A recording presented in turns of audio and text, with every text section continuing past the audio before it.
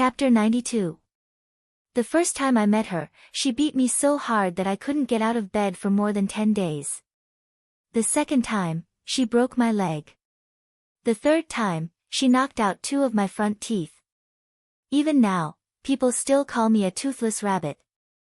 Tell me, how can there be such a violent woman in this world?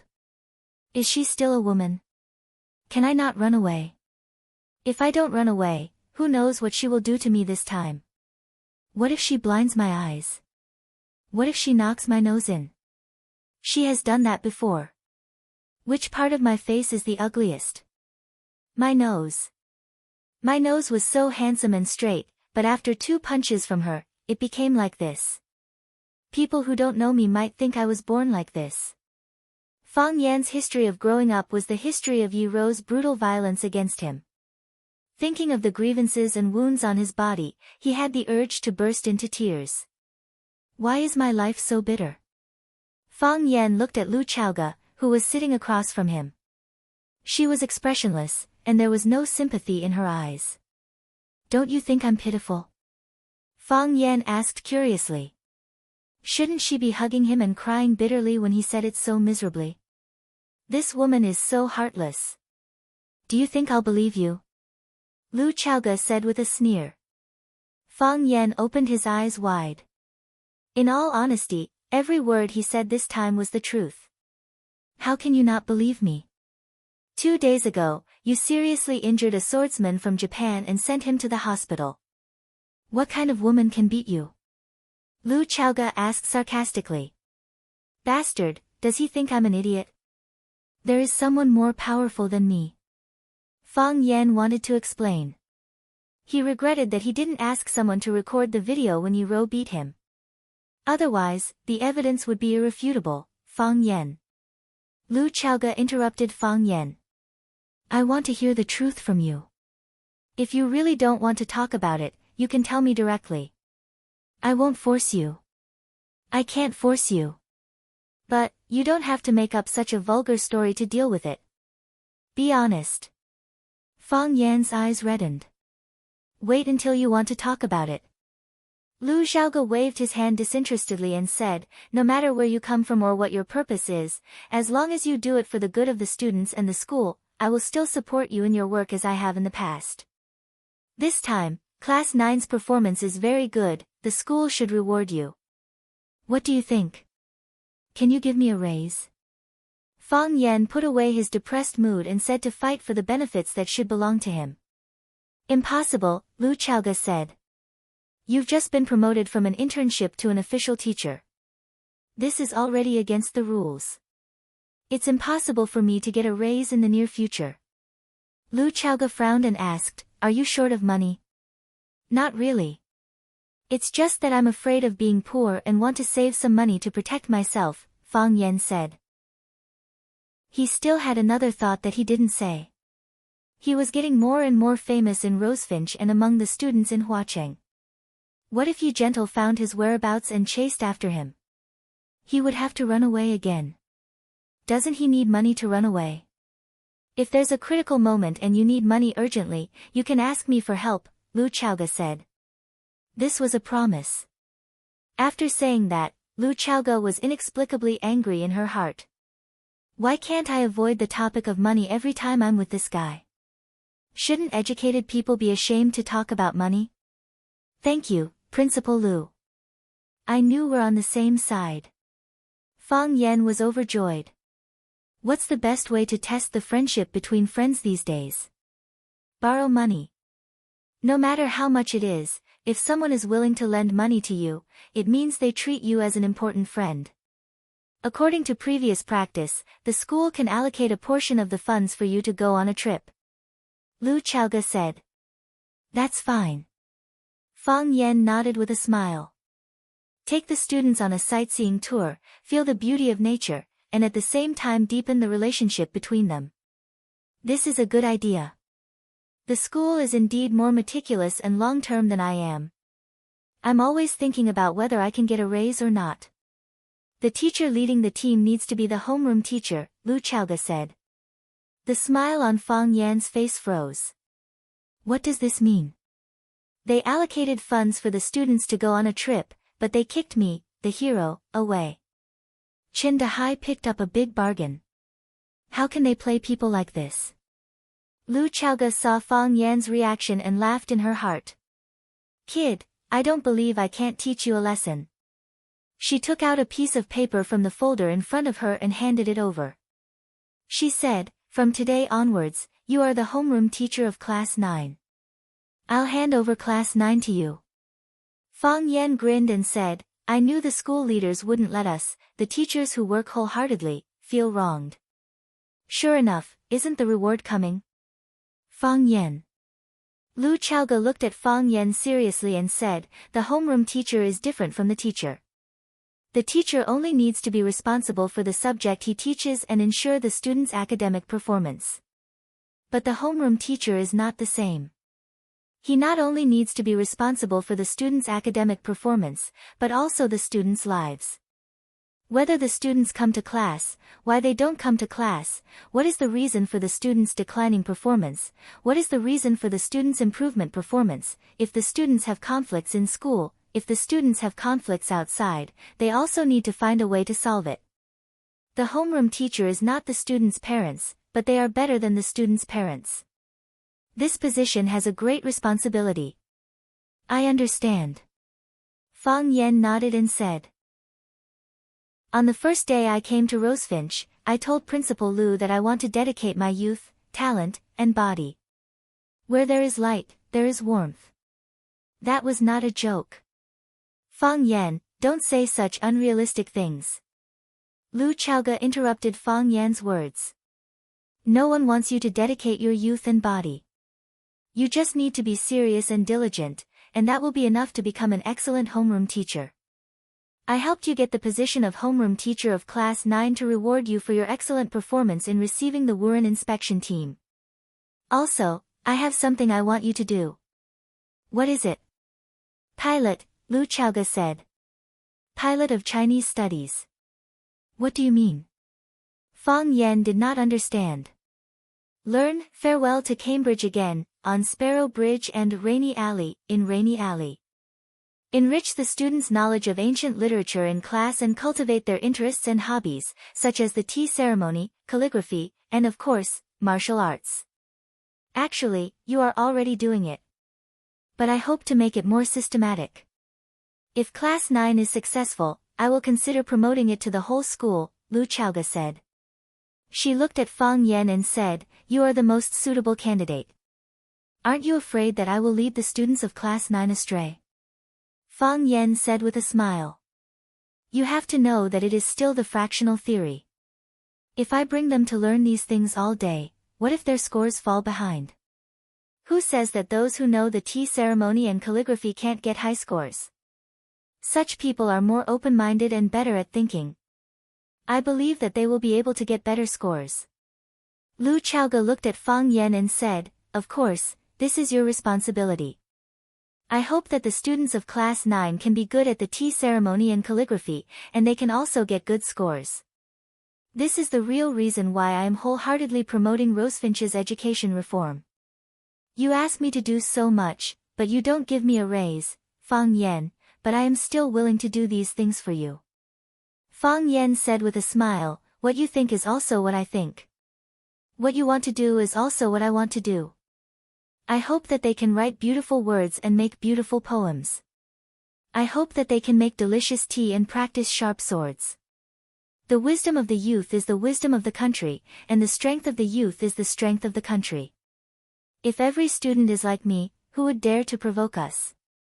I will accept this task, Fang Yan said heroically. I will definitely give you a reborn Class 9, a Class 9 that will make everyone look at it in a new light. Let's wait and see, Lu Chaoge said. Principal Lu is busy, so I won't bother you. As Fang Yan spoke, he picked up the can of tea on the desk and said, Principal Lu, you don't need to send me off. I can go out by myself. Lu Chaoge opened her mouth and wanted to shout, but in the end, she just shook her head and smiled bitterly. As soon as the office door was closed, the phone on the desk rang. Lu Chaoge glanced at the caller ID, hesitated for a moment, and finally pressed the answer button. "What's the matter?" Lu Chaoga asked coldly. "I am at the school gate." A man's hearty voice came from the phone, as if he didn't hear the indifference in Lu Chaoga's tone at all, and said, "Mom asked me to pick you up for dinner when I get off work." "I still have work to do," Lu Chaoga said. "I will wait for you at the gate," the man said. "It may take a long time." After hanging up the phone, Lu Chaoga was a little upset. She pulled out the jade guanyin from her chest and gently rubbed it with her hand. A cool feeling poured into her palm, and her mood gradually calmed down. Whenever she was unhappy, this jade guanyin could bring her comfort that ordinary people couldn't understand. This kind of life. When will it end? She sighed, and there was a heart-palpitating coldness in her eyes. Chapter 93.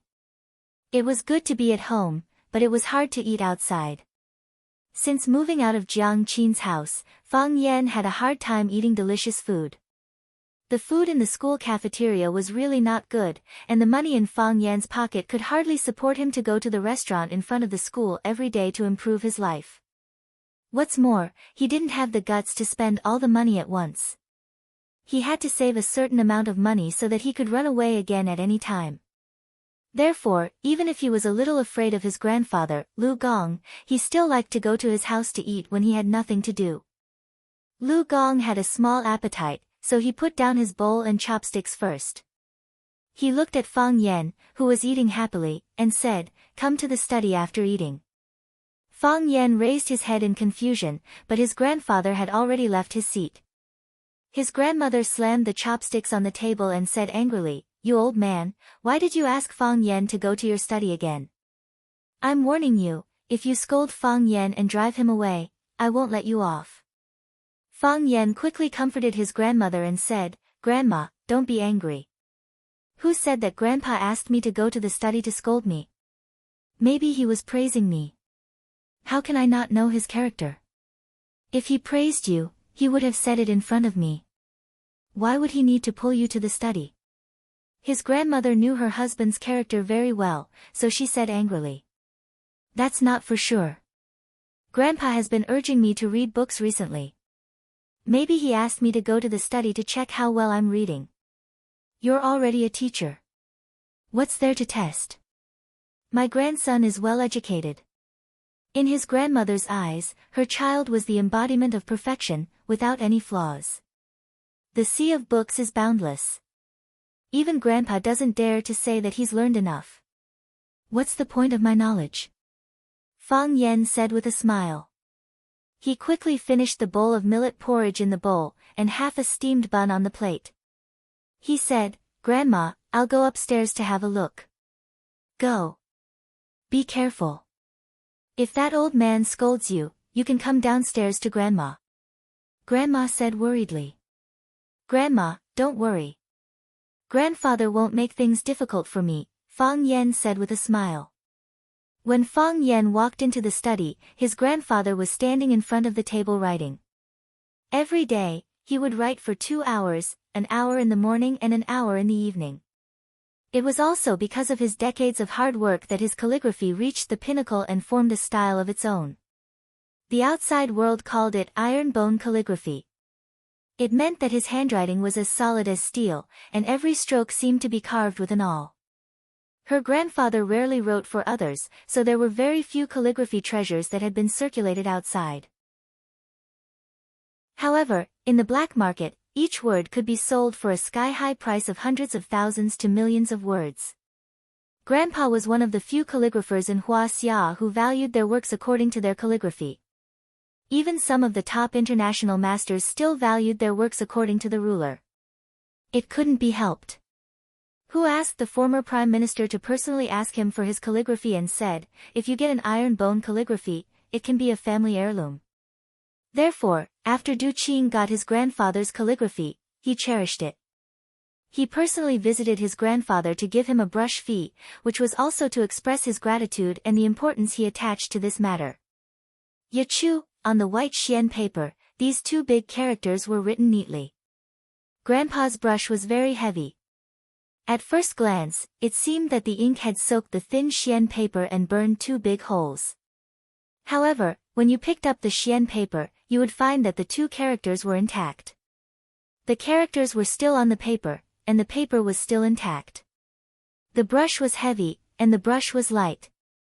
Grandpa's grasp of strength tended to be perfect. Seeing his grandfather put down the brush, Fang Yan quickly handed him a clean towel and praised loudly, "Good calligraphy." The strength penetrated the back of the paper, making it hard for me to breathe. "You won't be able to breathe?" Lu Gong didn't respond to Fang Yan's words. Even when Fang Yan deliberately made a low-level mistake while praising, he pretended not to hear it.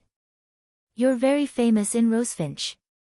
Fang Yan chuckled and said, "What did Grandpa hear?" "You used your family's martial arts to seriously injure someone and send him to the hospital." "What do you think I heard?" Lu Gong stared at Fang Yan sternly and said, "What did you promise me back then?" "I said that I wouldn't easily use force." "Grandpa, you don't know what happened that day." "If you knew, you would also beat that Japanese up," Fang Yan explained. Lu Gong stared at Fang Yan for a while, then nodded and said, "That's true." "Ugh." Fang Yan felt that the old man was a little strange today. He was stubborn and stubborn. Once he made up his mind, even 9 bulls couldn't pull him back. When did he become so easy to talk to? "Grandpa, are you okay?" Fang Yan asked carefully. "What can happen to me?" Lu Gong said with a straight face. "You're not angry." "Why would I be angry?" "I hit someone. Chowga has already explained the cause of the incident to me. Otherwise, do you think I would let it go easily?" Lu Gong said with a cold snort. "Chowga?" "Headmaster Lu." Fang Yan looked at Lu Gong thoughtfully and said, "Are you familiar with her?" "Who do you think invited Chowga back?" A rare smile appeared on Lu Gong's face. Obviously, this was something that made him very proud. "You invited Lu Chowga back? Brat, you have no respect for your elders. You have to call me Headmaster Lu." Lu Gong scolded. Fang Yan thought that Lu Chowga was only a few years older than him, so why couldn't he call her Lu Chowga? "There was a reason for this incident, so I won't pursue it." "But have you thought about it? You're so famous now, and you've exposed your skills. Don't tell me the Yi family didn't notice. Your mother called several times to ask about it, and your grandmother covered it up. You running away from home is such a big thing. Don't tell me they really didn't investigate. Do you think they really don't know you're in Huacheng?" Fang Yan's heart was a little cold. He said, "I also thought about it. Knowing is one thing. But, I've already run away. They don't have to come and drag me back, do they? I'm so disappointed." "Why would they drag you back?" Lu Gong said. "Revenge breeds revenge, when will it end? What era is it now? Is it still fashionable to fight and kill?" "Fang Yan, I'm very happy that you came to Flower City to look for me." Since the path of martial arts was blocked, he would continue on the path of teaching and educating people. "As long as you can settle down, I believe that you will also achieve extraordinary results." "Grandpa, what have I become in my teacher's line of work?" "He's still a teacher." Coming out of his grandfather's villa, Fang Yan felt a little depressed. It was as if Yi Ro would suddenly jump out from the grass on the side of the road and say, "Fang Yan, guess who I am?" Then she would rush up and beat him up. Not only did Yi Ro make him nervous, but also the expectation of his family was a heavy pressure. He ran away from home. His father, who had high hopes for him, must be very disappointed. Grandpa, who was paralyzed in bed, must have suffered a huge blow, right? And that old drunkard. He must have gulped down a few mouthfuls of burning knife and cursed, "You're useless, right?" It wasn't that Fang Yan didn't work hard. On the contrary, he worked even harder than everyone else. The more he wanted to prove himself, the more he couldn't prove himself. Since he had comprehended the Tai Chi realm, the Fang family had regarded it as the hope of revitalizing the family. However, in the past 2 years, the more anxious he was, the more stagnated he became in the Tai Chi realm. In the end, the Tai Chi heart, which had been rotating slowly, stopped moving. It became a stillborn baby. Fang Yan was frightened. He knew that once he fought with Yi Rou, the secret of the Tai Chi realm would be exposed. That woman was not only skilled in martial arts, but also had a good eye. So he ran away. Just like a coward. However, he was the successor of Fang's Tai Chi realm. He could escape for a while, but could he escape for the rest of his life? Fang Yan thought of the sudden reaction of the Tai Chi heart again in his grandfather's study. At that time, his grandfather pointed out his heart and said that he lacked a kind of spirit. Everyone needed a spirit, and they also needed to have their own pursuits. What was his pursuit? He deliberately pursued to improve his martial arts, but he got the opposite result. Instead of making progress, he was retreating. The Tao was natural. If it was not natural, how could he feel the infinite Tao? At that moment, he felt as if he had been enlightened. Fang Yan knew that his escape this time was the right choice. Because he might have found another way to say goodbye. Although that way was full of thorns and weeds, and he did not know where to go, he knew that there must be a way. When I leave Rosefinch, it will be the day I reach the Tai Chi realm, Fang Yan said to himself. There was no wind or moon, and the air was dry and hot. Fang Yan was lost in his thoughts as he walked towards the courtyard he was staying in. His grandfather lived in the easternmost courtyard, and the one that belonged to Lu Chaoga, where Fang Yan lived, was the westernmost one. When he passed by the Yangong Causeway, he heard a low shout. Stop, all of you stop. Zhen Guodong, you hooligan, Zhen Guodong. These 3 words were like the key to activating the password. Fang Yan immediately retracted his thoughts. He glanced around and immediately ran toward the bank of Sparrow River. The scene in front of him caused his eyes to crack and his anger to boil. Under the reflection of the clear river, Fang Yan saw that Zhen Guodong and Li Yang were blocking a girl, one on the left and one on the right, not letting her leave. The girl had her arms crossed in front of her chest and was resisting with all her might. The girl cursed, but this did not dispel Zhen Guodong and Li Yang's enthusiasm. The two of them laughed and tangled with each other. They had no intention of letting go of this little sheep. Scum, Fang Yan cursed. He immediately took out his phone from his pocket. Chapter 94. If Fang Yan didn't talk to Zhu Jian in advance and saw this shameful scene, he might directly rush up and slap Zhen Guodong and Li Yang 300 times, and then drag them out to see the school leaders to give them a heavy punishment. They didn't want to be good students, but learned to be hooligans. Which hooligan had a good ending? However, he already knew the real reason why his predecessor, Zhu Jian, was expelled from the school. Naturally, he couldn't repeat the same mistake. Therefore, he had to guard against Zhen Guodong and Li Yang. Fang Yan turned on the video function of his mobile phone, but the crime scene was dark. There was no usable image on the mobile phone. It didn't matter if there was no image, as long as there was sound. With sound, at least Fang Yan could prove himself clearly. No matter how the subsequent plot developed, Fang Yan could be in an invincible position. Fang Yan felt that he was really 2F** king smart. Fang Yan. You bastard, you beast. Don't come over, don't come over. The girl suddenly raised her voice and shouted. Fang Yan's expression froze, and the mobile phone in his hand almost fell to the ground. What was going on? What made him vomit blood was that Zhen Guodong and Li Yang, who were trying to take off the girls' clothes like hooligans, turned into the embodiment of justice and the messenger of purity. Zhen Guodong blocked the girl with his body and shouted, Fang Yan, don't come over. I'm telling you, as long as I, Zhen Guodong, am here, you can't hurt Su Xia, Su Xia. Who is Su Xia? Fang Yan felt very wronged. He didn't know her at all. Li Yang became more arrogant.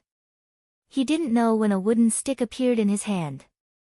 He waved the wooden stick in his hand in the air and shouted, Fang Yan, don't think that you can do evil just because you are good at martial arts.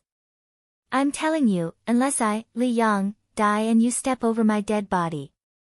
Otherwise, don't think about hurting my girlfriend. Su Xia is Li Yang's girlfriend. Fang Yan understood. This was a trap that saw him as the prey. Their target was him. They wanted to ruin his reputation and expel him from the school. It's fine if you don't move, but if you do, you'll hurt others. Fang Yan slipped his phone into his pocket. There was no point in continuing to take photos. All that was left was his criminal record. No, a pending criminal record. There were victims, witnesses, and they would find a way to get physical evidence. Only 2 of the 3 fops were present. The other one, Chen Tao, must be lying in ambush not far away. Fang Yan was furious. He hated being wronged in such a humiliating way. He could imagine that if this matter were to blow up, there would be no place for him in Rosefinch Secondary. No matter what the truth was, it was difficult for him to stand on the podium with such a scandal on his back. Fang Yan smiled. He was amused by these fellows. Last time, they were really up to no good and were discovered by Zhu Jian, who was passing by. Then, they beat them at their own game. When Zhu Jian was busy protecting the girl from harm, they took a photo of the girl wearing Zhu Jian's jacket and the 2 of them hugging each other. Then, they kicked the girl and Zhu Jian out of the school together. This time, they were smarter. They designed a set of wolf trapping techniques specifically to deal with Fang Yan. Fang Yan, aren't you good at fighting? We won't clash with you directly, but we will think of a way to ruin your reputation. It was not hard to imagine that Fang Yan would be seen by someone with ulterior motives when he went to his grandfather's house for dinner tonight. They immediately discussed setting up a trap. When Fang Yan walked out of his grandfather's house, the show would officially begin. They knew that no teacher would be indifferent when faced with such a situation. Moreover, the culprits were Zheng Guodong and Li Yang. They also knew that there was no moon or stars tonight. The sky was pitch black, and it was hard to see one's fingers in the forest by the Rosefinch River. It was difficult to use mobile phones and other video equipment. Even if you recorded it, it would be all insulting and attacking Fang Yan. If Fang Yan used it as evidence, wouldn't he be sent to prison? What kind of crime was it for a teacher to molest a student? There was no need to ask. I've always thought that all of you have accomplished nothing. You're just a bunch of good-for-nothings who have nothing better to do, Fang Yan said with a smile. But at this moment, I have to apologize to you. You are much better than I thought. Who the F***ck are you talking about? Li Yang opened his mouth and wanted to curse. Fang Yan's words were too harsh. His little heart couldn't take it. Zheng Guodong grabbed his arm and shook his head at him, signaling him not to be impulsive and to proceed according to the script they had arranged. Look at this idea, look at this setup, look at this acting. You look like professional actors. No, even some professional actors are not as professional as you. You must have put in a lot of effort, right? Fang Yan, what are you talking about? So what if you are a teacher? Can a teacher molest a female student? Do you have any humanity? Do you have any shame? Zheng Guodong was very immersed in the role, pointing at Fang Yan and scolding. It's a pity that you are not bad guys. Fang Yan said. What makes me happy is that you chose the right way to say goodbye. Being 1099% bad guy. Very good, you have a clear sense of yourself. You didn't go the wrong way. You are the bad guy. 1010% bad guy. Fang Yan, go away. If you dare to touch my girlfriend, I will fight you. The girl hiding behind Zheng Guodong and Li Yang also scolded, Fang Yan, I can't believe that you are a teacher on the surface, but do such a thing behind my back. If Zheng Guodong and Li Yang didn't come in time, I would have been, by you. 55555. To be honest, Fang Yan was in a very tricky situation. Because, no matter what he said, others could say that he was quibbling. Zhu Jian was unlucky, but at least the victim was firmly on his side. The victim helped Zhu Jian, so even if Zhu Jian was expelled from school, he would only be cursed for having an affair with a female student. Fang Yan was unlucky that even the victim stood on the opposite side and accused him of trying to molest her. If the police believed that the evidence was conclusive, Fang Yan would be committing a crime. Therefore, the methods that Zheng Guodong and the others played on Fang Yan were much more dirty and vicious than the methods that they used on Zhu Jian. Who asked Fang Yan to bully them? Naturally, they hated Fang Yan more than they hated Zhu Jian. Fang Yan looked at the performance of the three people in front of him and asked, "Who is Su Xia?" Fang Yan, stop pretending. Su Xia is my girlfriend, the great beauty of our rosefinch. Don't you know? If you don't know, why did you follow her to this place? Do you think you can shirk your responsibility like this? We will definitely report to the school and make them expel a dirty teacher like you. You are the scum of the teachers. Why do these lines sound so familiar? Fang Yan thought about it seriously and finally understood. These words were originally said to Zheng Guodong, Li Yang, and Chen Tao. He didn't expect that these three scumbags would successfully counterattack, and now they could openly return these words to Fang Yan without changing a single word. From this aspect, Fang Yan was indeed a very successful teacher. Do you think that I will be unlucky just because you found a woman to be your accomplice? Fang Yan said with a sneer. Did I touch her? Who saw me touch her? I was a few meters away from her. Don't you think your acting is too much? Do you think that by recording your voices of scolding me, it will prove the fact that I tried to molest that person? Don't you think it's too simple? Also, the sky is so dark. I'm afraid that Qin Tao's phone can't record this scene, right? Could it be that he has more advanced equipment? In order to put on this big show, to drive me out of the school, to send me to prison, are you willing to pay a lot of money? Okay, the show is over. Fang Yan waved his hand and walked towards Zheng Guodong and Li Yang step by step. I can talk to you, but I can't say that I can't kneel to you. Let's do something practical. Zheng Guodong shouted even more vigorously and shouted at the top of his voice, Fang Yan, don't you dare. Help, help, Fang Yan is molesting a female student. The girl's voice was even more shrill and miserable. She shouted with a sobbing tone, if you dare to come over. If you dare to come over, I will die in front of you. Fang Yan, I will not let you go even if I become a ghost. Li Yang waved the wooden stick in his hand vigorously and shouted loudly, if you come over, I will beat you to death. I will beat you to death. This is self-defense, the police will not arrest me. Crack. The wooden stick was in Fang Yan's hand. Fang Yan's right hand was holding one end of the stick. No matter how hard Li Yang tried, he could not pull the stick out of Fang Yan's hand. Let go, Li Yang shouted as he exerted force. Fang Yan didn't let go. He exerted a bit of force and lifted the wooden stick up. Because Li Yang's hands were holding the stick too tightly, his body was lifted into the air along with the stick by Fang Yan. Fang Yan retracted his right hand and pushed it forward. The stick carried Li Yang's body and flew towards the Bird River. Ah ah ah. Li Yang was like a magical youth flying in the air with a broom in his hand. Of course, this magical youth's magic was not very good. Plop. Li Yang's body fell into the river.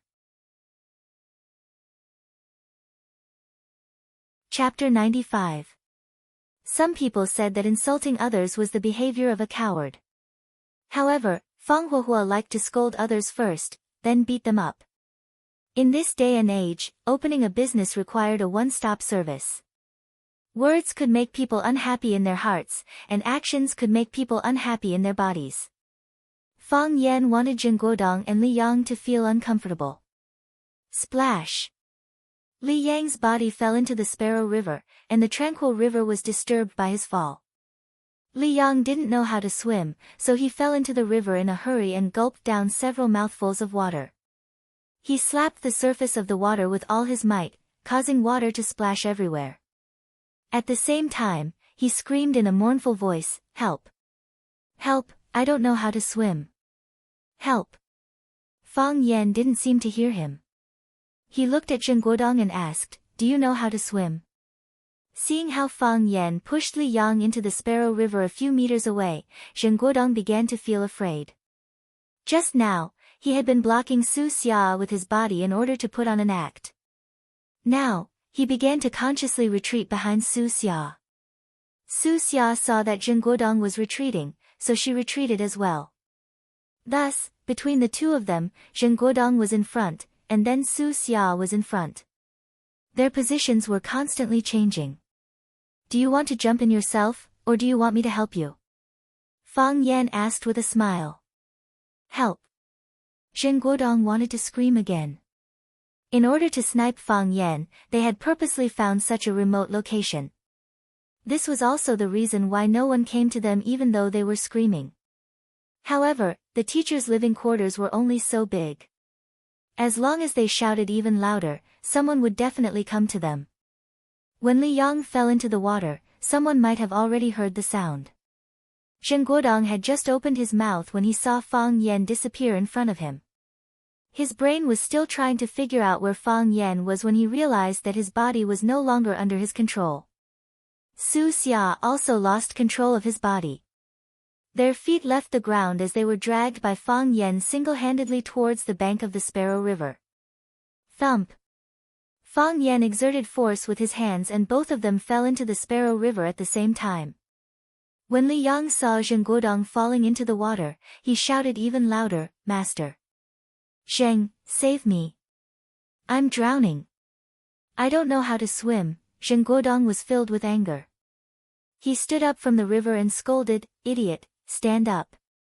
Why don't you go and die?" The Sparrow River was not deep. With Li Yang's height, as long as he stood steadily, the river water would only reach his chest. It was impossible for him to drink water. But because he was too nervous, he kept plopping in the river and drank several mouthfuls of muddy water. When he heard Zheng Guodong's reminder, Li Yang stopped struggling and stood straight in the river. Fang Yan squatted on the bank of the Sparrow River and looked at Zheng Guodong, Su Xia, and Li Yang, who wanted to climb up but did not dare to approach Fang Yan. He chuckled and said, "I'll give you a brain teaser. Whoever answers it correctly can go ashore." Many people feel that they look better after washing their hair. Why? No one answered. Zheng Guodong was unwilling to answer, and Li Yang did not know how to answer. Su Xia thought for a moment and said, "That's because people feel refreshed and their hair is soft. That's why they feel that they look better." Fang Yan shook his head and said, "That's because their brains are filled with water. The three of you didn't answer it correctly, so you can only continue soaking in the river," Fang Yan said with a smile. Fang Yan. Zheng Guodong was both angry and humiliated. If he could beat Fang Yan. Nonsense. If he could beat Fang Yan, he would have beaten Fang Yan to death a long time ago. There was no need for him to think about it like this. He had used tricks and acted, and he had even been pushed into the river. "I know you hate me," Fang Yan said with a smile. "So what? You can't beat me anyway. My dad will definitely avenge us. He won't forgive you." Fang Yan looked at Li Yang, who was threatening him, and said, "Your dad can't beat me either. I can beat your whole family," Fang Yan continued. "Let your dad, mom, uncles, aunts, grandpa, and grandma come at me together. Of course, I'm a cultured man. I can do that, but I disdain to do it," Fang Yan said with a serious face. Cultured man. Zheng Guodong and Li Yang were so angry that they were about to cry. How could such a person be called a cultured man? Disdain to do it. Disdain to do it. Why are we all soaking in the river now? Fang Yan looked at their wronged eyes and said, "Let your brains be filled with water, so that I can reason with you. When you're normal, you usually don't listen to what I'm saying. Do you feel better now? Last time you set up Zhu Jian, it was also in this place, right?" Fang Yan asked. "No." Li Yang's first reaction was to deny it. "Li Yang, shut up. Zheng Guodong turned around and shouted. Only then did Li Yang realize that he had said the wrong thing. He looked at Zheng Guodong in awe and shut up tactfully. Zheng Guodong looked at Fang Yan and said, "We don't know what you're talking about." "What? My predecessor. Zhu Jian was your language teacher at the beginning of school. Have you forgotten him so quickly?" "We haven't forgotten Zhu Jian.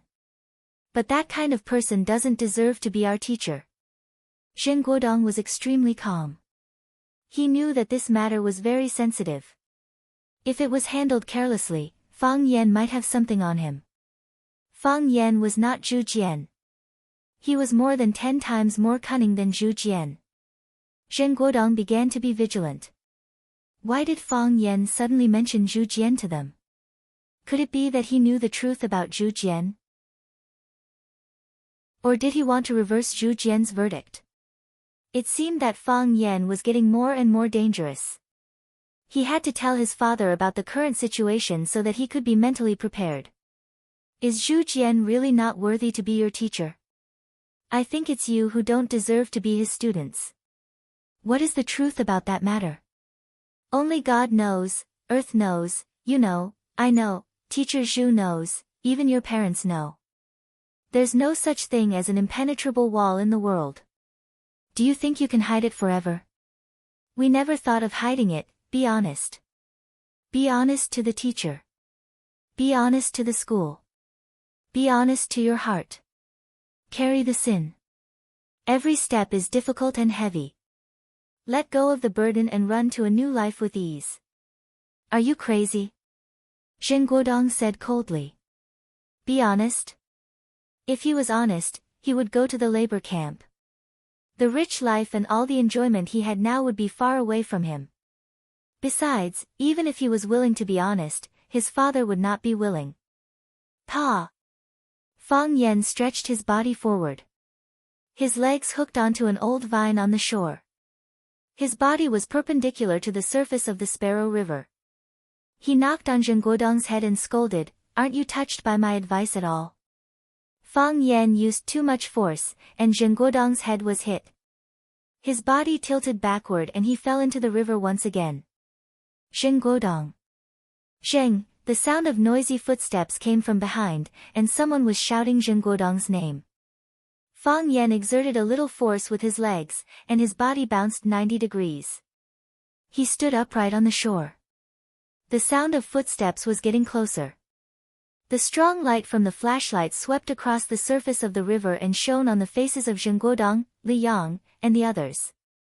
Chen Tao, Chen Dahai, Baldi, and the other 2 security guards of the school quickly ran over.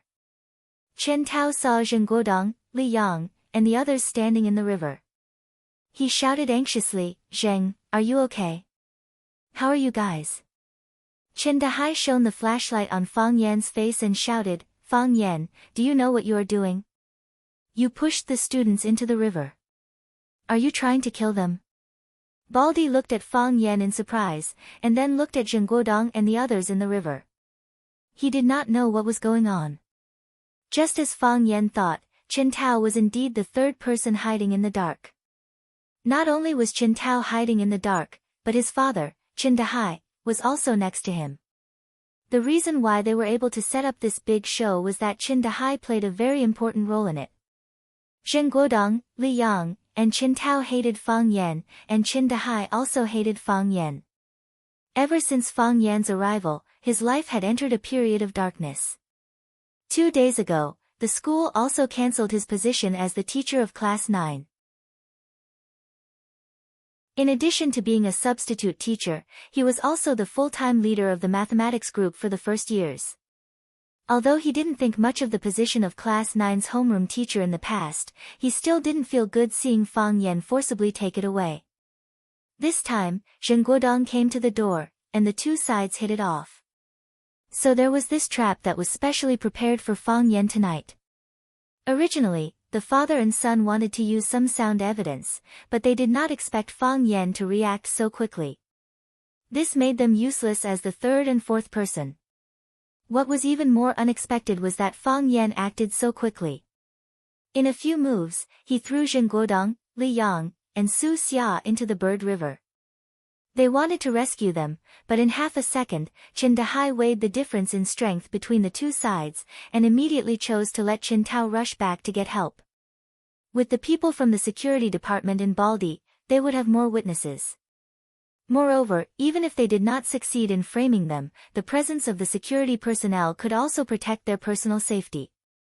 Fang Yan's eyes narrowed under the flashlight, and he said coldly, "Teacher Chen, you are now using a weapon to attack my eyes. I am warning you, this kind of action may very well cause a war. I will beat you up." Qin Dahai trembled, and quickly moved the flashlight away. Chapter 96. Humans are very complicated animals.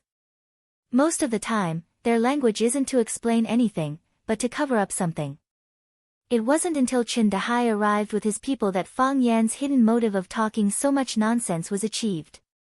It has to be said that the trap that Zheng Guodong, Li Yang, and the girl named Su Xia worked together to design was very lethal to Fang Yan. In such a situation, Fang Yan had the following ways to solve the problem. First, flee the scene immediately. This was the smartest, but also the most frustrating way to deal with it. If Fang Yan didn't want to fall into the trap, all their efforts would be in vain. However, being tricked by a few students and fleeing in panic, it would be a loss of face. How could the arrogant Fang Yan be convinced? Second, beat up Zheng Guodong and Li Yang, and then report to the school that they tried to molest the girl, Su Xia. If Su Xia was really molested by them, what were the chances of Fang Yan winning by doing this? The problem was that Su Xia was hired by them to frame Fang Yan. If Su Xia insisted that Fang Yan conspired against her, and Zheng Guodong and Li Yang were injured by Fang Yan in order to protect her, then Fang Yan wouldn't be able to clear his name even if he jumped into the Yellow River. Third, which was the trick that Fang Yan used now, muddy the waters. Fang Yan wanted to smear the reputation of Zheng Guodong and Li Yang under the witness of others. Last time, Zhu Jian had an ambiguous relationship with a girl, and Zheng Guodong and Li Yang happened to find out and take a key photo, causing Zhu Jian to be the target of public criticism and leave in embarrassment. This time, when Fang Yan tried to molest a female student and was discovered by Zheng Guodong and Li Yang, Rosefinch's students and teachers were all suspicious. Why was it always Class 9's language teacher who was intimate with the female students? Why did Zheng Guodong, Li Yang, and Qin Tao always step forward to stop the language teacher every time he did something evil? Fang Yan's reputation in Rosefinch was like the sun in the sky. In order to help his students, he had injured Wu Ren's swordsman and sent him to the hospital. Now, he was given the titles of Most Handsome Male Teacher and Student Guardian by the students. The students liked and trusted him very much. What about Zheng Guodong, Li Yang, and Qin Tao? They were the school's famous hedonistic trio. It might be an exaggeration to say that everyone hated them, but if you said that 9 out of 10 people hated them, then this sentence was definitely true. What if this matter was publicized? Who would the teachers and students believe? The answer was self-evident. This was the clash of forces. Fang Yan was powerful and upright. Therefore, Zheng Guodong, Li Yang, and the others were no match for him. Another example was Fang Yan's grandfather, Lu Gong.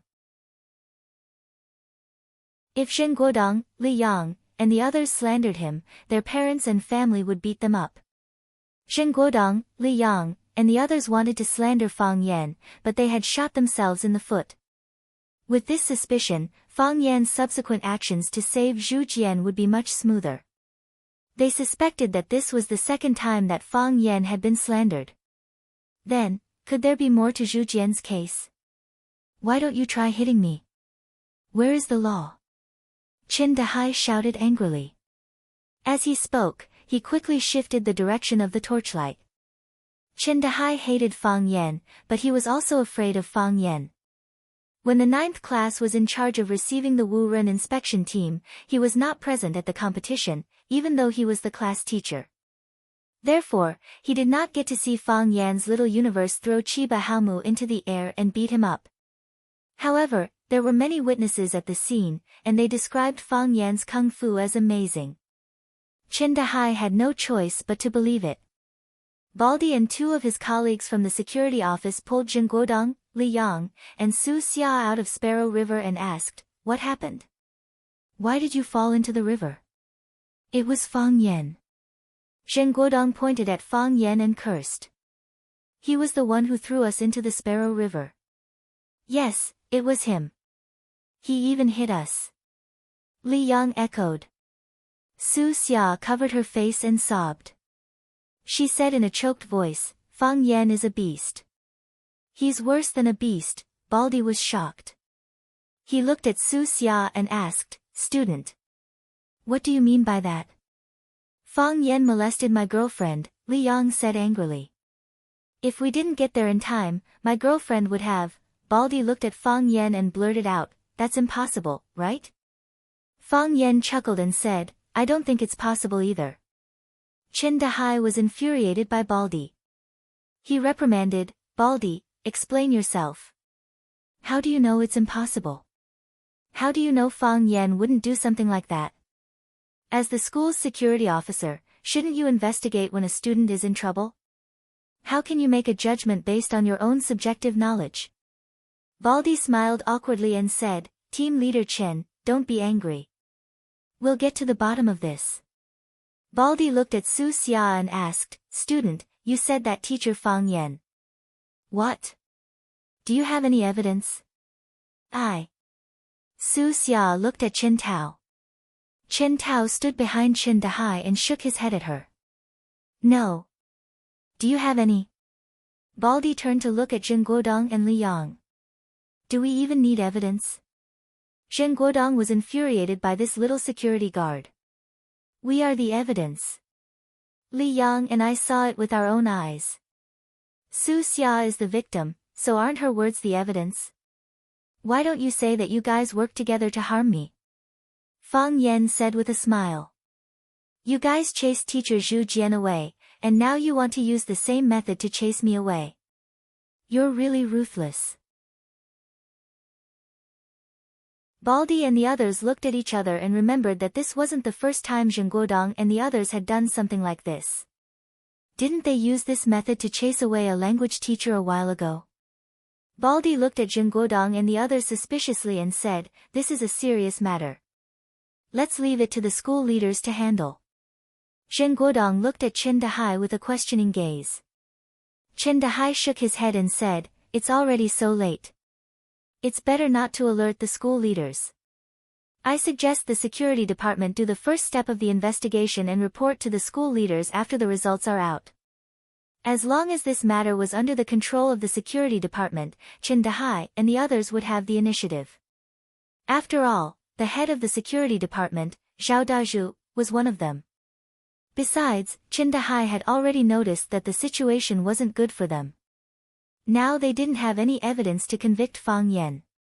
Zhen Guodong and Li Yang's reputation was too bad. Even Su Xia's reputation in the school wasn't good. Everyone said they were right, and everyone said they were right. The final result might be that no one could do anything to the other. The most important thing was that if this matter was spread out, perhaps Zhen Guodong and Li Yang would be at a disadvantage. Thinking of this, Chen Dahai was a little angry. "You guys. Why can't you pay more attention? Don't you know that it's very difficult for bad people to do bad things these days?" "Okay, then I'll call Chief Xiao and report it," Baldi said. Such a big matter, he couldn't bear it as a small security guard. He had to let the head of the security department come forward to solve it. Fang Yan patted Baldi's shoulder and said, "Investigate it as soon as possible and give me justice." Sure. Baldi nodded. "Baldi!" Chen Dahai roared angrily. "We will definitely deal with it impartially." "Deal with it impartially." Baldi quickly changed his words. Things went as Fang Yan expected. Because Zhen Guodong, Li Yang, and the victim, Su Xia, couldn't produce any evidence, this matter could only be left unsettled. Because of the school's security department's intervention, the rumor that Fang Yan attempted to molest Su Xia spread in Rosefinch Secondary. What? Mr. Fang Yan molested Su Xia? God, that's impossible, right? It's Su Xia's own imagination, right? Why didn't she take a look at herself? Su Xia's reputation is so bad, and she's not good looking. How could Mr. Fang Yan like her? Su Xia is not as good looking as me. Su Xia was originally a celebrity in the school. She was beautiful, wore heavy makeup, and walked the sexy route. She was the big sister of a group of female delinquents. She changed boyfriends faster than she changed her clothes. Later, when she got together with Li Yang, she temporarily stabilized. Because of Fang Yan's molestation, her reputation was suddenly pushed to the peak. Moreover, someone had given this incident a name, Fantasygate. It meant that this was completely a fantasy of Su Xia, a love-struck girl. It was to attract Fang Yan's attention. Zheng Guodong and Li Yang's reputation was too bad, and they were too vicious, so no one was willing to talk about them. On the contrary, the two of them weren't affected too much. This was a physical education class. Su Xia was surrounded by a group of her best friends as she walked towards the stadium. Su Xia. A clear voice called out. Su Xia turned around and saw an outrageously beautiful girl sitting on the steps of the basketball court. The girl was wearing a rosefinch uniform, and her long hair was draped over her shoulders. One of her ears was plugged with headphones, and the other was held in her hand so that she could talk to others. She didn't have any makeup on her face, and she didn't have any accessories on her body. However, it was this aura that was naturally revealed that made people feel as if they had forgotten about the mundane world at the sight of it. Qi Nitian. The famous Qi Nitian in the school. It was as if someone had cast a spell on her. Su Xia stopped in her tracks, and so did the rest of her friends. Everyone's breathing slowed down, and they stared unblinkingly at the girl in the uniform on the steps. Come here. Qi Nitian shouted. Su Xia glanced at her friends, and took the initiative to walk towards where Qi Nitian was sitting. She smiled and said, Senior Etienne, are you looking for me? Slap. Qi Nitian slapped Su Xia's face. Chapter 97. The slap was sudden and inexplicable. Su Xia was completely dumbfounded. She didn't understand how she had suffered such an undeserved disaster. All along, she had kept a considerable distance from the rosefinch goddess, Qi Nitian. Qi Nitian was very famous, but she rarely appeared in public, let alone participated in any club activities at school. Su Xia's fame wasn't as good as Qi Nitian's, but she appeared more frequently in school, and most students knew her. Some of Su Xia's best friends thought that she should be the real rosefinch goddess. Su Xia also thought so. A beautiful woman could always pick out some flaws from the faces of equally beautiful women. Was it because she had such thoughts that Qi Nitian asked her to slap her? However, she had never revealed it to others. How did she know? Su Xia's skin was white and tender. After being slapped by Qi Nitian, a purplish-red palm print immediately appeared on her cheek. Su Xia opened her mouth and wanted to ask why. I didn't provoke you. Why did you hit me? However, when the words came to her mouth, she couldn't say anything. Su Xia's group of best friends saw that Su Xia was being slapped and ran forward to help her. At this time, Qi Nitian raised his head and glanced at them. When they met Qi Nitian's threatening gaze, they immediately stopped. Slap. Qi Nitian's slap landed on Su Xia's left cheek. Slap. This was the third slap. Get lost. Qi Nitian shouted. Su Xia stood still and stared at Qi Nitian. She looked like she wanted to pounce on Qi Nitian and fight to the death. After the 3 slaps, Qi Nitian treated Su Xia as if she was invisible. She put the headphones that she had just taken off into her ears and focused on enjoying the moving music and the autumn wind of the sports field. After a long time, Su Xia's eyes turned red, and big tears rolled down her cheeks. He turned around and ran back the way he came. When the group of female delinquents saw Su Xia running away, they looked at each other and hurriedly chased after Su Xia. From the beginning to the end, no one scolded Qinitian, and no one dared to step forward to defend him. They saw Qinitian, but they could only look at Qinitian in this way. They had a feeling that Qinitian was from a different world from them. Tangqing walked to Qinitian's side and sat down. He said with a smile, "How can you be like this? You should at least give me a reason to hit someone, right? If you slap her 3 times, she probably won't even know why she's being hit, right?" Qinitian glanced at Tangqing, but he didn't take the earphones off his ears and said, "She will figure it out." He didn't understand now. "You'll understand later."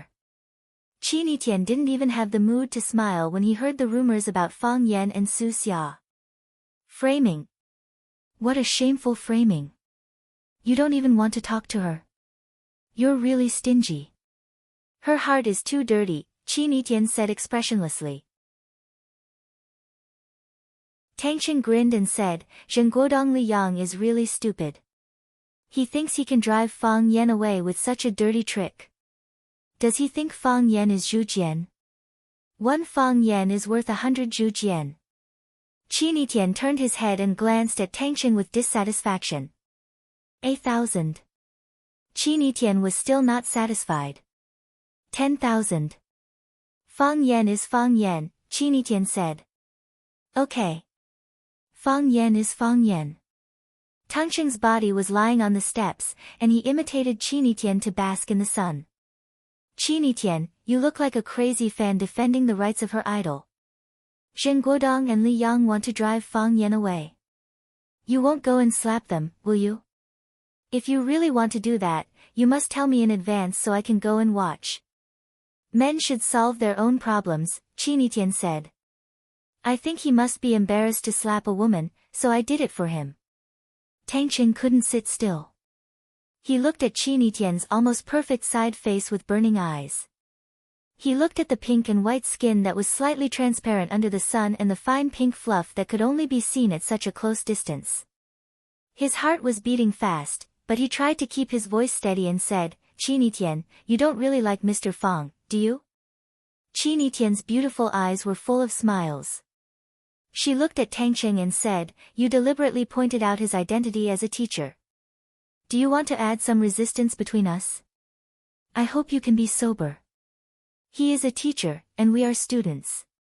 It is impossible for a teacher and a student." "How do you know it is impossible?" Qinitian asked. Tangqing really couldn't guarantee this. He knew Qinitian. He knew her character. When she decided on something, it was really difficult to change her mind. "You see, even you believe that we will be together in the future," Qinitian said with a smile. "I don't believe it," Tangqing said with a very firm voice. "I never believed that you two will be together.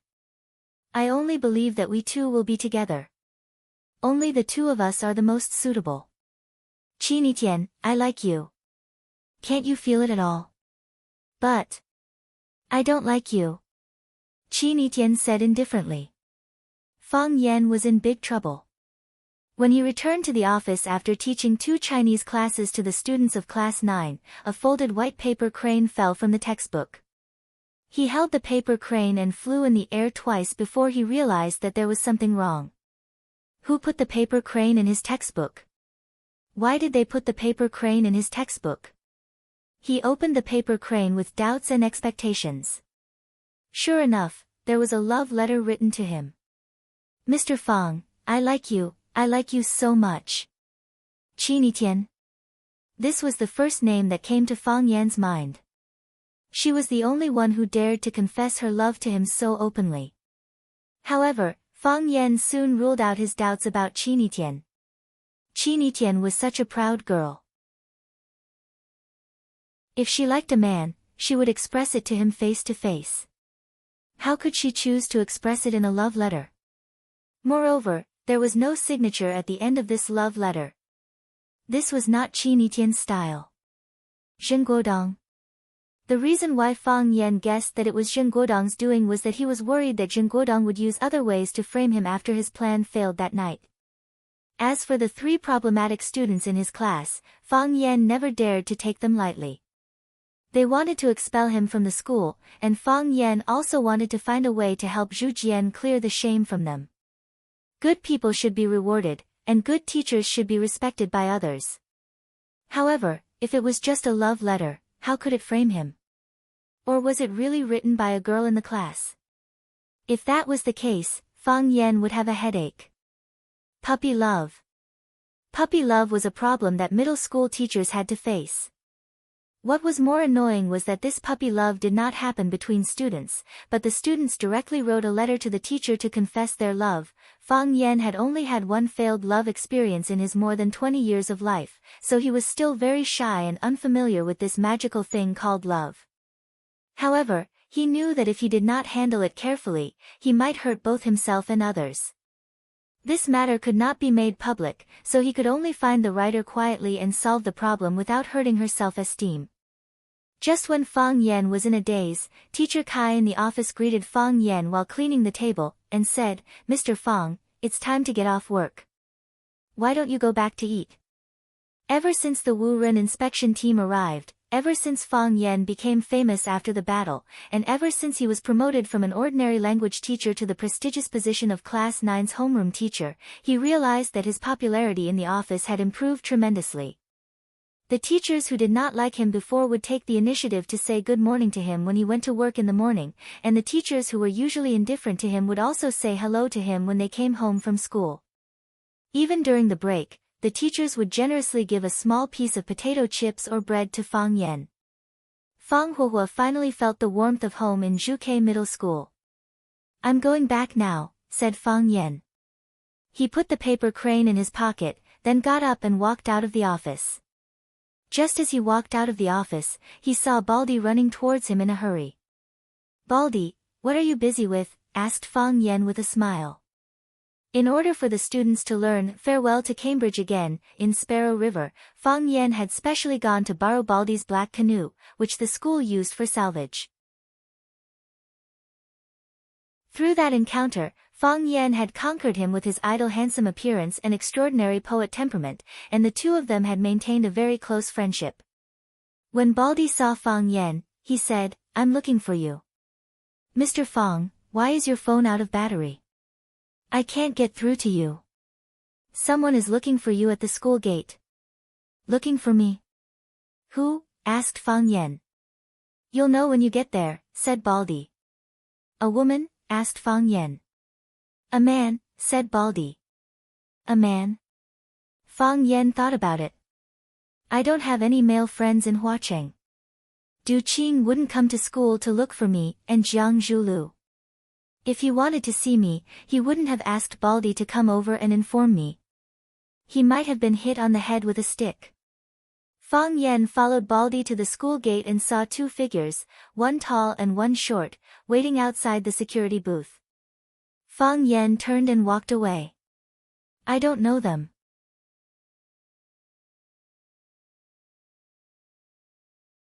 Chapter 98. Seeing Fang Yan turn around and leave, the short fatso chased after him and shouted anxiously, "Junior Marshal Uncle, Junior Marshal Uncle. Don't run. I'm Fang Yingying. Look at me carefully. I'm Fang Yingying." Fang Yan was angry in his heart. "I ran because I saw clearly that you were Fang Yingying." The Fang family still came to the door, which made Fang Yan have the urge to immediately pack his bags and buy a ticket to run away. If the Fang family could come to the door, why couldn't the Yi family? This time it was hero and warrior. Who could guarantee that the next one wouldn't be violent and gentle? The tall man ran in front of Fang Yan in a few steps and said like a child, "Junior Marshal Uncle, I'm hungry. If you're hungry, let's go eat." "I don't have money." Baldy felt that his IQ was not enough. He looked at the three people entangled together and shouted, "Fang Yan, they really seem to know you. It's your nephew. It can't be wrong. Isn't this nonsense?" Fang Yan thought gloomily. He also knew that since hero and warrior had come to the door, it was impossible for him to escape. This was the school gate. It was not a good idea to make a ruckus here. Fang Yan stopped and looked at hero and warrior. He said, "Let's go eat." Thank you, junior martial uncle, the short and fat Fang Yingying said happily. All the heroes are starving. Fang Yen took hero and warrior to a Hunan restaurant at the school gate. In order to talk more conveniently, he asked the proprietress for a small private room. As soon as the three of them sat down, the waiter came in with the menu and asked with a smile, "What would you like to eat?" Fang Yen took the plate and said, "Fish with tofu, braised pork, scrambled eggs with chives," and, crack, a crisp sound was heard, and the room became deathly quiet. The waiter stared at Fang Haohan with his eyes wide open and said in disbelief, He bit the cup. Junior martial uncle, the hero is eating the cup again. Fang Yingying complained. Fang Yen looked at Fang Haohan and said helplessly, "Hero, the dishes will be served soon.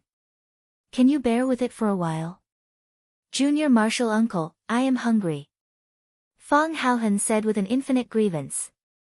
Fang Yen waved his hand and said, "Only this one. You should fill your stomach first so that you can eat later."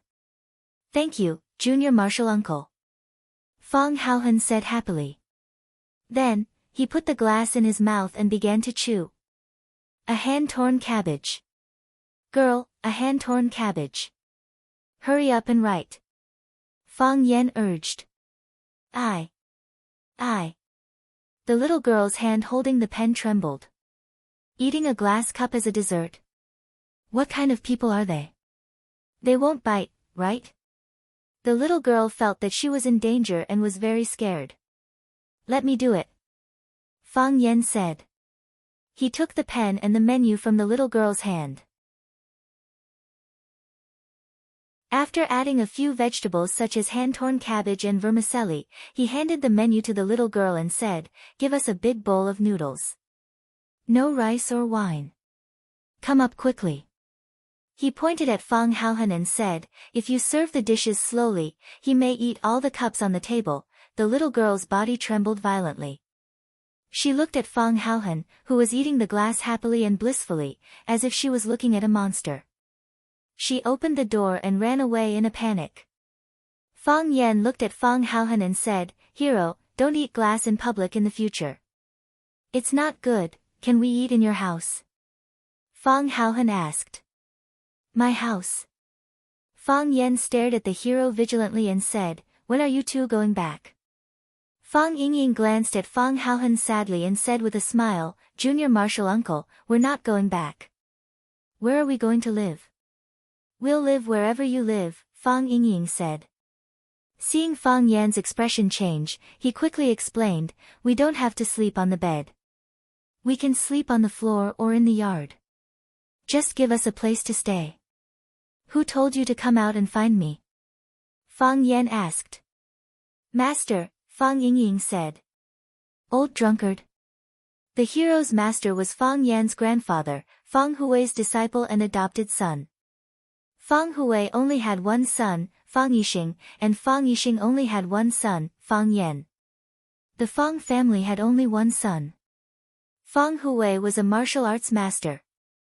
His Tai Chi was superb, and people called him Shadowless Hand. The reason why Fang Hui had such a nickname was because he rarely fought with others. Even if he did fight, it was hard to see him fight.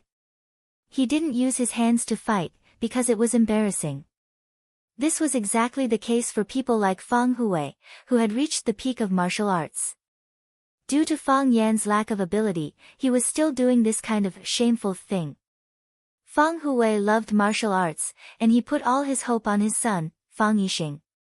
He didn't expect that Fang Yixing only liked reading, painting, and learning, and had no interest in Tai Chi at all.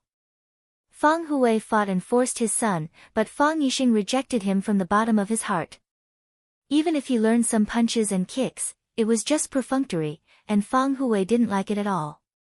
Fang Hui was so disappointed with his son that he chose the most talented disciple among his disciples, Mo Qingdi, as his adopted son. He wanted him to replace Fang Yixing and inherit the Tai Chi legacy. After Fang Yan was born, Fang Hui placed all his hopes on him. He nurtured him wholeheartedly and taught him personally. He wanted him to become a useful person quickly.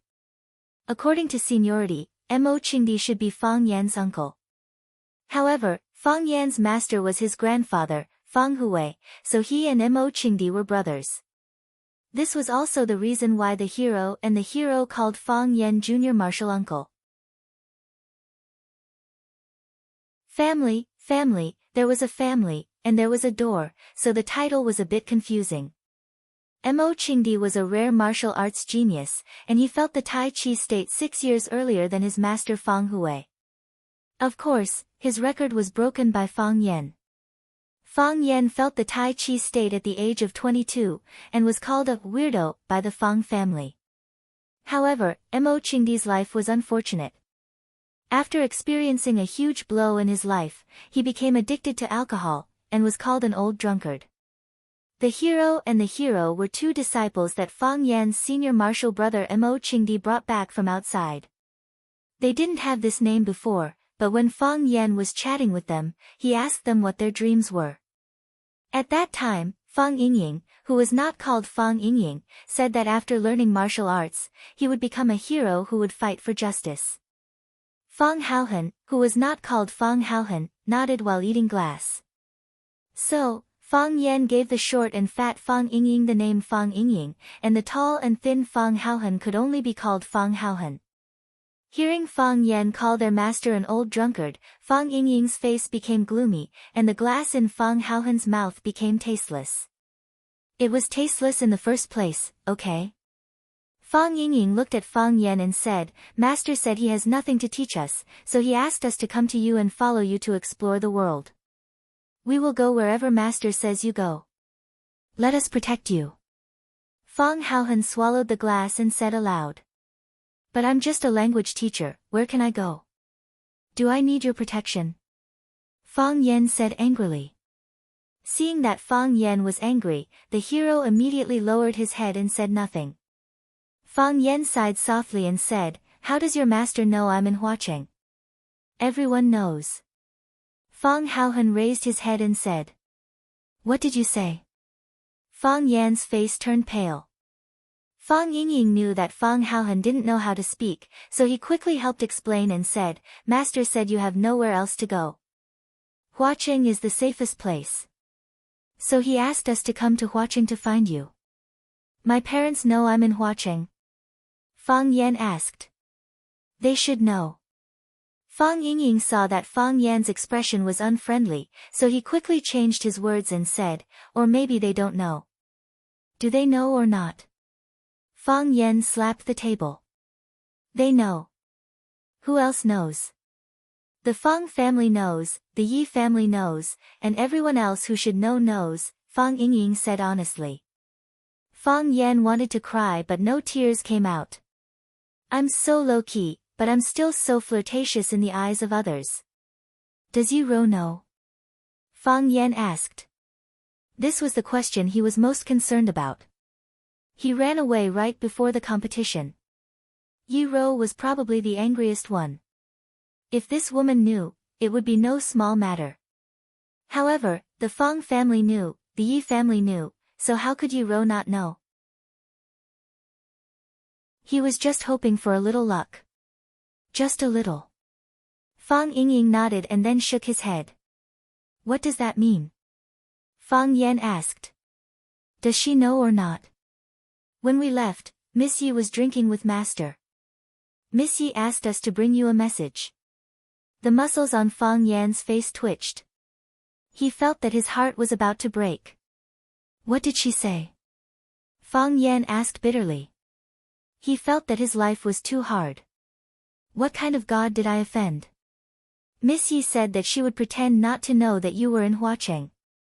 Fang Yan breathed a sigh of relief and said with a smile, "That means she won't pursue this matter anymore," Miss Yi also said. Fang Yan wanted to beat Fang Yingying to death. "Would it kill you to say everything at once?"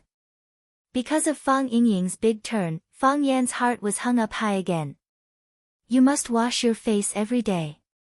She is afraid that she will dirty her hands," Fang Yingying said. Fang Yan felt that his life was dark. He couldn't live like this. Chapter 99.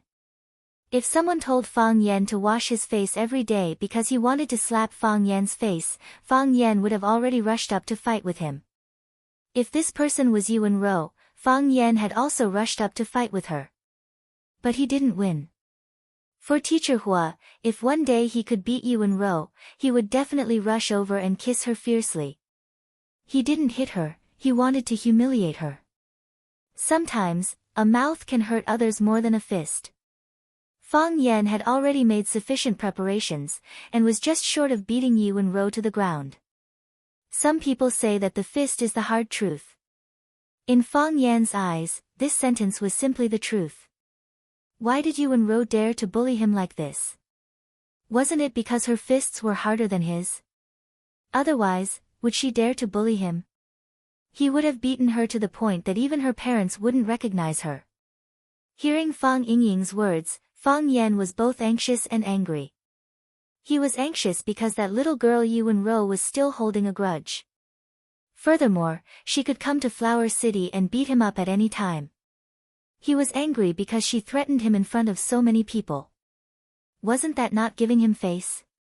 Fang Yan slammed his palm on the table and shouted, "How dare the Yi family come to our Fang family's territory and behave atrociously, and even say that they want to injure our Fang family's disciple? My personal honor is nothing, but where is the reputation of our Fang family? Where is our dignity? This is too much. This is too much." Fang Yan looked at Fang Yingying and asked, "Your master was there?" "Yes." Fang Yingying nodded. "He didn't say anything?" "Yes." Fang Yingying took away the cup in front of Fang Haohan, worried that he wouldn't be able to control himself and swallow the new cup. "What did he say?" Fang Yan asked. "Master said." Fang Yingying looked at Fang Yan's expression and said carefully, "That's how it should be done." Fang Yan almost spat out a mouthful of blood. That old drunkard. Was he still a member of the Fang family? Is he still my grandpa's disciple and my senior brother? How could he speak up for a woman at this time? Almost no one in the Fang family liked Yi Rou. This was because she had mercilessly beaten up Fang Yan time and time again until his skin was torn, his teeth were broken, and his legs were broken. She had really caused the Fang family to lose face. How could the Fang family like their nemesis? The reason why she said it was almost, rather than absolutely, was because there was another person in the Fang family who liked and admired her. That person was Fang Yan's eldest senior brother, the old drunkard. He didn't know which side of Yi Rou caught the old drunkard's eye, but he said that this girl was straightforward, generous, and had a bright future. Moreover, Yi Rou also had a hobby that matched the temper of an old drunkard.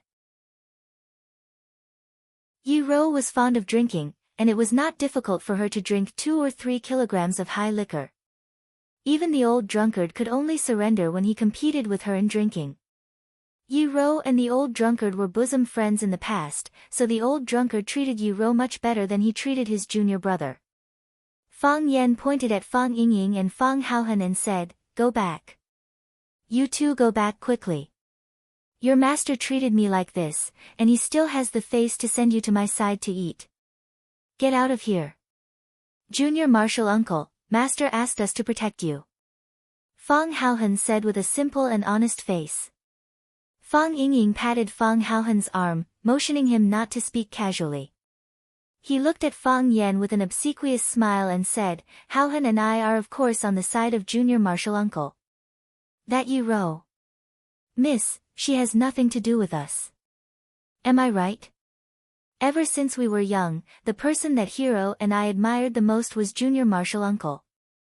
Our ultimate dream is to follow little martial uncle to brave the world, do chivalrous deeds, and become true heroes." Fang Yingying originally wanted to call Yi Rou by her name, but thinking of this woman's usual arrogant and domineering style, he quickly added the respectful title of Miss.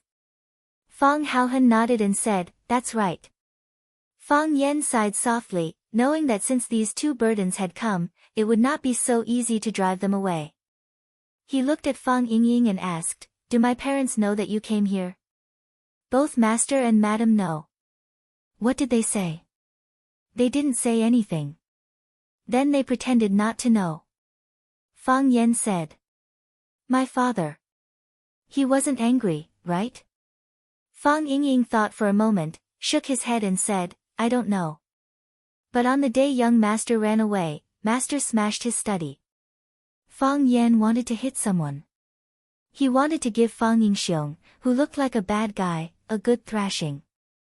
How could you tease other people's feelings like this? The old man smashed his most precious study, which he usually didn't let people enter. Don't you know whether he was angry or not? Fang Yan felt that he was very weak and helpless now. Fang Yingying noticed Fang Yan's murderous eyes, shook his big head and said seriously, I really don't know. How can we, as his disciples, guess what's on master's mind? Fang Yingying, if you make me angry again, get out of here. Fang Yan scolded. Even if you don't make me angry, get out after this meal. I won't take you in. I can't protect myself now. I'm ready to run away at any time. Then we'll accompany Junior Marshal Uncle to run away. Fang Yingying said with loyalty. Many people can take care of each other. Yes, that's right. Fang Haohan nodded and said. The door of the private room was opened, and a waiter came in with a big porcelain bowl. It was fish with tofu with a lot of chili. Fang Yan rinsed the chopsticks with tea and said, eat, eat. You two get out of here after the meal. The actions of the two heroes did not look heroic at all. The two of them tore the chopsticks out of the disposable bag. Ignoring the fiery red chili on the chopsticks and the sizzling hot oil, they scooped up the fish and fed it to their mouths. It was so hot that they couldn't bear to spit it out even if they screamed. Fang Yan glanced at them with a noble and cold look and said, I often eat this dish. After saying that, he felt very sour in his heart. If they were at home, there would be all kinds of delicacies. What kind of delicacies couldn't they eat? When the waiter closed the door and left, he was still looking at the faces of the three people in the room curiously, not knowing what he was looking for. When the second dish was served, the waiter became a tall and strong middle-aged uncle with an oily face. The middle-aged uncle put the plate of shredded cabbage on the table and said with a smile, 3 little brothers, I'm sorry to bother you. Fang Yan looked at the middle-aged man and asked, what's the matter? Well, it's like this. I heard from our little sister here that there's a little brother who can eat raw glass. Is there anyone who can cook and eat glass? Fang Yan asked. He was in a bad mood originally, and the waitress told everyone what happened in their private room, which made him even more unhappy. Therefore, his tone when talking to the middle-aged man was not very friendly. Ha, little brother is really humorous. Really humorous. The middle-aged man was a little embarrassed. However, he seemed to have a very strong ability to resist attacks. He still didn't give up his goal. He looked at Fang Yan and said, it's like this. When the little sister said that someone can eat glass, many guests outside heard it. A table of guests wanted to invite this little brother who can eat glass to go out and perform for everyone. Fang Yan's face became more gloomy. He pointed to the door and said, go out. The middle-aged man still wanted to persuade him and said, little brother, you can think about it. If it's true, they are willing to pay for your expenses today. Everyone is just looking for fun, right? Fang Yan was amused by the middle-aged man and said, are you the owner of this restaurant? Yes. My surname is Su. Su Bin. The middle-aged man smiled and reached out his big hand to Fang Yan and said, thank you little brother for coming to my small restaurant. Fang Yan didn't shake hands with the fat boss. He pointed to the door and said, it's enough to confirm that you are the boss. You can go out now. I won't come back to your restaurant in the future. I'm just helping someone to say something. Since you don't want to, then forget it. You guys eat and drink well.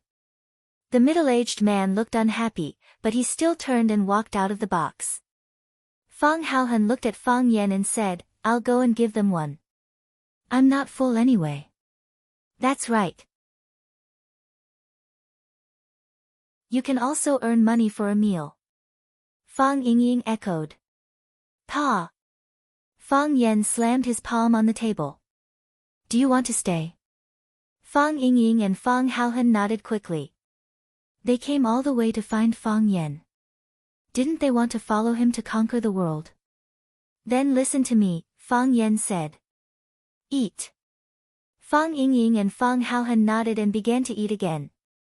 Clang, the door of the box was kicked open from the outside. Because the quality of the door was not very good, it looked shaky and could fall at any time. They saw the owner of the restaurant, Su Bin, who had just walked out of the box, standing in front of several young people and kept explaining something. Those young people didn't take Su Bin seriously at all, and forcibly barged into the private room. The man with the brush cut looked at Fang Yan and the hero and said, "What's wrong? We're asking you to go out and cheer for everyone, but you don't want to give us face? If you don't give us face, we'll also make you lose face." Fang Yan tasted the fresh and tender fish in his mouth and said with a smile, "I'll give you face if you have face. If you don't, why should I give you face? If you want others to give you face, you have to say where your face is first, right?" Chapter 100. There was a martial arts school next to Rosefinch Secondary called Huachin Glory Martial Arts School. Most of the students in the martial arts school were boys. They were at the age where they were full of energy. Relying on their good skills, they often went outside the school to fight. Because the two schools were close, Glory Martial Arts School's students and Rosefinch Secondary students often had conflicts.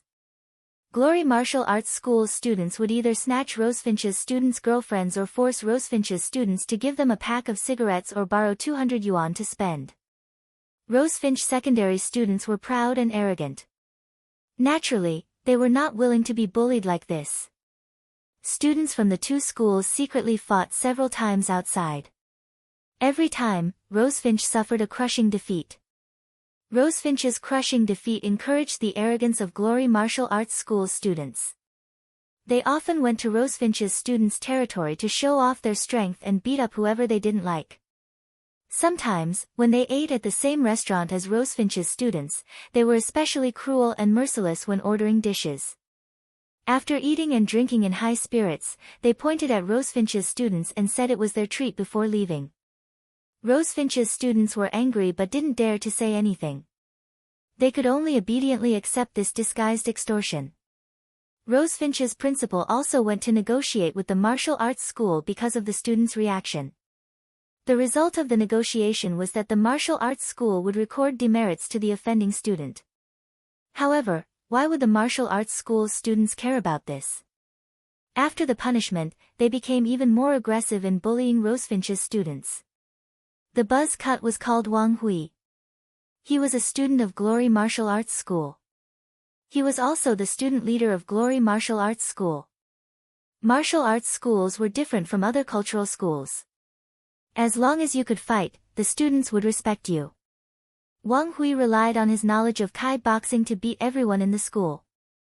Even some of the weaker instructors couldn't beat him, which further fostered his lawless personality. This Hunan restaurant was opened in front of Rosefinch Secondary's entrance. However, martial arts students nowadays love to go to Rosefinch's students' territory. When Wang Hui was playing finger-guessing and drinking with his friends, he heard the waiter who came out from inside hurriedly tell his boss that someone in the private room had eaten a glass. People who loved martial arts were most interested in this kind of anecdote. After Wang Hui found out about the situation, he asked the restaurant owner, Su Bin, to invite the master who could eat glass to come out and perform for everyone. If he performed well, their meal would be on Wang Hui's tab. Su Bin knew that Wang Hui was a student of Glory Martial Arts School and did not dare to offend him. Therefore, he used the opportunity of delivering food to invite Fang Yan, but he didn't expect Fang Yan's attitude to be so bad that he rejected him flatly. Su Bin was worried that the conflict between the two parties would bring disaster to the restaurant. After returning, he told Wang Hui that the guests in the private room were busy catching up with each other and could not come out to perform for the time being. Wang Hui was furious. He felt that he was being looked down upon and insulted. Thus, he led a group of students and barged into the private room while cursing. Su Bin tried to persuade them again and again, but he was still unable to quell the inexplicable anger of Wang Hui and the others, as well as the inexplicable feeling of being insulted. Wang Hui and the others were originally making trouble out of nothing. Now that Fang Yan asked them where their faces were, it gave them a reason to beat people up. Although they usually did not need a reason to beat people up, they always felt that it was not very exciting when they beat people up. During the nights of heavy rain, Wang Hui had stood in front of the window countless times, painfully thinking about why he felt so powerless. Later on, he finally understood. They didn't beat people up openly and righteously enough. Because of their guilty conscience, they could not get excited when they fought. If they had a more adequate reason to beat people up, if they had to beat people up no matter what, then wouldn't they be more into the character? Wang Hui understood. To Wang Hui, Fang Yan, who fought back verbally, was a pure and cute little angel. Just when they were about to sleep, someone took the initiative to give them a pillow. It really made them happy. Wang Hui stared at Fang Yan with a teasing look and said with a smile, "Bro, do you know who you are talking to? I can't even see your face, how would I know who you are?" Fang Yan said with a face full of sarcasm. "Just based on your buzz cut and your personality that likes to court death, I really can't associate you with any beast. Brother Hui, we have met someone who is not afraid of death. Hee, our glorious brothers have never been slapped in the face like this before, what? Which brother wants to go and spar with this pretty boy?" A big battle was about to break out. Su Bin was almost anxious. He stood between Wang Hui and Fang Yan and said with a pleading face, "Big brothers. Big brothers, you are all my brothers. It is not easy for me to open a shop to support my family. Can you let me go? Today's expenses will all be on me. Just treat it as me treating you to a meal. Is that okay? Calm down, I will get someone to send you a few bottles of beer." Su Bin knew that these martial arts school students were young, but they were fierce and ruthless when they fought, as if they did not care about their lives. If he let them fight in the private room, his small shop would suffer heavy losses. If he allowed them to hurt the customers, things would become even more troublesome. Wang Hui sneered and scolded, "Who needs a sip of beer from you? Su Bin, you better hide far away. Otherwise, our brothers have no eyes. If we hit you, just blame it on your bad luck. Brother Wang, scram." Wang Hui kicked Su Bin, this annoying fellow, away. Wang Hui looked at Fang Yan, who was sitting motionless in his seat, and his heart was filled with even more anger. This brat was really daring. He had already announced Glorious Martial Arts School's name, and he was still as steady as Mount Tai. Clearly, he did not put them in his eyes. Wang Hui turned to look at the brothers behind him and asked, "Who wants to go up and weigh in first?" "Me." A black fat boy stood up and said with a smile, "Brother Hui, leave the first round to me. I like to trample on this kind of soft and tender pretty boy." Fang Yan's face was delicate, and his skin was white and tender. He indeed looked like the type that the black fat boy liked to trample on. "Pa!" Fang Yan slapped the table and shouted angrily, "Who are you calling a pretty boy? If you have the guts, scold me again." "Pretty boy, so what if I'm scolding you?" The black fat boy said, unconvinced. "You can call me a pretty boy, but I have to correct you on something. Not only am I white, I'm also very talented."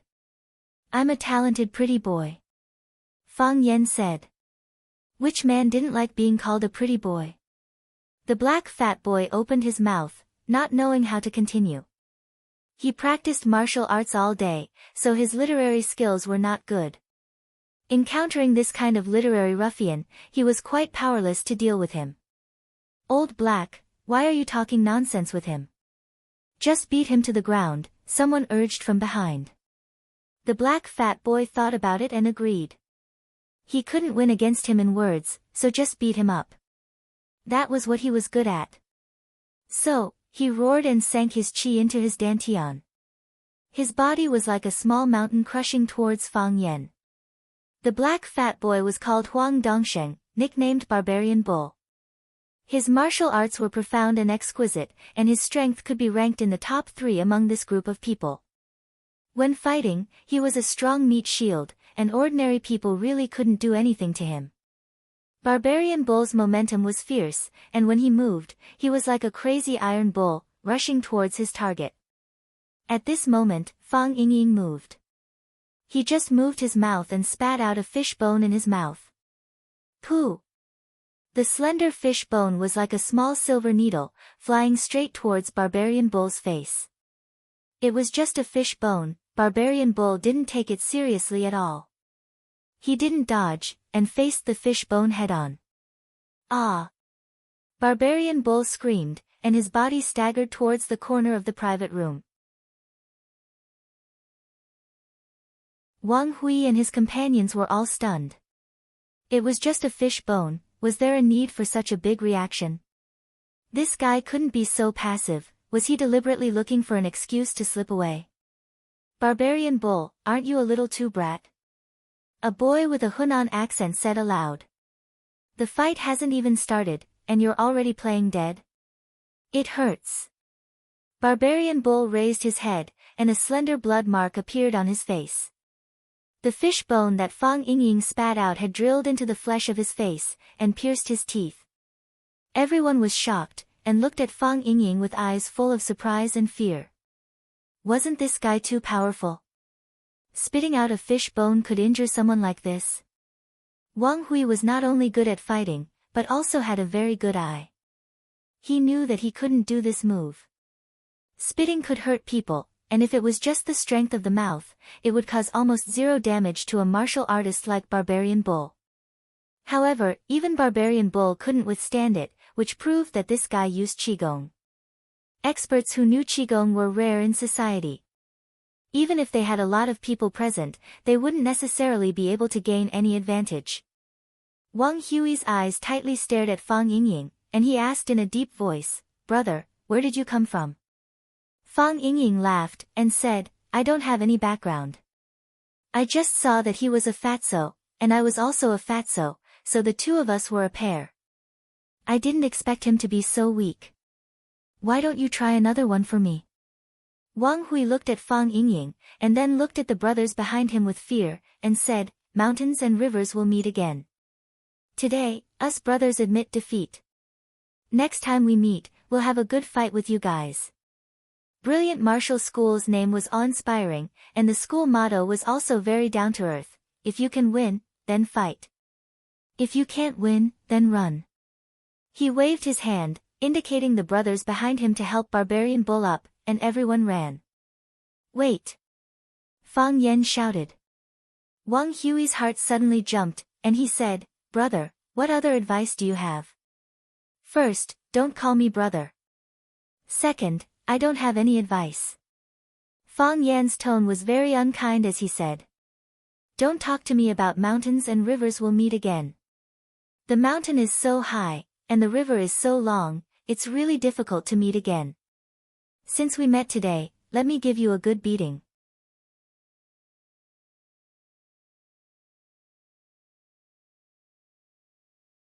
Chapter 101. Since we've met today, let me give you a good beating. Hearing this, Wang Hui had the urge to kneel down on the spot. Look, how refreshing and satisfying these words are. Not only does it show that I'm very cultured, but it's also very novel to those who hear it.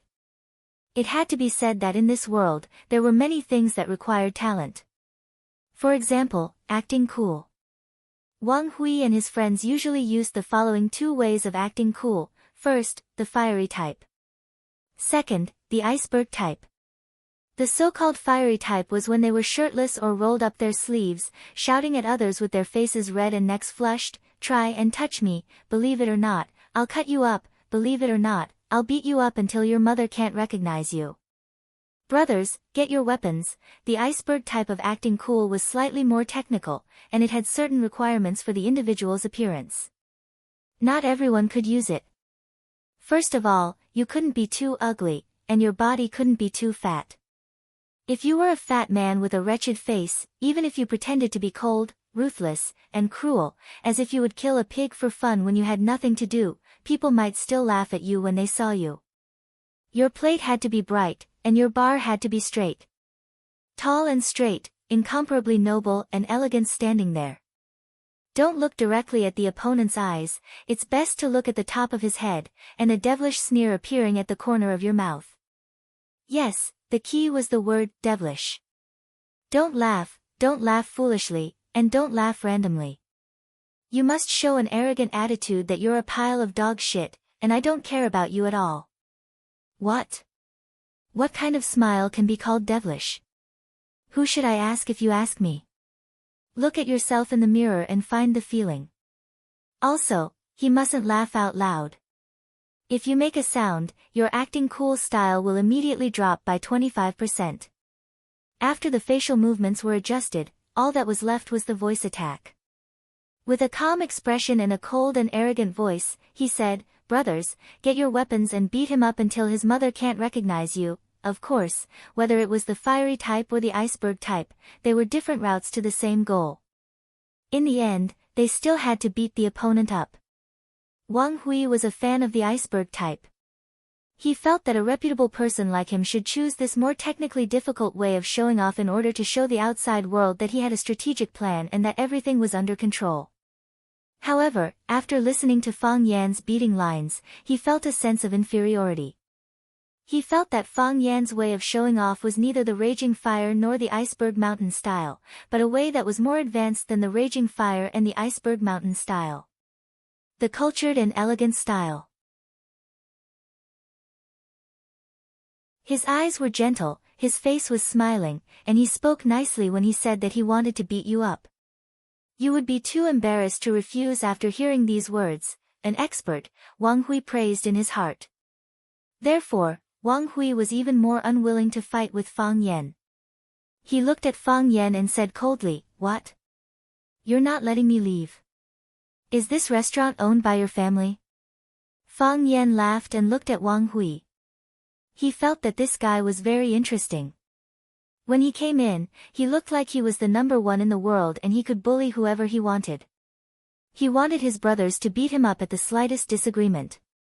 In the end, he kicked the iron plate that was Fang Yingying. After his brother was stabbed by a fishbone, he became fearful and wanted to turn around and leave. This made Fang Yan feel very aggrieved in his heart. Why could the bad guys hit people whenever they wanted and leave when they couldn't beat them? Those good guys who couldn't beat them could only be bullied by them. Those good guys that they couldn't beat, were they just going to watch them leave? It was unfair. Therefore, no matter what, Fang Yan had to make him stay and beat him up today. I don't own this restaurant, and it's not yours either.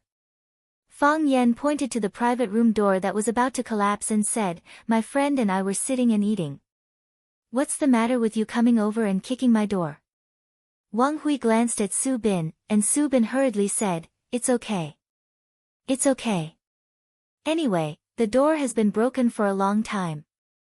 I was looking for someone to fix it. This is not a problem at all.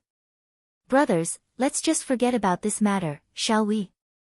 I will let the brothers who kicked the door pay for Boss Li's door," Wang Hui said. "This door, we will pay to fix it." "But you insulted us," Fang Yan said. "You came to kick the door when we were eating, and you even wanted to rush over and beat us up. Isn't this insulting us?" Wang Hui looked at the few dishes on Fang Yan's table and said to Su Bin, "Boss Su, put the meal these brothers ate today on my tab." Although Wang Hui was talking to Su Bin, the content of his words was already apologizing to Fang Yan. No, it's on me. It's all on me." Su Bin really wanted to keep the peace, but after seeing Wang Hui's murderous eyes, he quickly changed his words and said, "Okay, since Brother Hui wants to pay the bill, then put it on Brother Hui's tab." Fang Yan knocked on the table with his chopsticks and said, "I don't have the habit of letting a bastard I don't know pay for me. My 2 juniors came all the way to Huacheng to find me. This is the first meal I'm treating them to in Huacheng. This meal, I'll pay for it myself." Wang Hui's eyes narrowed, and he looked at Fang Yan and asked, "What? You don't want to let it go?" Wang Hui could be considered to have a high IQ. The brothers behind him who were more hot-tempered directly opened their mouths and started scolding. Where did this wild dog come from? How dare he behave atrociously in front of us brilliant men? Brother Hui, why are you treating him to a meal? We brothers can't afford to lose face like this. We don't have much else, but we have strength. Leave the money for your meal for us brothers to buy drinks. That's right. If we all attack together, they might not be our match. I'll go out and call more brothers in. It's not that I don't want to let it go, it's a different matter, Fang Yan said. You made a mistake to me, so I'll beat you up. Turning over a new leaf is something to do after you get beaten up. Wang Hui didn't say anything.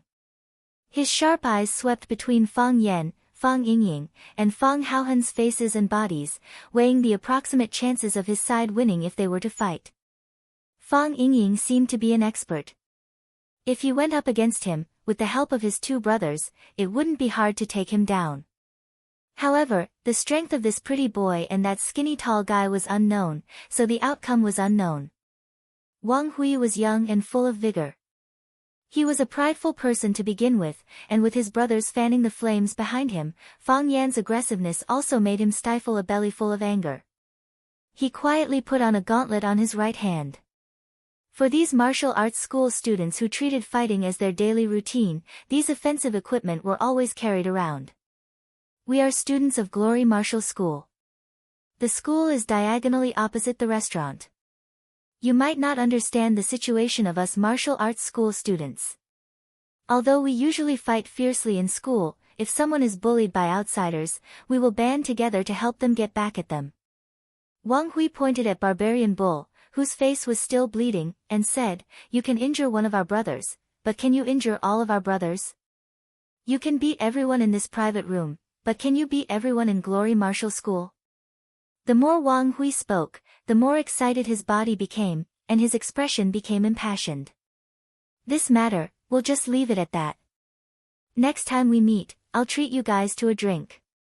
Otherwise, the three of you can forget about leaving this restaurant today. Are you done? Fang Yan asked. I'm done, Wang Hui said. Heroes and warriors, F***ck this guy. Fang Yan roared.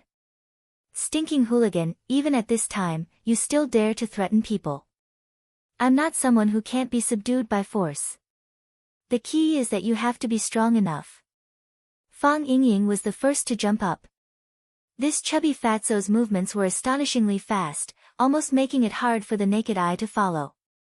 He clenched his hands into fists and punched Barbarian Bull, who was standing closest to him and hadn't had time to escape the battlefield, in the eye socket. Barbarian Bull grunted and fell backwards. The private room was very narrow.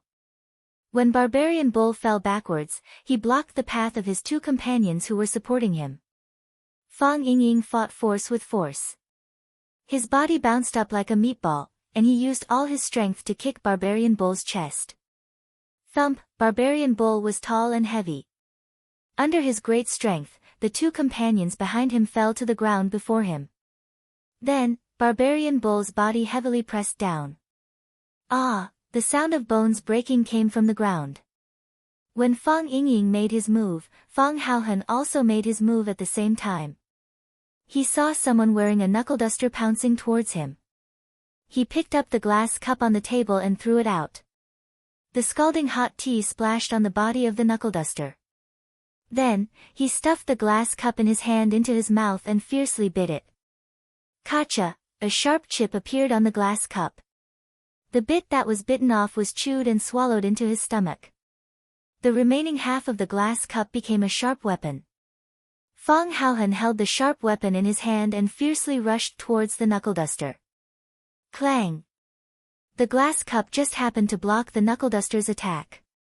Fang Haohen kicked out. At this time, the advantage of a kick was revealed.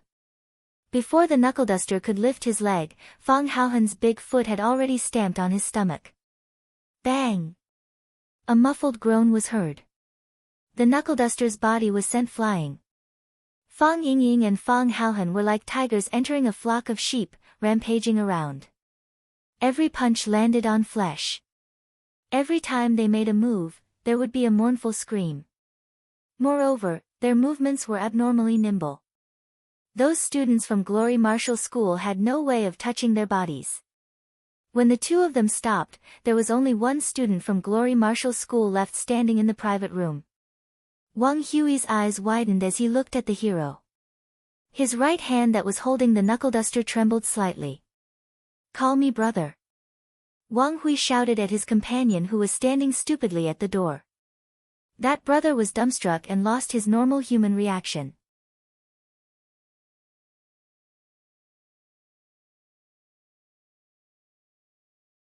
Chapter 102. Wang Hui knew that Fang Yingying was strong, but he didn't expect him to be so strong.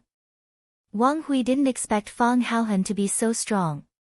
He didn't expect him to be stronger than Fang Yingying.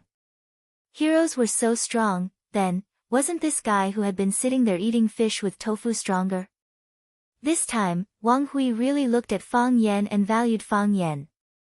There was no longer any hope in his heart. Fang Yan spat out a fishbone, looked at Wang Hui's head and said, "Are you convinced?" Wang Hui stared at Fang Yan with a strange look and said, "You guys. Which sect are you from?" "My family and Master Kai Quan." Fang Yan waved his hand and said, "Don't try to claim relationships. Even if there is a relationship, I will pretend that I don't know you." Fang Yan looked at the heroes and said, "This is the last one. Which one of you wants to fight?" Fang Yingying straightened his belly and said, "Junior Marshal Uncle, let me do it. I'm fat, let me exercise and shake my fat." "Then you do it," Fang Yan said indifferently. There was no need to argue or hesitate over such a small matter.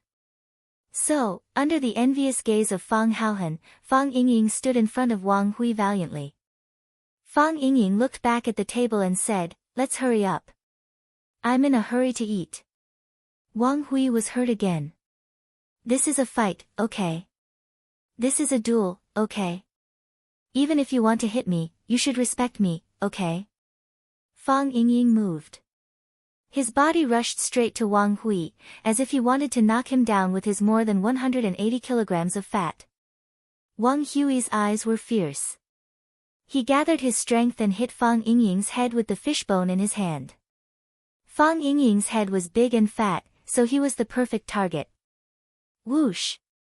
When Fang Yingxiong was about to get close to Wang Hui, he suddenly landed on one foot and turned 180 degrees. Can you imagine the scene of a chubby man dancing Little Swan on one foot? Yes, that was what Fang Yingying did. With a quick but definitely not beautiful turn, he easily dodged Wang Hui's fist attack and jumped to Wang Hui's side. Wang Hui quickly turned around and struck Fang Yingying's chin with an uppercut. In his opinion, his reaction could already be described as lightning fast. However, he was still a step too late. Halfway through his turn, Fang Yingxiong ruthlessly punched him in the ribs on his left side. Absolute speed suppression. In the face of Fang Yingying's double speed, Wang Hui was completely useless.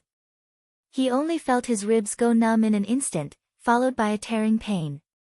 As Wang Hui's body fell to the left, big fatso Fang Yingying jumped up and kicked him in the waist. At this time, the difference in speed between the two was even more obvious. Wang Hui only did a simple uppercut, but Fang Yingying had already done several moves in a row. Clang! Wang Hui's fallen body smashed a three-legged stool. The stool went under the table and slammed into the wall. Humph! Only then did Wang Hui cry out in pain. His head hit the chair and the skin broke.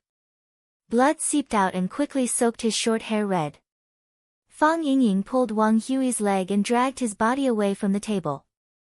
Then, he sat back in his original position and shouted, "Fang Haohan, eat slowly. You've eaten all the fish." Everyone would have more or less the desire to destroy in their heart. Sometimes, they would inexplicably want to smash everything in front of them. Because of the arrival of the heroes, Fang Yan was in a bad mood today. However, after Wang Hui's torment, he felt that his good mood was gradually recovering. Thank Wang Hui, thank those strangers who are willing to bring you happiness. Fang Yan helped Fang Yingying pick up a piece of fish and said, "Eat slowly. If there's not enough food, we'll order more." Fang Yingying nodded repeatedly and said, "Thank you, junior martial uncle." Su Bin stood in the corner of the box, in a trance. Until now, he had not been able to fully wake up. When the two sides fought, Su Bin was anxious and afraid. He was anxious because if they smashed the cups, plates, tables, chairs, and so on, how much damage would it be? He was afraid that if they accidentally hit him, wouldn't that be too unlucky for him? However, the battle ended just like that. The scene of heroes fighting wildly in his imagination did not appear. The scene of demons dancing wildly in his imagination did not appear. The scene of you throwing plates and I holding chairs and you chasing each other, you calling me son and I calling you great-grandson also did not appear in his imagination. The side with fewer people rushed into the side with more people. After a series of punches and kicks, the side with more people all fell to the ground and died. It was like a tiger rushing into a flock of sheep, like a harvester driving into a cornfield. It was like crushing dry weeds and smashing rotten wood. It's not good at all. Su Bin thought in his heart. Su Bin looked at the students who were lying on the ground and howling. After hesitating for a while, he still braced himself and walked in front of Fang Yan. He said, "Sorry to disturb you. Big brother, these people have also been beaten up. Should we send them to the hospital? It would not be good if their vital organs were hurt." Fang Yan raised his head and glanced at Su Bin. He said, "It makes sense. Give me another bowl of fish with tofu." "Ah. Fish with tofu? Yes. Give me another bowl of fish with tofu," Fang Yan said with certainty. Su Bin nodded and said, "I'll add it now. I'll add it now."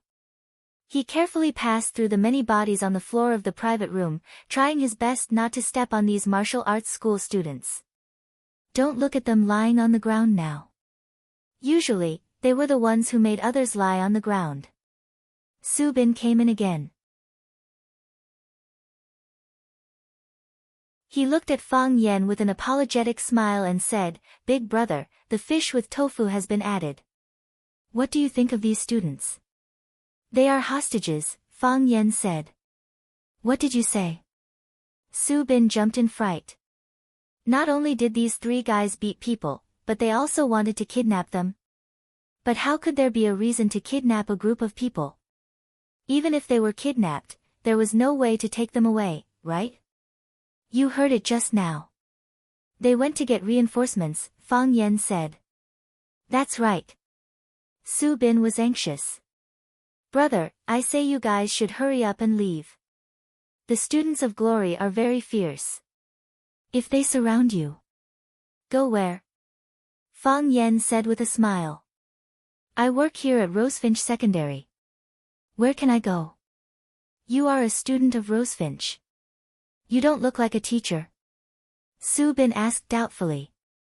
There was one more sentence that he didn't dare to say. Fang Yan didn't look like a teacher either. He looked too young. I'm a teacher. A language teacher, Fang Yan said with a smile. I'm Fang Yan. I'm very famous in the school. You'll know once you ask around. Oh. I'll ask around later, Su Bin said fawningly. But I don't like you, Fang Yan said. You just invited my friend out to perform, Fang Yan pointed at Fang Haohan and said, he can indeed eat glass. But do you think his kung fu is used for performance? No. Su Bin shook his head quickly. Fang Yan glanced at Wang Hui, who was lying on the ground, and said, didn't you want to see a performance? Are you satisfied with this performance? Wang Hui's eyes were fierce, but he didn't dare to fight back on the spot. He knew that he was screwed today. His kung fu wasn't on the same level as these three people. This is martial arts. Fang Yan suddenly raised his voice. Fang Yingying and Fang Haohan, who were burying their heads in food, were shocked. The students of glory who were lying on the ground moaning or pretending to moan also trembled. Is martial arts for you to drink and liven things up? Everyone was silent. Fang Yan pushed his chair away and stood up. He walked in front of Wang Hui, looked at him and said, bullying businessmen, extorting students, doing these dirty things all day. Is this the ultimate purpose of your kung fu? Do you have the pride and dignity of a martial artist? Do you have the martial art moral training and a little bit of shame? When your body is strong, your brain is atrophied. Don't you need face? Do you believe that I won't cripple your kung fu? Wang Hui and the others looked at Fang Yan in shock. This guy could cripple people's kung fu. Just like the peerless masters in TV and movies. Even Fang Yingying and Fang Haohan looked at Fang Yan with curiosity, as if they had discovered a new continent. Fang Yan smiled awkwardly and said, I accidentally said it. I often see this sentence on TV and wanted to try it. If I break your hands and feet, do you think you'll still have kung fu? Everyone was shocked. So what he meant by crippling people's kung fu was breaking people's hands and feet. It was too cruel and not advanced. There's always someone stronger than you, and there's always someone stronger than you. You think you're very good at fighting, but what if you meet people like us who are even better at fighting? You beat people down, and we beat you down. Don't you feel humiliated? Don't you feel uncomfortable? I don't care if you feel humiliated or not. Anyway, I can't feel it, Fang Yan said. I've never been defeated by anyone before. Pfft, Fang Yingying and Fang Haohan spat out the fish in their mouths at the same time. Seeing Fang Yan's murderous gaze directed at him, Fang Yingying hurriedly shouted, water. Give me water. It's so spicy. This fish is too spicy. Fang Haohan didn't like to talk, but his brain's reaction speed wasn't slow. He picked up the teacup in front of him and gulped it down. I ate a chili, Fang Haohan said after finishing the water in the teacup in one gulp. At this moment, a commotion came from outside the private room. Oh my God, so many students from Glory Martial School, they're running over here. Glory Martial School is going to beat people up. There's going to be a good show to watch. Subin ran over to open the window of the private room and saw a dense crowd of Glory Martial School students surrounding his little restaurant. Something big is going to happen. Subin was anxious.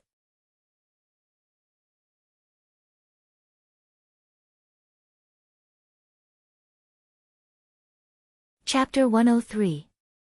Something big was about to happen. Just as Wang Hui had said, the students of the martial arts school were very united. It was the peak time for meals, and most of the students gathered at the school cafeteria or the restaurant at the entrance. Hearing that a classmate from their school had been beaten up in a restaurant, countless Glory Martial Arts School students swarmed over from all directions. Chu Xiangqing. This little restaurant, which was originally unknown, had suddenly become the focus of tonight's Tianfu Road. Who hadn't put brotherhood first? Who hadn't been hot-blooded in their youth? More and more Glory Martial Arts School students gathered at the entrance of Chu Xiangqing's restaurant, attracting even more onlookers. Glory Martial Arts School's disciplinary team and Rosefinch Secondary Security Team were all alarmed. Rosefinch Secondary Security Team tried their best to expel the students from their school, not letting them get involved in this unprovoked war. When Glory Martial Arts School's disciplinary team heard that a student from their school had been beaten up by an unknown person, they immediately cursed and became a member of the revenge group, threatening to boil the person alive and burn his bones to ashes. Coach, it's that one. Wang Hui and the others are still being detained. The four-eyed guy who ran out to report the news pointed to the window upstairs near the street and said to Coach Zhang Chen beside him. Zhang Chen had been a 3-time MMA champion in Huacheng. After retiring, he came to help out at the martial arts school founded by his friend. Because of his strength and loyalty, he had a lot of prestige in Glory Martial Arts School. Sometimes, even the principal and vice principals of Glory Martial Arts School couldn't solve a problem. As long as they pushed him out, they would get a satisfactory answer. Zhang Chen had a bad habit, and that was drinking. Every time he drank, he would get drunk. Because of drinking, he would miss a lot of things. Therefore, Zhang Chen, who had worked at Glory Martial Arts School for nearly 10 years, was still a MMA coach. Of course, he had been a trainee, then a senior, and now an ace. It could be considered a small upgrade. It was also because of Zhang Chen's appearance that Glory Martial Arts School was able to gather so many people in such a short time. Zhang Chen hiccuped, squinted his eyes, and looked at the window upstairs, asking, "How many people?" "3," the four-eyed guy replied. "Very troublesome." "Quite powerful." Four-eyed guy felt that it was necessary for him to speak more clearly. Otherwise, it would be his responsibility if someone on their side suffered a loss. Only 2 people took action, and Wang Hui and the others were all taken down. Zhang Chen became spirited and said with a smile, "Interesting. I didn't expect that there would be a few powerful dragons in our little pond. Shout, tell them to come down. Let's spar with him." Hence, the students of Glory Martial School started to shout down from downstairs. "The one who hit me upstairs, come down quickly, come down and fight 300 rounds with me. Don't be a coward, if we don't go down now, we're going to charge up and attack even more heavily. I told you to go down. What should we do now? I'm afraid they won't give up." Hearing the shouts from downstairs, Su Bin's face was full of fear, and he anxiously paced around in the private room. Wang Hui, who was lying on the ground, and his companions beside him looked at each other. Everyone's eyes were filled with ridicule and joy at the prospect of revenge. "They're going to be out of luck." They communicated with their eyes. "They're going too far," Fang Yan said as he stood by the window and looked at the foul-mouthed martial arts school students. "They're going too far," Fang Yingying said in agreement. "When has our Fang family been bullied so pathetically before? When has our Fang family, the descendant of Taiji, ever been pointed at and scolded like this? We want glory, we want to fight, we definitely can't be cowards." "Yes, that's right." Fang Yingying and Fang Haohan nodded repeatedly. "We can't just let this matter go like this," Fang Yan said. "We definitely can't." Fang Yingying and Fang Haohan looked agitated. Fang Yan glanced down the window again, his eyes fierce, and said coldly, "Call the police." "Okay." Fang Yingying agreed and nimbly took out his phone from his pocket. The two of them cooperated very well, and there was no pause in between. Su Bin originally wanted to persuade Fang Yan to turn a big problem into a small one. He wanted him to go out and apologize, say some soft words, pay for the medical fees of the students, and set up a few tables of food and wine, so that he wouldn't have to suffer. When he heard Fang Yan say something about the Fang family and the descendant of Taiji, he cursed in his heart. It seemed that a fierce battle was inevitable today, and things were developing towards an uncontrollable situation. But why did he call the police? Wasn't that what he was trying to say to persuade them? Say it yourself, and make me, the mediator, look stupid and incompetent, okay? Su Bin wanted to confirm if he had heard wrong, but Fang Yingying had already taken out his phone and started to call the police. Comrade police, come and save us. My friends and I are eating in a restaurant, and we're surrounded by hooligans. How many people? There are hundreds of them. They've surrounded the entire restaurant. It's opposite Rosefinch Secondary, and it's not good for something like this to happen at the school's entrance. Yes, they're shouting that they're going to charge in, and we're trying our best to block the door and not let them in. Ah. Fang Yingying finally left a lingering, ah, that would leave people with infinite imagination, and hung up the phone decisively. Bang! The door of the private room was kicked open again. A group of fully armed policemen barged into the private room and shouted loudly, squat down, all of you, squat down with your hands on your head." Fang Yan immediately squatted down with his hands raised high. Fang Yingying and Fang Haohan followed suit and squatted down beside Fang Yan. Before Su Bin could react, he was pressed to the ground by a policeman, and half of his face was on the ground. What happened? What's wrong with these people? A middle-aged policeman pointed at Wang Hui and the others lying on the ground and asked. "Police comrade, you've arrested the wrong person. Fang Yingying said with a smile. "We're the victims." We're all victims. You're the victim. The middle-aged policeman's eyes were full of hostility as he looked at the little fatso. You're the victim, what are they? They're the perpetrators, Fang Yingying said as a matter of fact. They rushed into the private room and wanted to beat people, but we intercepted them. Beat who? Me, Fang Yingying said. He pointed at Fang Yan and Fang Haohan and said, they wanted to beat them. The middle-aged policeman sneered and said, not only did you successfully intercept them, but you also beat them up, right? Yes, that's it, Fang Yingying nodded and said. He thought that the quality of the police nowadays was still very high. Although they had just arrived at the scene, they had already seen the ins and outs of the matter. Ta! The middle-aged policeman slapped the table and shouted angrily, do you think this is a game? They had so many people to beat you, but in the end, they were beaten to this state. That's the truth, Fang Yan said. They came over and wanted to beat people, but we successfully defended them. After they lost, their classmates surrounded the restaurant. They were all students from Glory Martial School. Fang Yan had a general understanding of Glory Martial School, but he knew that to be able to rush over so quickly after they called the police, it was obvious that the police station wasn't far from here.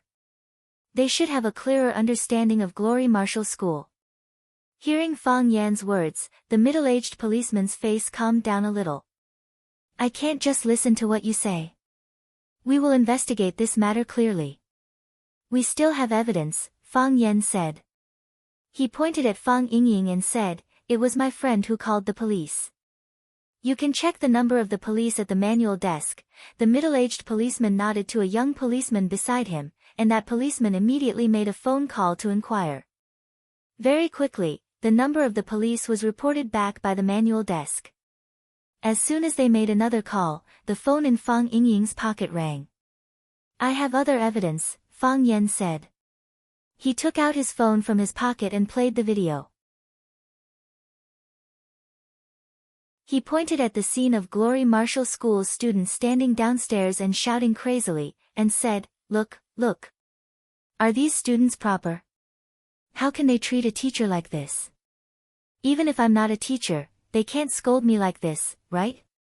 If I had impulsively run down, wouldn't someone have died tonight? From the standpoint of a teacher, we naturally want to protect our students from any harm. However, we can't just leave them be. Otherwise, these students. Wouldn't that increase your workload in the future? Right? I can't watch helplessly as my students fall to such a state. You're a teacher. The middle-aged policeman looked at Fang Yan and asked. Yes. My name is Fang Yan. I'm a language teacher at Rosefinch Secondary, Fang Yan said. He knew that most of the time, the outside world still had a good impression of the profession of a teacher. The middle-aged policeman was overjoyed. He pointed at Fang Yan and said with a smile, your teacher Fang Yan. Teacher Fang Yan from class 9. You know me? Fang Yan asked curiously. Qiao Lei, class 9 student. You know Mr. Fang, right? Fang Yan carefully sized up the middle-aged policeman in front of him. He saw that this person's facial features were somewhat similar to Qiao Lei's. He said happily, you're Qiao Lei's father. Qiao Zhenya smiled awkwardly and said, I'm Qiao Lei's uncle. His parents work abroad and rarely come back. Qiao Lei lives at my house. He often tells me about Mr. Fang's heroic deeds. These guys actually bullied Mr. Fang. They're really looking for death. I see, Fang Yan said with a smile. Tonight's incident, Xiao Zhenya glanced at Wang Hui and the others and said, students of Glory Martial Arts School treat fighting as their daily routine. It's not the first time we've dealt with this kind of thing. Mr. Fang, don't worry. Leave this matter to us. You've worked hard, Fang Yan said gratefully. Wang Hui and his classmates were taken away by the police. At the same time, Glory Martial Arts School's coach, Zhang Chen, who gathered the crowd to cause trouble, was also taken away. Because those students were brought here by him, they were also loudly cursing at his request. Glory Martial Arts School's students were like a group of dragons without a leader. Each of them stood there stupidly, not knowing how to deal with the situation in front of them. Fang Yan came out of the small restaurant and walked straight towards the square formation of Glory Martial Arts School's students. The students persisted for a bit, but soon spontaneously dispersed and opened up a path. Fang Yan walked through the crowd. This scene was like Glory Martial Arts School's students lining the street to welcome the triumphant return of a hero. Fang Yan waved his hand and shouted, "Everyone go back, go back. The most important thing for students is to study well."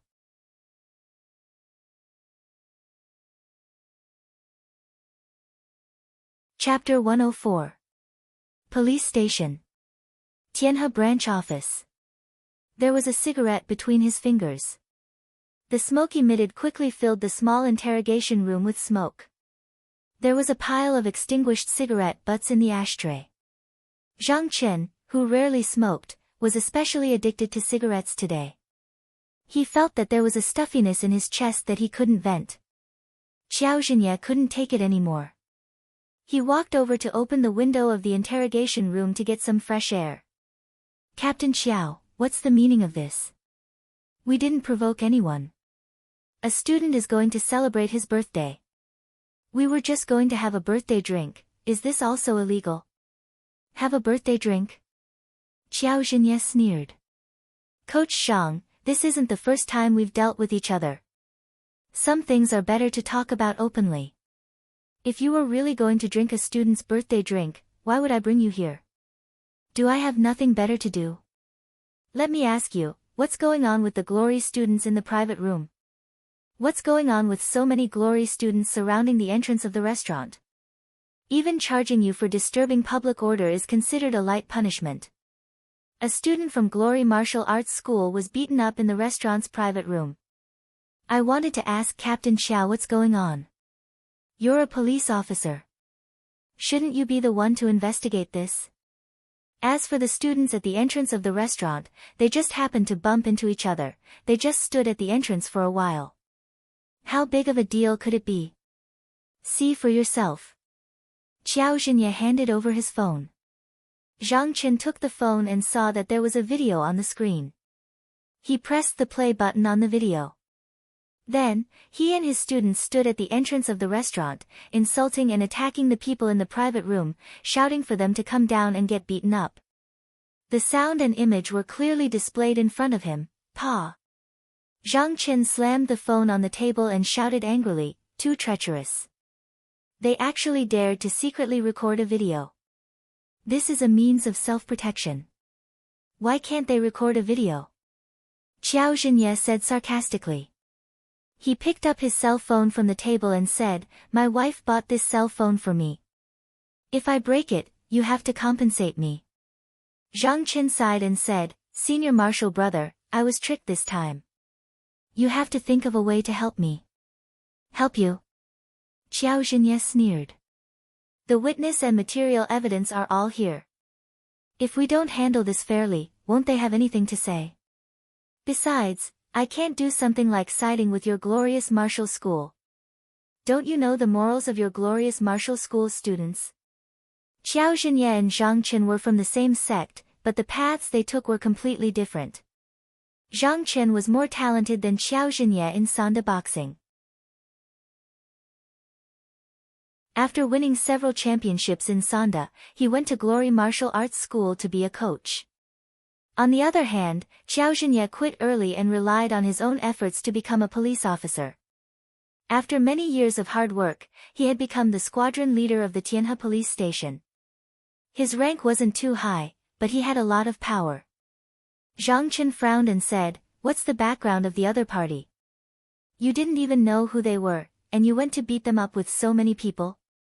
Xiao Zhenye said, suppressing his anger. "I drank a lot at that time. Someone ran over and said that a student from the martial arts school was beaten up. I slammed the table and yelled for my brothers to come with me to get back at them. In the end, so many people came," Zhang Chen said with some regret. "You also know my temper. It's easy to mess things up when I drink too much. You know that it's easy to mess things up when you drink too much, yet you don't quit drinking." Zhang Chen smiled bitterly. He touched his ribs and said, I can't. It hurts here. The knife wound back then was too vicious. Xiao Zhenye knew about Zhang Chen's past. He sighed softly and said, the person in the private room is Fang Yan, a teacher at Rosefinch Secondary. Fang Yan. Zhang Chen thought about it a few times and said, this name sounds familiar. I should have heard of it somewhere. You must have heard of it, Xiao Zhenye said with absolute certainty. A few days ago, a Japanese inspection group came to Rosefinch Secondary. One of the Japanese students cheated in a fencing competition and angered Mr. Fang. He jumped up and sent the person flying. My nephew told me dozens of times. I've heard of his name. Your Glory and Rosefinch are so close. How could you not have heard of him? Zhang Chen suddenly understood and said, so it's him. It's rumored that he's amazing. I was going to go and challenge him. What did you say? Xiao Zhenye was furious. It's just a spar, Zhang Chen said indifferently. You know how I am. I have good wine and a good opponent. If I don't enjoy myself, it'll be worse than killing me. What if he doesn't want to compete with you? Then I'll force him to compete with me. Zhang Chen. Brother, you can't persuade me on this. Fang Yan originally wanted to live with a beauty, but now a hero came. Lu Chaoga's courtyard had 2 bedrooms. In order to repay Lu Chaoga's selfless help, Fang Yan once proposed to each live in a room with her. Lu Chaoga refused, but the hero readily agreed. The hero's residence was settled, but Fang Yan had a new problem to worry about. What should he do in the future? He had to find a job for them. Otherwise, how could his salary be enough to support the expenses of the 3 of them if they were to sit idle and eat? Besides, his drunkard senior brother had asked the heroes and warriors to look for him because he wanted the 2 of them to gain experience in society. How could they gain experience?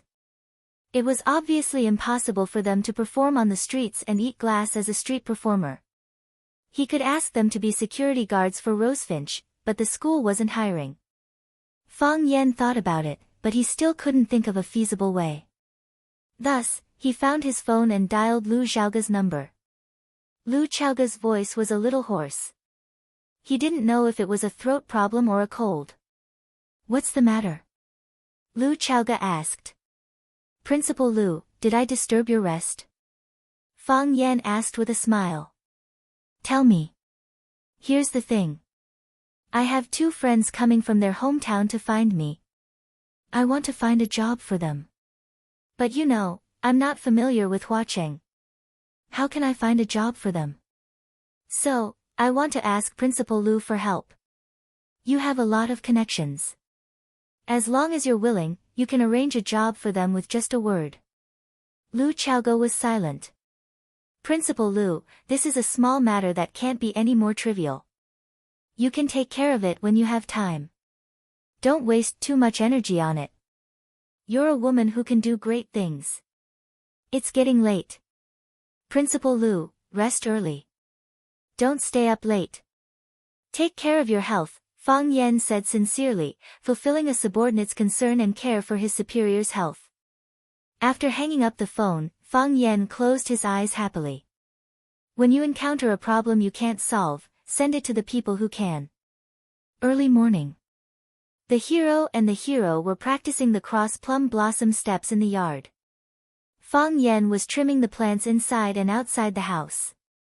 This was one of the 3 conditions that Lu Chaoga put forward when she borrowed the house from him. He couldn't let this woman have an excuse to take back the house. The 3 of them were covered in hot sweat.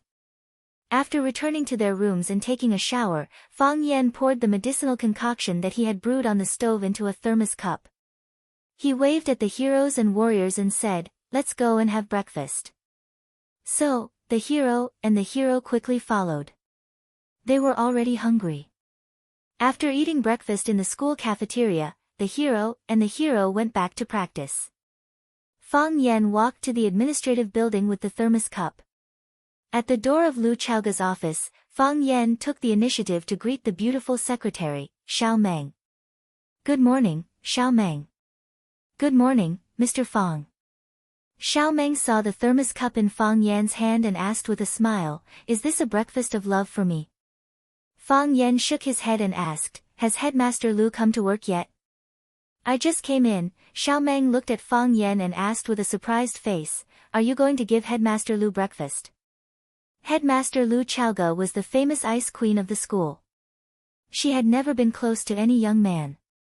Did Fang Yan want to pursue Headmaster Lu? Wasn't this guy's guts a little too fat? Fang Yan waved his hand and said, what does a child know? Fang Yan didn't care what Xiao Meng was thinking. He went over and knocked on the door of Lu Chaoge's office. Come in, please. Lu Chaoge's voice came out. Her voice was hoarse, not as concise and crisp as usual. When Fang Yan pushed the door and entered, Lu Chaoge was standing in the corner and trimming a potted plant. Fang Yan said with a smile, Headmaster Lu really loves flowers. Among the people I know, you are the first. Lu Chaoge was wearing a black professional suit. Inside the tailored uniform was a snow-white vest. The outer coat was serious, and the inner lining was relaxed. It didn't look old-fashioned or too casual. Lu Chaoge was a natural clothes rack. Of course, the key was that she had a good-looking face. A good-looking person would look good in any clothes. The scissors in Lu Chaoge's hand stopped. She turned to look at Fang Yan and asked, what's the matter? Headmaster Lu, I called you last night and heard something wrong with your voice. I chose a few Chinese herbs and made a pot of herbal tea for you. This tea can cure the early cold, moisturize the heart and lungs, and protect the throat. Try it. If the effect is good, I'll make a few more pots for you. Headmaster Lu stared at Fang Yan calmly and didn't speak. Fang Yan handed over the teacup and said, Headmaster Lu, don't worry. I didn't make medicine for you to ask you to do something for me. I just respect your character and thank you for your care for me all the time. Lu Chaoge took the thermos and looked at Fang Yan and said, thank you for your medicine. I can't do it for you.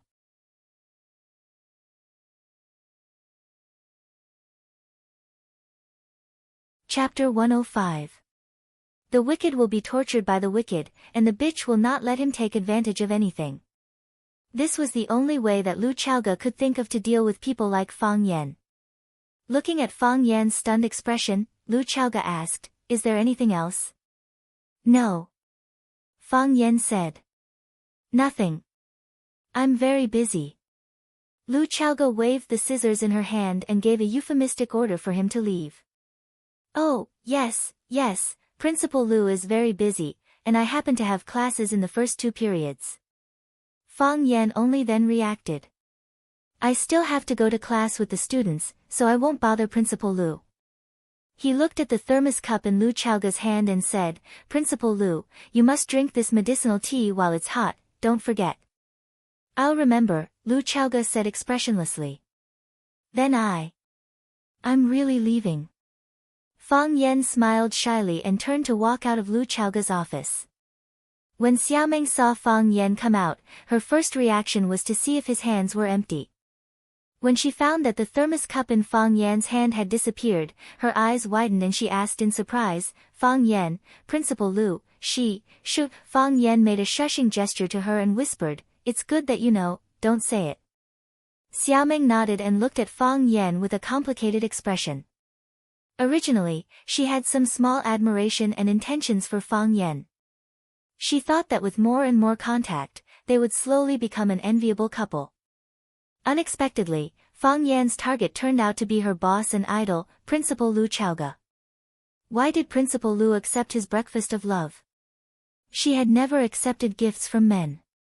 In the past, when someone sent her expensive flowers or potted plants, she directly handed them to the office to deal with. She looked at Fang Yan's receding figure and felt a little sour in her heart.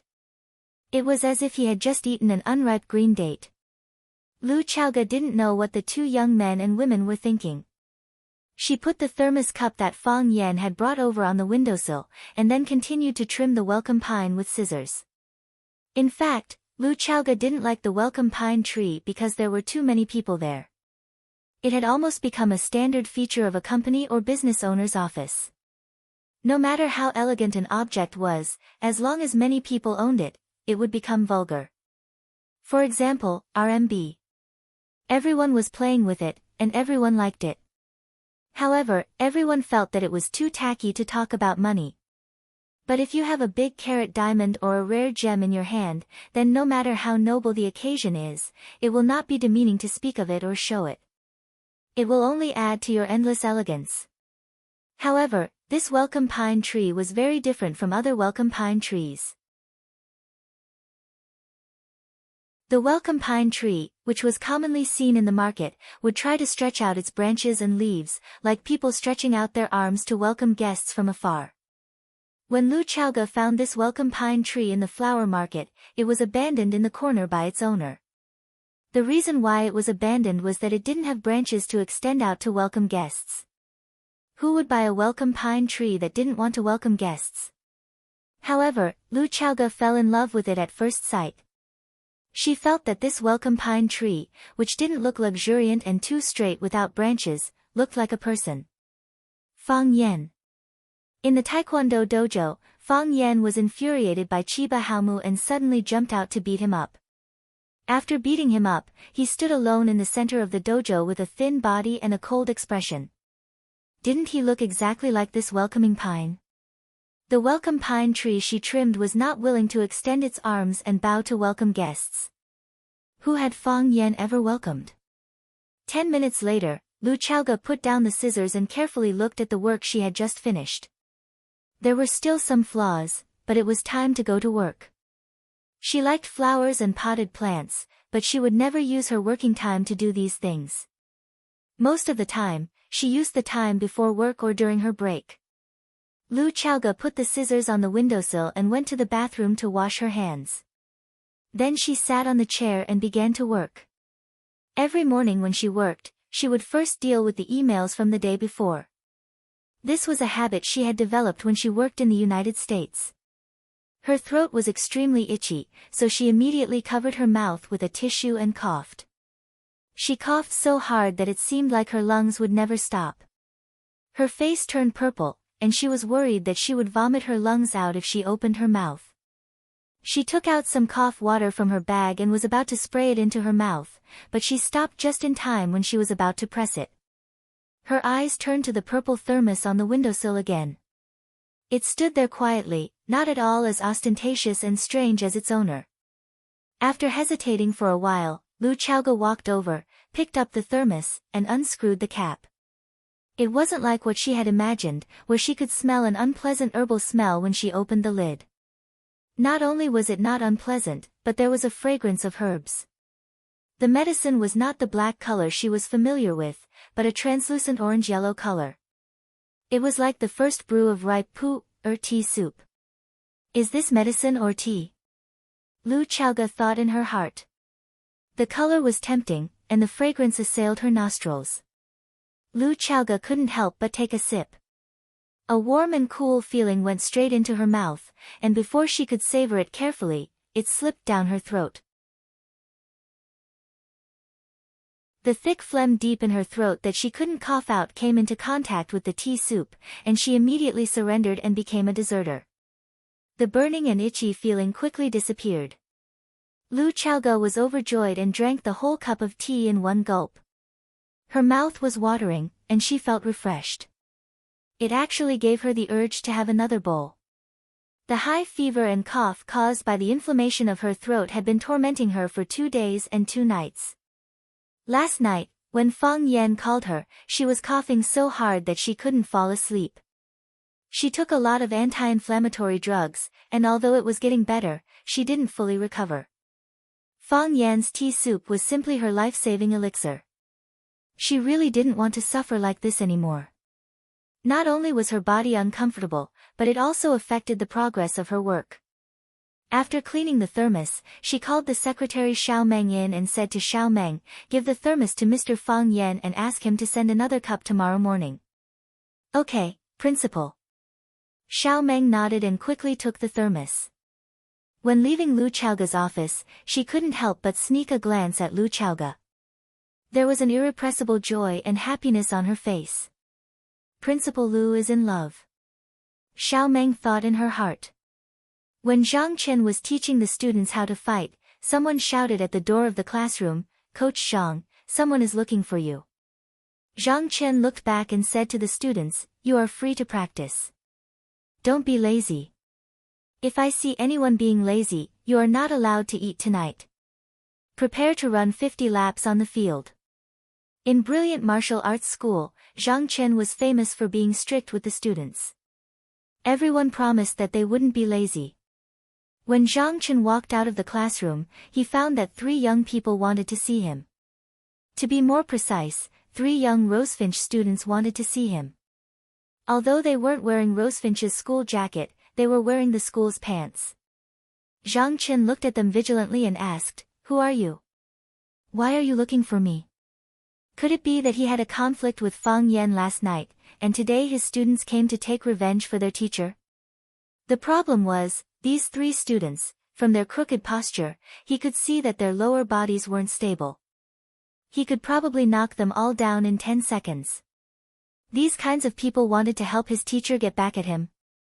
However, what Zhang Chen didn't understand was that last night, it was clearly their brilliant martial arts school that was at a disadvantage. Why would Rosefinch be dissatisfied? "Are you teacher Zhang Chen?" Zheng Guodong asked with a smile, a fawning look on his face. "Who are you?"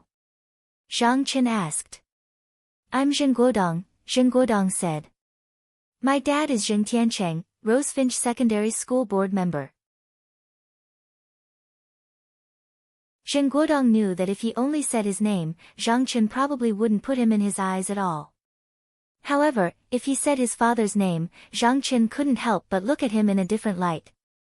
He had used this move countless times, and it worked every time. Zheng Guodong pointed at Li Yang and Qin Tao and said, "They're my friends. Why are you looking for me?" Zhang Chen was even more confused. Why was Zheng Tiancheng's son looking for him? To recruit him as a bodyguard? "We heard about what happened last night," Zheng Guodong said. Zhang Chen frowned and said, "What? You want to take revenge for your teacher? I'm afraid the 3 of you aren't qualified, right?" "Teacher Zhang, you misunderstood," Zheng Guodong explained with a smile. Seeing that Zheng Guodong was still brooding over what happened last night, he knew that they were right to come. "We're very dissatisfied with some of Fang Yan's practices in the school. This guy is a beast in human clothing. On the surface, he says one thing, but in the dark, he does another. The teachers and students in the school don't like him. We think, if Teacher Zhang wants to find Fang Yan to compare notes, we can help to provide some convenience. If Teacher Zhang needs, we can even trick him to come out to the place you specify." Zhang Chen's eyes narrowed and said, "You mean, you want me to challenge Fang Yan and teach him a lesson? Is that right? You're his students?" "Yes. We're all students of Class 9. But, we won't admit that we're his students," Li Yang said angrily. "We won't admit that he's our teacher. He doesn't deserve it. Isn't the teacher-student relationship the best?" Zhang Chen grinned. "It's not that he doesn't deserve it, it's that you don't deserve it." Zheng Guodong was dumbfounded. This was different from what they had imagined.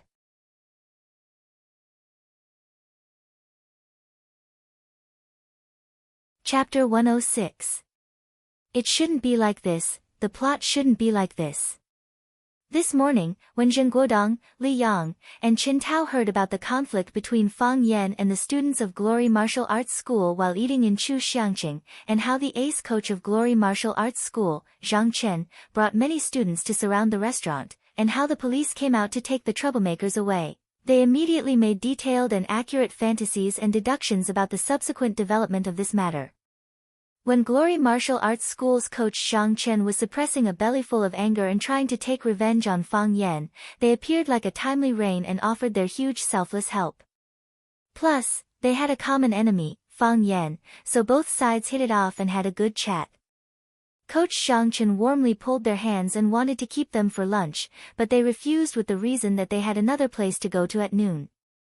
But Zhang Chen was a rough person who practiced martial arts, saying that if they didn't accept his invitation, it would be not giving him face.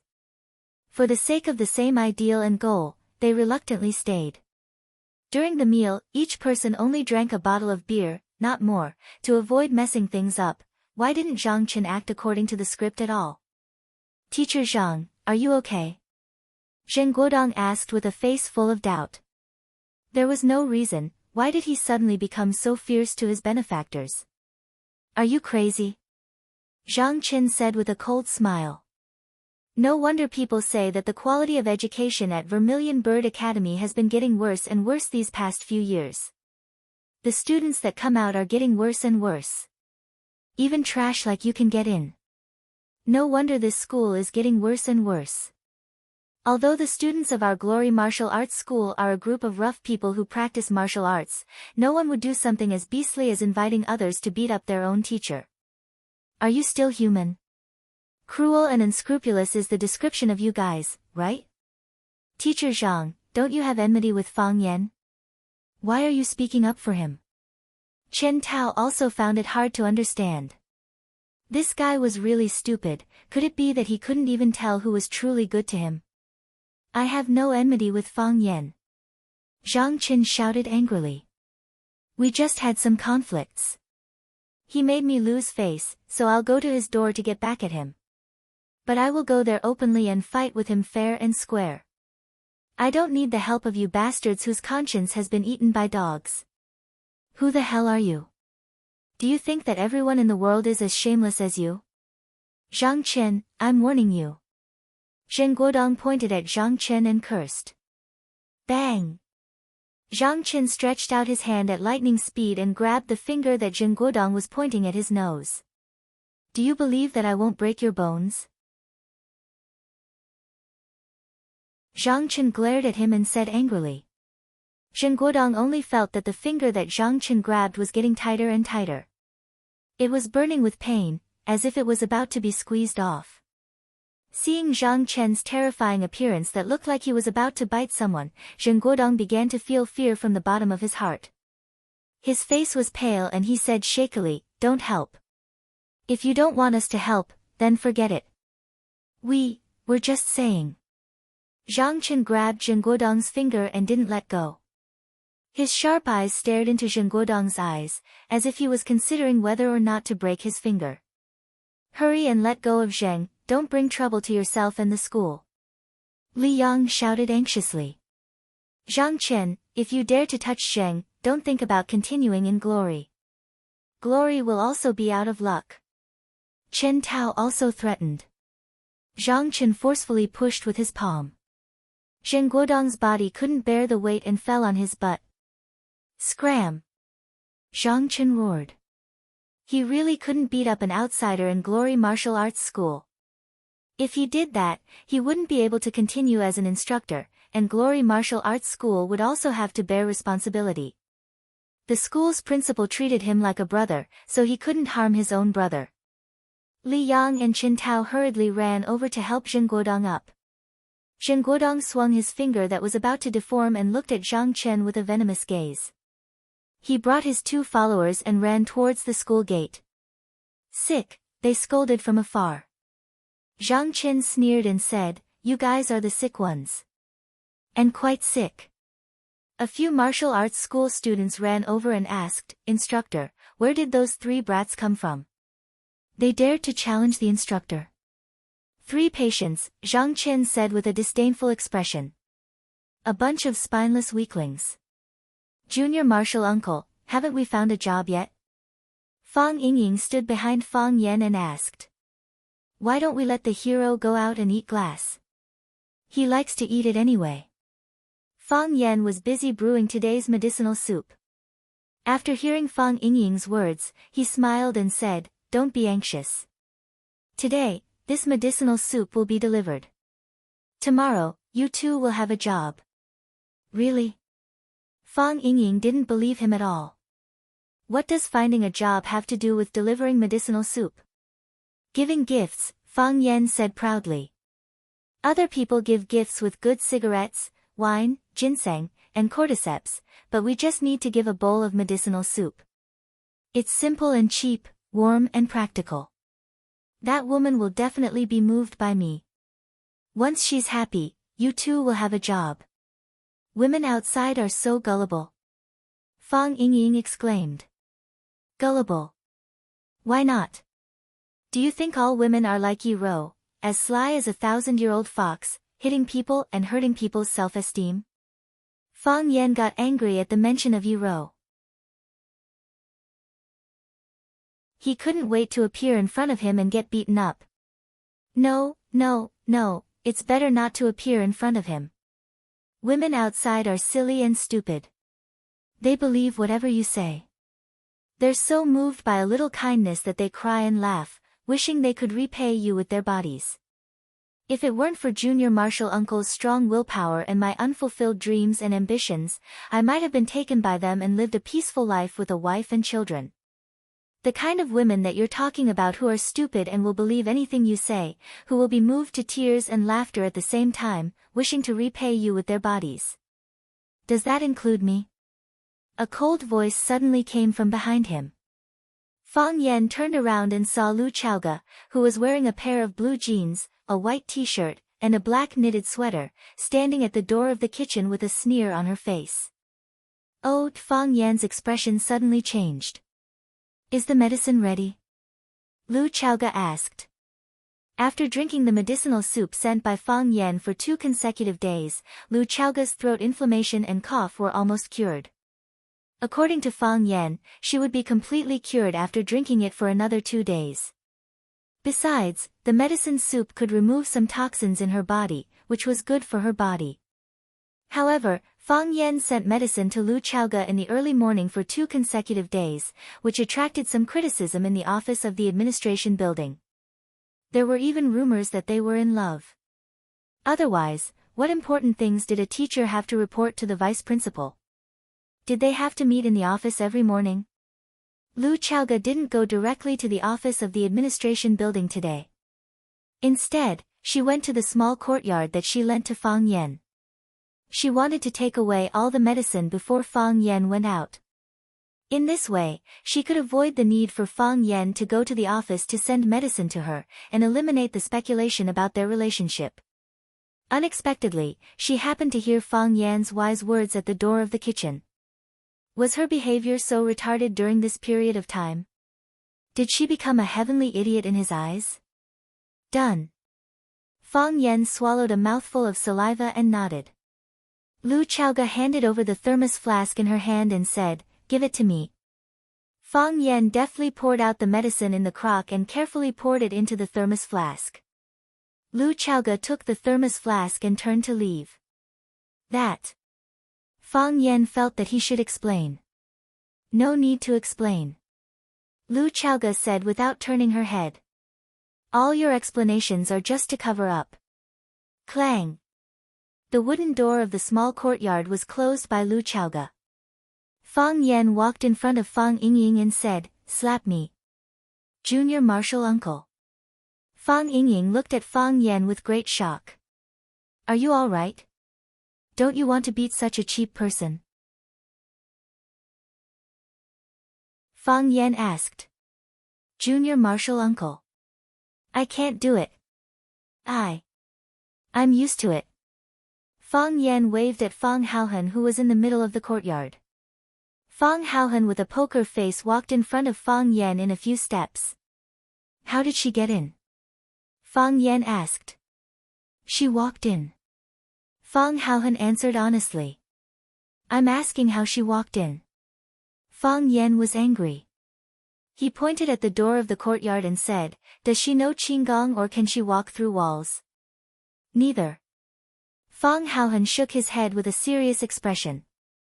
She walked in. You opened the door for her, didn't you? Fang Yan had to make the question clearer. This guy didn't understand the subtext of his words at all. Yes. Fang Haohan nodded. Then why didn't you tell me? You let a strange woman into our courtyard for no reason. Weren't you afraid that she would do something dangerous to us? Fang Haohan thought for a moment and said, She can't beat us. Knock, knock, knock, someone knocked on the wooden door of the small courtyard. Fang Yan was stunned for a moment and quickly rushed over. He opened the door and said, "Principal Lu, listen to my explanation." "Baldy, why are you standing at the door sneakily?" Baldy felt very wronged and explained, "I'm just standing at the door." "I'm not sneaky." He took out a paper card that looked like an invitation and handed it over. He said, "This is a letter of challenge from someone else." Fang Yan turned around and said, "Just say you didn't see me."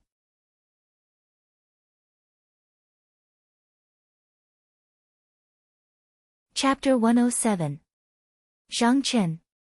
Fang Yan looked at the name inscribed on the back of the challenge and asked in surprise, "I don't know him, why did he hit me?" The corner of Baldy's mouth twitched, and he said, "He didn't hit you, he wanted to compete with you. Do you think I'm stupid?" Fang Yan sneered. "I just had a conflict with Glory Martial School, and now they're sending me a challenge. Don't they just want to beat me up after defeating me? They're doing it for revenge, and they're finding a dignified excuse for it. This kind of hypocritical and cunning villain, I don't even want to fight with him." Baldy thought about it, and it really did seem like it. Mr. Fang really understands human nature, you can predict things like a god. Baldy grinned, revealing 2 rows of neat yellow teeth. "If it were me, I would do the same," Fang Yan said. Fang Yan handed the challenge back to Baldy, and said, "Just pretend you didn't see me." "No way, no way." Baldy waved his hand to refuse. "Zhang Chen came early in the morning, and he's been waiting in front of our security office for an hour. He said if you don't accept the challenge, he won't leave." Fang Yan said indifferently, "If he doesn't want to leave, then he won't leave. He can stand for as long as he wants. The land and sunlight are all free. If you're in a good mood, pour him a glass of water. If you're in a bad mood, talk to him more, and waste his saliva. If he's thirsty, he'll naturally go back. He's a living person, standing there all the time, how bad would that be? That's the job of your security office. Just chase him away on the grounds that he's affecting the security office and polluting the eyes of the students. You said the students are scared when they see him." "He won't leave," Baldy said with a bitter smile. "If it was someone else, we could think of a way to send him away. But if it's Zhang Chen, we really can't do that." Fang Yan looked at Baldy doubtfully and asked, "How much do you know about him?" "Zhang Chen is a brilliant and famous martial arts madman. In the beginning, in order to compete with a Wing Chun master, he followed him for more than a month. When others were eating, he would sit and eat. While others were receiving guests, he stood at the side and listened. Wherever others went, he followed. That expert couldn't stand it anymore. I had no choice but to agree to his request." "What was the result?" Fang Yan asked. "I don't know." Baldy shook his head. "They are competing in secret. We don't know the result. There's no news about it." "You mean, I have no choice but to accept it?" "I can't," Baldy said. "The glorious martial school is right next to our rosefinch. Zhang Chen will definitely come and follow you every day." Fang Yan was a little interested in Zhang Chen and asked, "How is his skill?" "He can fight very well," Baldy said excitedly. "He is the 3-time MMA champion of Huacheng. He is the ace coach of the glorious martial school. Some say he is the #1 expert in Huacheng." Fang Yan's expression changed greatly and said, "You better tell him that you didn't find Fang Yan." "Mr. Fang, hey, Baldy." Fang Yan looked up and down at Baldy and said with a cold smile, "I find that you really want me to accept this match." "What? You want to see me get beaten up? Or did Zhang Chen send you to be a lobbyist? If I agree, what benefits will he give you?" "No, no." Baldy waved his hands repeatedly. "Why would I want to see you get beaten up?" "I mainly want to see you beat someone up, this reason won't convince me," Fang Yan said. Baldy pondered for a moment, then looked at Fang Yan and said, "Actually, it's not just me who wants you to accept the letter of challenge. My colleagues in the security department all hope that you can accept it. The entire Rosefinch Secondary's teachers and students also hope that you can accept it. Oh. So much higher all of a sudden. To fight for Rosefinch? You also know that although our Rosefinch students have good grades, when it comes to fighting, we are really no match for those martial arts school students. It is also because of this reason that the martial arts school students often come to the Rosefinch student activity area to show off their strength. The students are holding in their anger, and our security department has to deal with the conflicts between these students all day, so we are also holding in our anger. But what can we do even if we hold in our anger? Our fists aren't as hard as theirs, and our fights aren't as fierce as theirs. We can only be bullied by others. Baldy looked at Fang Yen and said, Mr. Fang is skilled in both literature and martial arts. The matter of you beating up Wu Ren swordsmen in order to avenge your students has long been known by everyone in Huacheng. The students of Rosefinch all see you as their guardian angel, and they all feel that as long as you are there, you can protect them. But the students of Brilliant Martial Arts School all think that we are just bragging, saying that Mr. Fang is just a show-off, and that if he met their teachers and students, he would be beaten down in less than 3 moves. Because of this matter, the students of the two schools had many wars of words. This time, the students of Brilliant Martial Arts School will definitely know that Zhang Qin came to our school's entrance to issue a challenge. The students of our school will know very quickly. If they know that you rejected Zhang Chen's letter of challenge, they will definitely be very disappointed and disappointed. Therefore, this competition concerns Rosefinch's reputation, as well as the morale of the students. We all hope that Mr. Fang can step forward bravely and fight for our honor and dignity.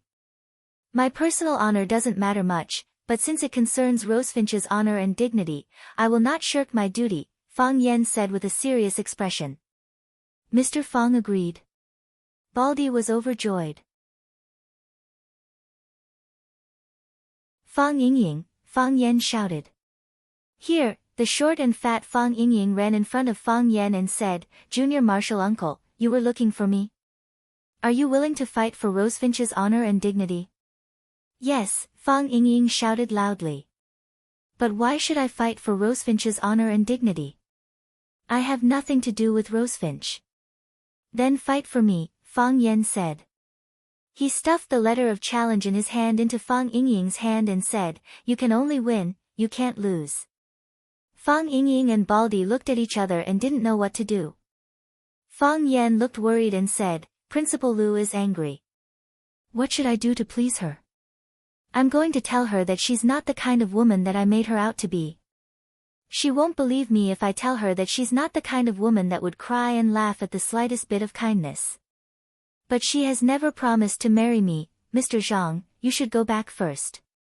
Baldy has gone to find someone for you.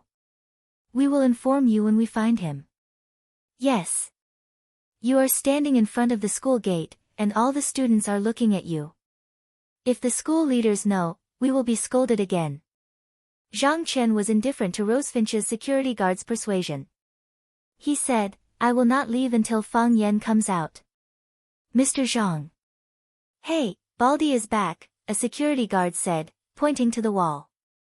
Mr. Fang Yen also came out. Fang Yen walked to the school gate with Baldy and the hero. He looked at the big man in rough clothes standing at the gate of the security office and said, We have met. You're the one who's seen me. I've never seen you before. Zhang Chen stared into Fang Yan's eyes. That night, he brought people to block the door of Chu Xiangqing's restaurant.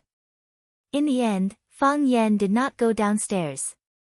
Instead, he stood upstairs and recorded the scene of them shouting and insulting. The police came to take them away. From beginning to end, he did not even have a chance to meet Fang Yan. Was he the one who sent the Japanese swordsman flying? Was he the legendary Tai Chi master? You could not tell from his appearance at all. He was gentle and handsome, thin and tall, and his face was too young. No matter how you looked at him, he did not look like a peerless master. However, Zhang Chen's intuition told him that this was the person he was looking for. He felt danger. His body reacted subconsciously. Fang Yan also recognized Zhang Chen in front of him. It was the man he saw in front of the window surrounded by brilliant students. He said with a smile, "So it is you. I even took a photo of you." Zhang Chen felt a pain in his chest, as if he had been stabbed on the spot. He said, "Yes. Those photos are still in the police station. You see, you already have a criminal record in the police station. You still want to hit me. Isn't it too risky?" Fang Yan said with a smile. He had handed the video to the police to prevent these guys from taking revenge. I am a challenge. A fair and square challenge. Zhang Chen was not used to Fang Yan's way of saying things, so he could only directly state his intention. Our martial arts association often organizes competitions to compare notes. This is legal. Is it legal to hit people? Fang Yan said angrily. Is it legal for me to hit you? It is also legal, Zhang Chen said. The premise is that you can knock me down. Hearing you say that, I am relieved, Fang Yan said. The original intention of practicing martial arts is to strengthen the body and protect the family. Fighting and killing in our spare time is not what people like us do. Although I've never fought with anyone before, since you're so persistent, I'll fulfill your wish. Where shall we fight? Zhang Chen did not expect Fang Yan to agree so readily. His face was full of joy as he said, "Brilliant Martial Arts School has a special competition hall. If you have any concerns, you can choose the location." He was worried that if he arranged the competition venue at Brilliant Martial Arts School, Fang Yan would not be happy. After all, it was an away game. Fang Yan could easily be surrounded by the students of Brilliant Martial Arts School. If he did not handle it well, Fang Yan would suffer a big loss. Then let's go to Brilliant Martial Arts School, Fang Yan said. I believe you guys can't do something like fighting 100 against 1. If you really can't do it, we can call the police.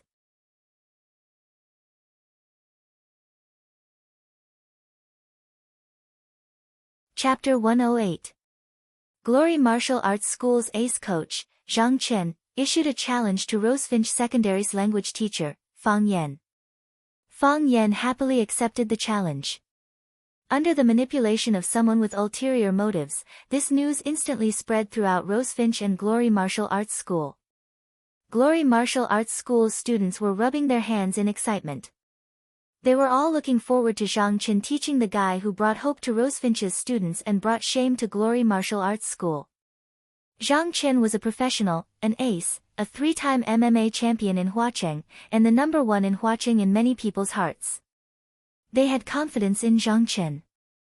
They never thought that Zhang Chen would lose. In their dictionaries, there was absolutely no such ominous word. As for Fang Yan, although Rosefinch's students said that he was so powerful, and that he had defeated such a brilliant Japanese swordsman, who knew if they were deliberately bragging about him as a hero? Besides, Fang Yan had only defeated one person. In Zhang Chen's path, the number of people who had been defeated by him was innumerable. How could it be more than 1,000? Who was superior and who was inferior, it was obvious at a glance. The Rosefinch's students were in an uproar. The students were discussing and howling. Did teacher Fang Yan really agree? That's great, Mr. Fang should teach those guys who are all brawn and no brains a lesson.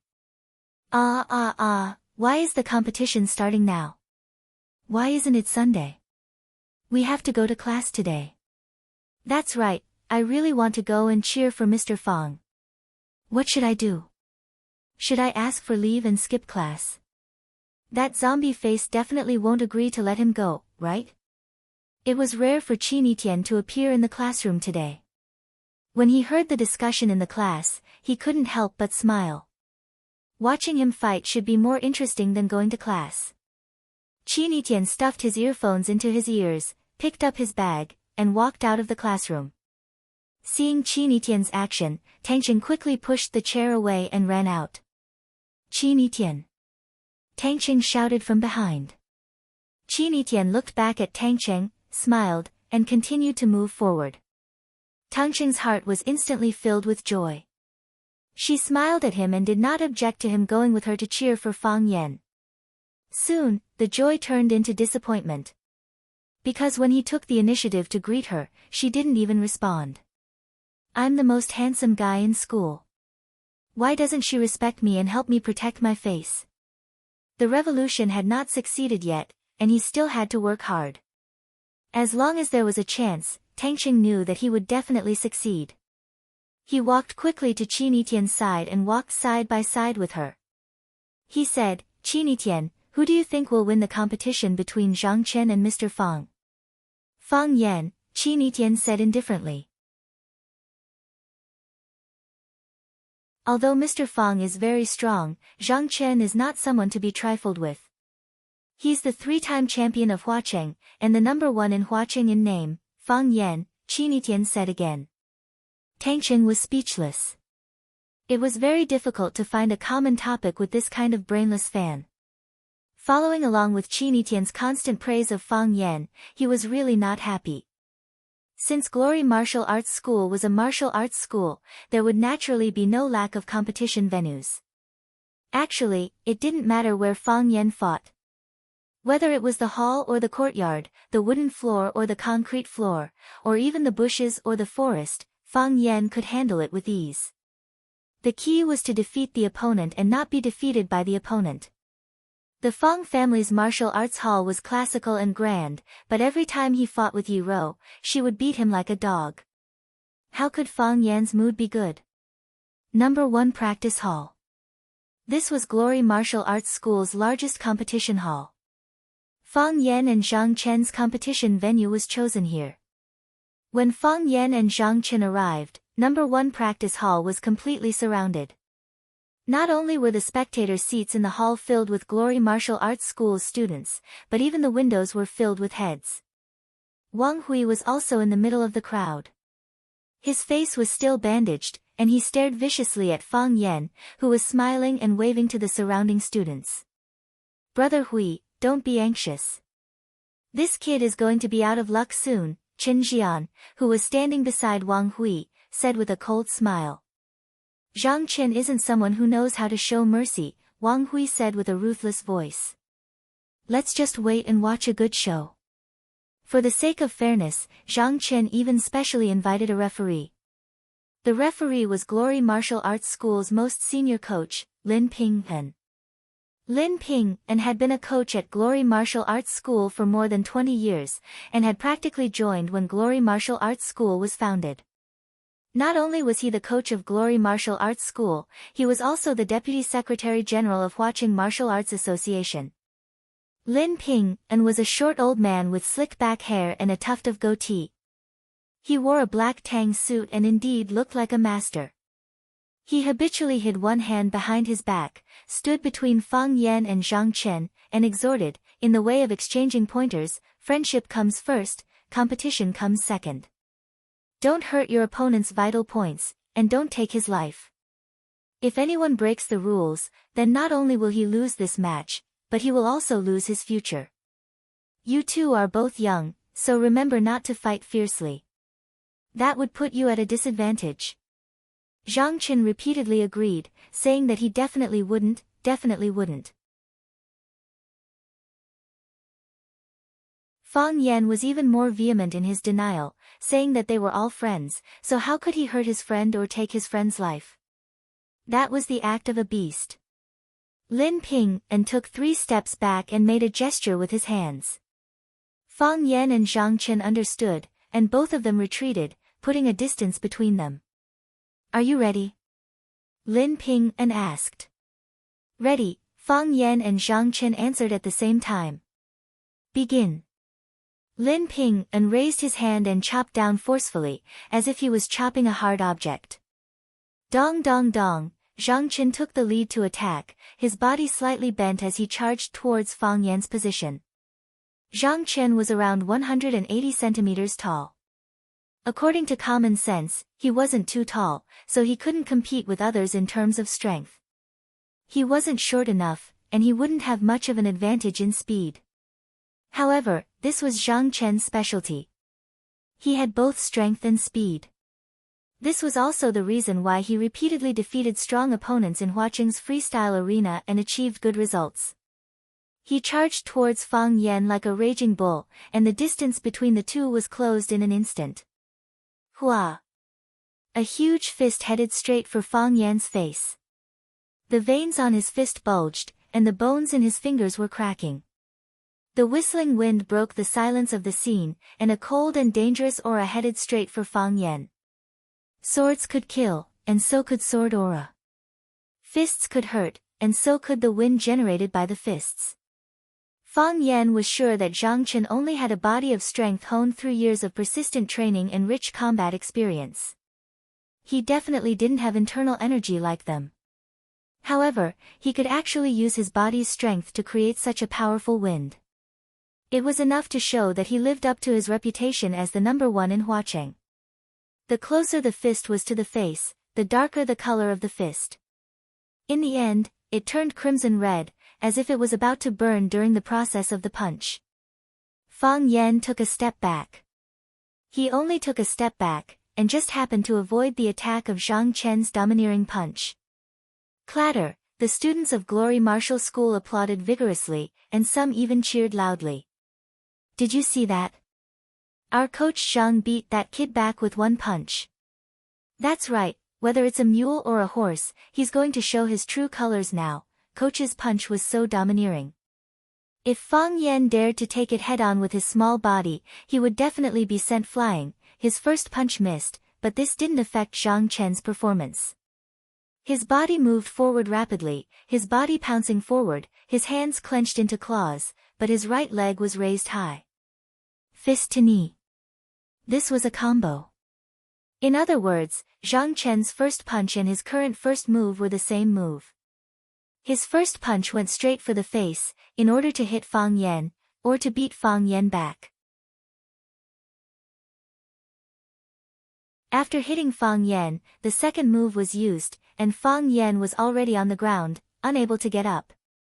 Since he couldn't hit Fang Yan, the second move was used, and Fang Yan was still in extreme danger. This was because he was the one attacking. Advancing forward was always faster than retreating. When the first punch was thrown, he had already calculated the difference between Fang Yan's retreating speed and his advancing speed. This was experience. Combat experience. Whoosh, Fang Yan's body quickly fell to the left, at a 90-degree vertical angle. His left hand landed on the ground, and the strength of his wrist supported his whole body's weight, so he didn't fall heavily on the ground. The students of Glory Martial School were even more excited. Did you see that? Coach knocked him down, in less than 3 moves. With my experience, Coach will win in less than 3 moves. Coach, give him a vicious blow. Seeing Fang Yan fall to the ground, Zhang Chen's eyes flashed with an ominous glint. His raised right leg suddenly stomped down, ruthlessly stepping on Fang Yan's abdomen. Kacha, his foot missed. The brown leather boots on his feet stomped heavily on the wooden floor of the training hall, and fine cracks instantly appeared on the floor. The cracks were still spreading, and the cracks were getting bigger and bigger, looking like they were about to explode. Fang Yan, who had one hand on the ground, avoided that killer move, and his 2 legs nimbly twisted towards Zhang Chen's lower body. Using Zhang Chen's legs as a new fulcrum, his body turned 360 degrees. Dragon tail cut. This was one of the killer moves of the Tai Chi stick formula, famous for attacking the lower body. Even if the dragon's tail was stuck, it could only be cut off with one cut. Not to mention the 2 legs of an ordinary person. Zhang Chen's lower body was unstable, and his huge body fell to the ground. Bang! A loud sound reverberated through the air, causing everyone present to tremble in fear. It ended just like that.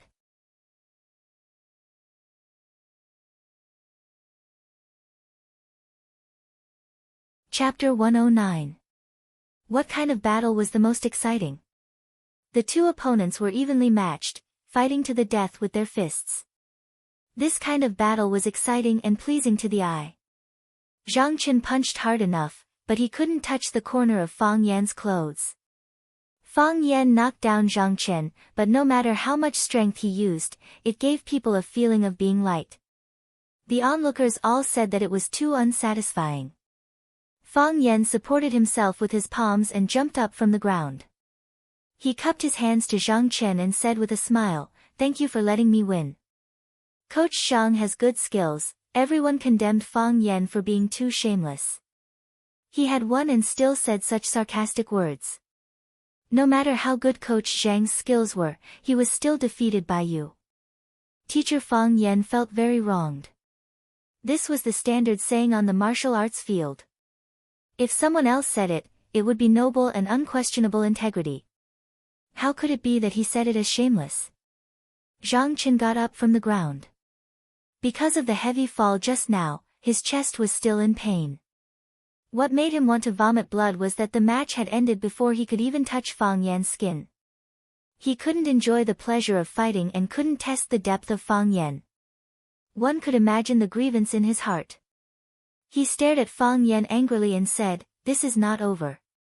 Fang Yan laughed and said, "What do I have to do to stop?" "Let's fight again," Zhang Chen said. "Let's have a good fight. Hit my head, hit my flesh, hit my bones. Let me feel pain. A heart-wrenching pain. This is a fight." "That's not good, is it?" Fang Yan refused. Just now, Mr. Lin said that in the way of learning from each other, friendship comes first and competition comes second. You can't hurt people's vital parts or take their lives. If we fight fiercely here, won't we be a joke to the watching students? You and I are both teachers. We can't set a bad example for our students. Zhang Chen felt the pain in his chest increase. It was as if someone had stabbed a knife into the original foundation. Lin Ping'an knew Zhang Chen's character as a martial arts fanatic. It was unrealistic to expect him to give up just like that. He coughed and said, "I did say that friendship comes first and competition comes second, but I also hope that the two teachers can bring an exciting battle to everyone." Lin Ping'an looked at the surrounding Glory students and asked, "Are you guys satisfied?" "No." The students of Glorious Academy shouted in unison. Lin Ping'an smiled and said, "It's not just you guys who didn't get enough of it. Even I, this old man, didn't get enough of it. I didn't even see what was going on before the battle ended. What a pity." In the end, Lin Ping'an still sided with Zhang Chen. If Fang Yan defeated Zhang Chen and attempted to further injure Zhang Chen's body, he would definitely stand up and shout that friendship comes first and competition comes second. You can't hurt people's bodies or take their lives. However, right now, Zhang Chen still wanted to continue fighting. Lin Ping'an could only go against his will and speak up for Zhang Chen. Fang Yan looked at Lin Ping'an and asked, "Old Mr. Lin, do you mean for us to fight again?" "Fight again," Lin Ping'an said. "Give us a good fight." Fang Yan's eyes turned cold. He smiled and nodded, saying, "Then as you wish." The distance between Fang Yan and Zhang Chen was pulled apart again. Lin Ping'an stood between the two and asked, "Are you two ready?" "Ready." Fang Yan and Zhang Chen said at the same time. "Begin." Lin Ping'an's hand chopped down again. As soon as Lin Ping'an's voice fell, Fang Yan's body disappeared from where he stood. "Ah!" someone exclaimed. Because when their eyes scanned the figure of Fang Yan, he had already rushed in front of Zhang Chen and punched towards Zhang Chen's face. He rushed forward and punched in a straight line. It was exactly the same move that Zhang Chen had just used. The difference was that Fang Yan was faster and punched more fiercely. It was so fast that you couldn't catch his trace and so fast that you couldn't hear the whistling wind. Zhang Chen wanted to dodge but found that he couldn't. Just when he wanted to retreat, the fist was already in front of him. Bang! Fang Yan's fist hit Zhang Chen's face. With a crack sound, Zhang Chen's nose was broken. The nose was one of the most vulnerable parts of the human body. A slight hit would cause blood to spurt out. Dark red blood sprayed out and splashed in the direction that Fang Yan was rushing from. Seeing that Fang Yan's face was about to be dyed with blood, he turned on one leg and avoided the scattered blood. He had already jumped into the arms of Zhang Chen. Fang Yan's hands turned into claws and grabbed Zhang Chen's camouflage sportswear. He pulled his body down and his right knee hit his stomach. If the punch to the bridge of the nose was still bearable, then the lethal force of the knee hitting the abdomen was too great. Even if Zhang Chen's resistance to blows was amazing, he still couldn't help but let out a cry of pain. Ugh, Zhang Chen groaned and his body staggered backward. Dong dong, when he was about to take the third step out of danger, Fang Yan's body leaned forward slightly and grabbed his arm. Like a dragonfly touching the water. He pushed and pulled. He pushed forward to reduce the force and pulled back to control it. Then, Zhang Chen's body fell in the direction of Fang Yan again. So dirty. Fang Yan frowned when he saw his blood-stained face and clothes. With a kick, Zhang Chen's body flew into the air. Boom! Such a big piece of meat fell on the floor, making a sound that sent chills down one's spine. Falling from such a high place, his bones would probably fall apart, right? A fatal blow. Fang Yan used Zhang Chen's move to defeat him. Zhang Chen didn't have any ability to fight back. What did this mean? It meant that the two of them weren't from the same world.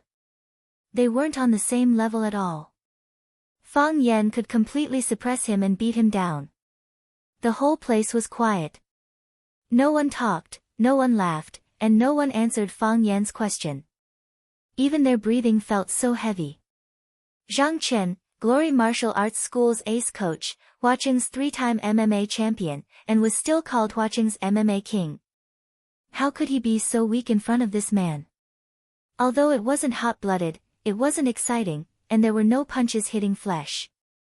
However, everyone was shocked by what they saw. Shocked by his strength. Shocked by his unbelievable strength. They felt their hearts pounding as if they were about to jump out of their chests. Fang Yan scanned the whole place and said with a smile, "Sorry. I can't show you the scene of you punching me and I kicking you." Glory Martial Arts School's students finally came to their senses. Some of the students ran toward Zhang Chen, wanting to help him up and check on his injuries. More people surrounded Fang Yan, preparing to use their advantage in numbers to punish this arrogant and ruthless arrogant person. Wang Hui's expression was ferocious. He led the crowd forward and roared, "Stop him and avenge the coach." Fang Yan didn't hide or evade. He stood proudly without fear. He stood in place without moving, as if waiting for those students who had lost control of their emotions to rush over. Baldy was alone. Seeing that these students wanted to gang up on Fang Yan, he desperately squeezed forward and shouted, "Get out of the way, get out of the way, I'm from the security department." Fang Yingying and Fang Haohan were also watching from the side. They didn't expect these students to dare to stand in a circle. By the time the two of them reacted, they were already squeezed to the back of the crowd. "Hero, they want to bully junior martial uncle," Fang Haohan said aloud. "They can't bully him," Fang Yingying said with a cold smile. As he spoke, his hands reached forward and grabbed a student's shoulder with each hand. With a forceful swing, their bodies fell to one corner. Fang Yingying didn't even look at them. He had already grabbed the back of the neck of the other two students. Lin Ping and was checking Zhang Chen's body. Seeing that these guys wanted to gang up on him, he immediately stopped them. "What are you doing? What do you want? Get back, get back. Disciplinary team, disciplinary team." The first student rushed toward Fang Yan. He punched Fang Yan's body. Fang Yan leaned his body slightly and grabbed his arm. The opponent's fist didn't stop.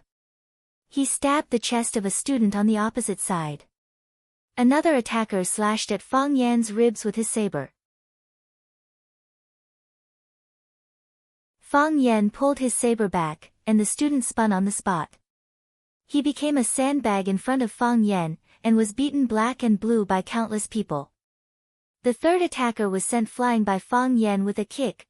The fourth attacker was knocked to the ground by Fang Yan's knee. Fang Yan moved. He actually took the initiative to walk toward the crowd and toward the entrance of hall number 1. "If I want to leave, who can stop me?" Fang Yan shouted arrogantly.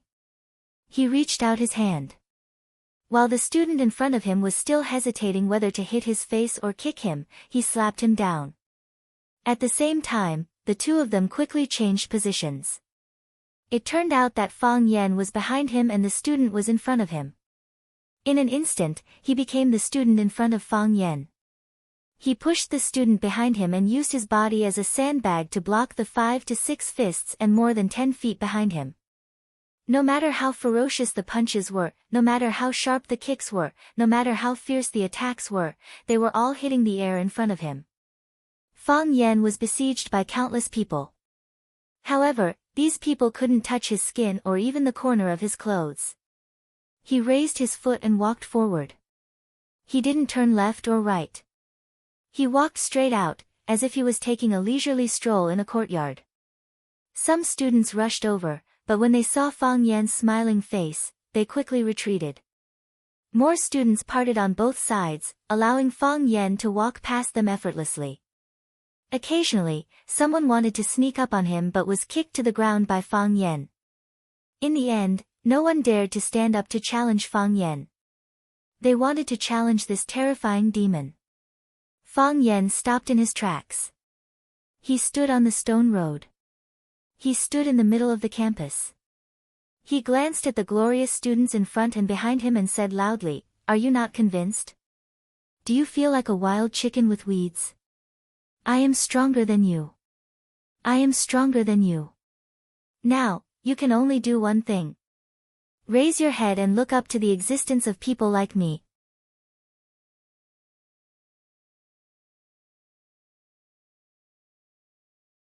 Chapter 110. At that time, the red sun in the sky had just bloomed a warm light, and the bright red triangular plum blossoms had covered the gray mottled walls. Unknown birds were singing among the tall and straight sycamore trees. When they were combing their feathers, they accidentally shook off the dew on the leaves and sprinkled it on the faces and bodies of the students. It was cold, with the refreshing smell of the leaves. It was an intoxicating and breathtaking morning. The whole place was silent. No one spoke, and even their breathing slowed down. Everyone was staring at the man standing in the middle of the crowd, the man who was invincible when he fought against 100 people.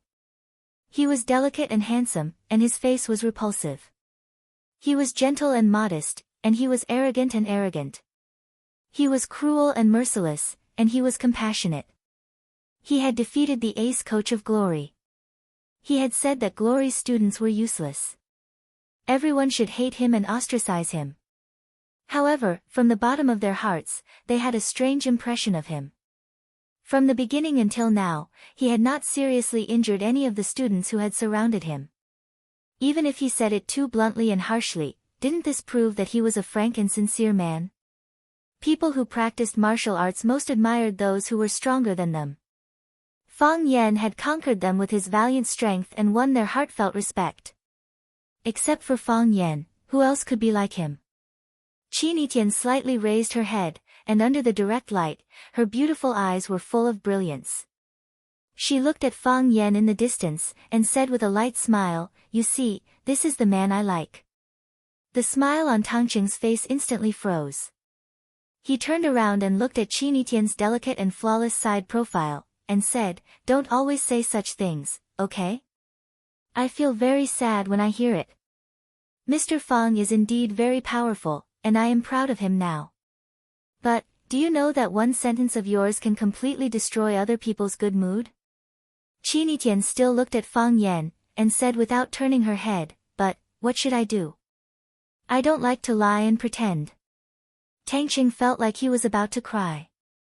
Surrounded by Fang Yingying and Fang Haohan, and accompanied by Baldi, Fang Yan walked out of the crowd and walked toward the gate of Glory Martial Arts School. Baldi felt that he had never looked so good before. He thought that his bald head, which had only a few hairs left, must be shining so brightly that they could not open their eyes. He waved his hand at the Radiant Academy students who were following behind him and saluting him, saying, go back, there's no need to send me off." After thinking for a moment, he added, "You little brats, if you dare to cause trouble at the entrance of Rosefinch Secondary again, just wait and see how I'll deal with you.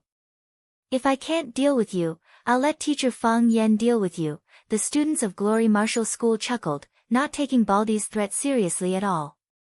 You still dare to laugh, you still dare to laugh, see if I don't tear your mouths apart.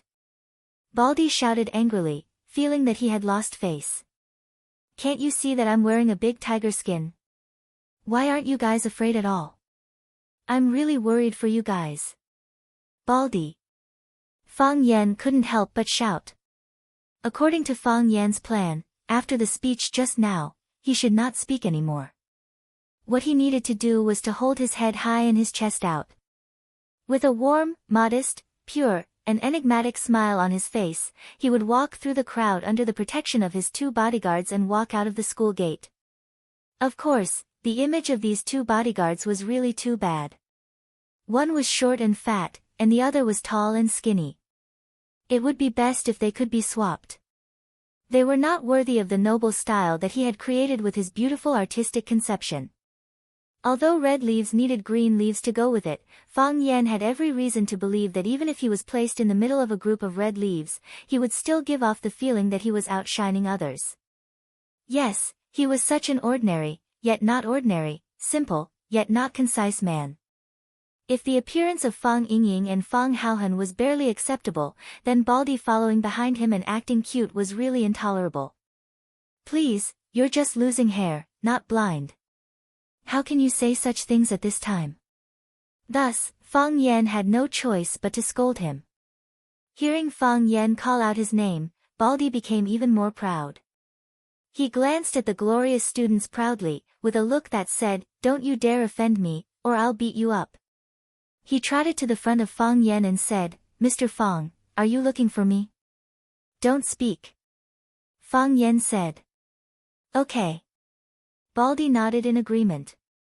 After thinking for a while, he asked again, "Why?" "Don't speak." "Okay, I won't speak. But tell me why." Fang Yingying, beat him up. Fang Yan. A hoarse voice shouted loudly. Fang Yan suddenly turned around and saw Zhang Chen, who had been beaten to the ground by him, walking quickly towards him with the help of a few students. Fang Yan's eyelids drooped slightly. He didn't know why Zhang Chen still chased after him at this time. Could it be that he was still not convinced? Fang Yingying and Fang Haohan looked at each other and stood in front of Fang Yan, one on the left and one on the right. Baldy was a beat slower, and he used his thin body to stand in front of hero and man. Fang Yan had the urge to kick them all away. "Zhang Chen is already injured like this, why are you guys standing in front of me?" Even if you want to steal the limelight, you don't have to be so blatant, right? Coach Zhang, are you okay? Coach, how are your injuries? Coach, wherever Zhang Chen went, the students would greet him respectfully. They didn't look down on him just because he lost the battle with Fang Yan. On the contrary, after witnessing Fang Yan's true strength, the students of Glory Martial Arts School respected and admired Zhang Chen even more. It should be known that not everyone could last so long in front of Fang Yan. If they asked themselves honestly, they wouldn't be able to do it. Zhang Chen ignored the concerned questions of the students and walked straight towards Fang Yan. His body was slightly bent, and it was obvious that his shoulder or spine was injured. His right leg was a little strained when he took a step. He probably sprained it or injured it. His face was covered in blood, his hair was messy, and his clothes were wrinkled and covered in dust. He looked miserable. However, his eyes were still bright and sharp. He stared at Fang Yan without blinking, as if he was afraid that if he blinked, Fang Yan would disappear. Dong, Zhang Chen finally stood in front of Fang Yan. He raised his head and looked at Fang Yan's eyes with a serious expression. Fang Yan didn't speak, and neither did Zhang Chen. The two of them looked at each other affectionately, as if they were lovers about to part. Being stared at by a man like that for a long time, Fang Yan really felt a little uncomfortable. He cupped his hands towards Zhang Chen and said, "Swords have no eyes, fists and feet are merciless. Sometimes on the martial arts field, even if you want to stop, you have no choice. If I hit too hard, please forgive me, Coach Zhang." I want to worship you as my teacher, Zhang Chen said. What? Fang Yan couldn't believe his ears. I want to worship you as my teacher, Zhang Chen said again. His voice was louder than before, and his expression was more determined and persistent. Please accept me as your disciple. The teachers and students of Glory Martial School were all stunned. Zhang Chen wanted to worship Fang Yan as his teacher. Zhang Chen was their coach, their teacher. If he worshipped Fang Yan as his teacher, then, what should they call Fang Yan? With such a close relationship, how would they fight in the future? Fang Yan looked at Zhang Chen's eyes and knew that this man wasn't lying. He really wanted to worship him as his teacher. Fang Yan refused and said, Coach Zhang, don't joke around. How am I qualified to be your teacher? Coach Zhang has ample stamina and rich fighting experience. As long as he practices diligently, he will definitely have even more extraordinary achievements in the future. I'm not joking. I really want to worship you as my teacher. I definitely want to worship you as my teacher, Zhang Chen said with a heavy voice. Because his emotions were too agitated, the wound on his chest was pulled, and he even covered his mouth and coughed a few times.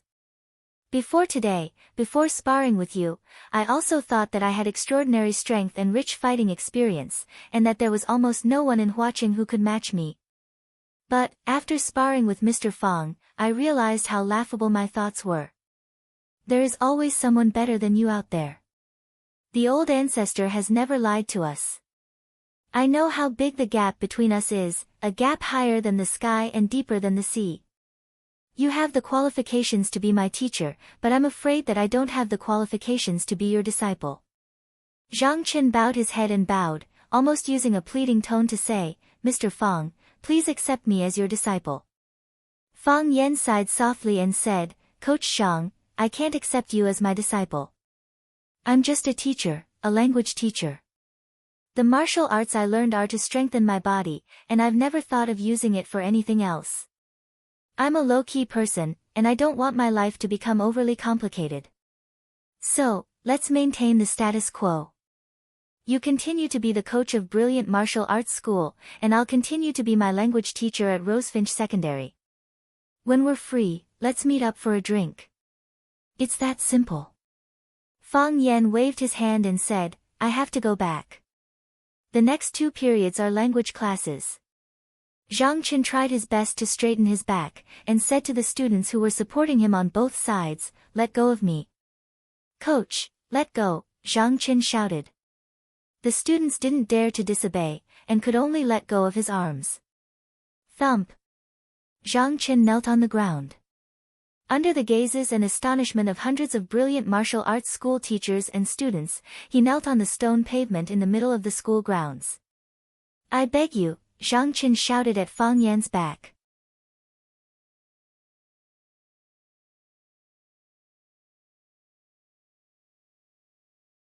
Chapter 111. A man's knees were gold. Zhang Chen's kneeling really gave Fang Yan a headache. Accept it. That was not realistic. It was not like what was written in novels or movies. The reason was that Kung Fu was only passed on to males and not females. Although Fang Yan knew that there were indeed many sects that still adhered to such a rule. They would rather let their Kung Fu be lost than teach it to outsiders. However, Fang Tai Chi was open to the public. Whether it was Fang Yingying or Fang Haohan, they were not members of the Fang family. Mo Qingdi, who was originally trained by the Fang family to be their successor, was also not a member of the Fang family.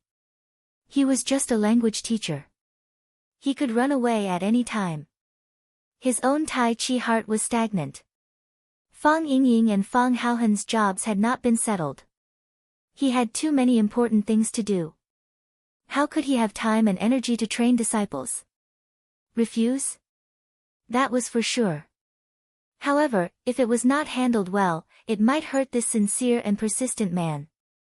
This was also what Fang Yan did not want to see. He walked back again and stood in front of Zhang Chen. He said, Coach Zhang, you are forcing me. Zhang Chen looked up at Fang Yan and said, I know. In front of my students, in front of my colleagues, in the school where I have worked for 10 years, in front of a man who is about the same age as my students, I am also in a difficult position. I am also forcing myself. But, Teacher Fang, you can't understand what Kung Fu means to me. You don't know what he means to me. He is all I have. I live for it, because I still have a body of martial arts.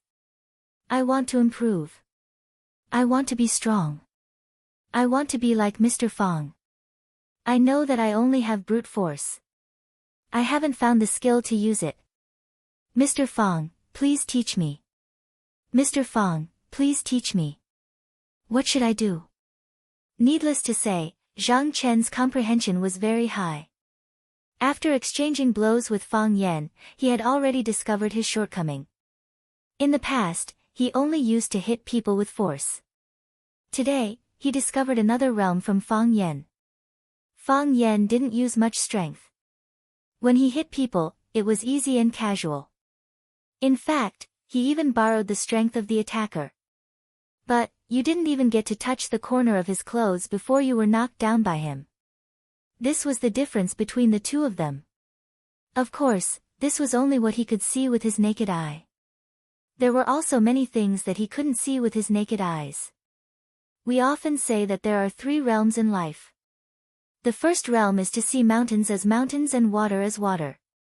The second realm was to not see mountains as mountains, and not see water as water. The third level was to see mountains as mountains and rivers as water as water. It was the same for martial arts.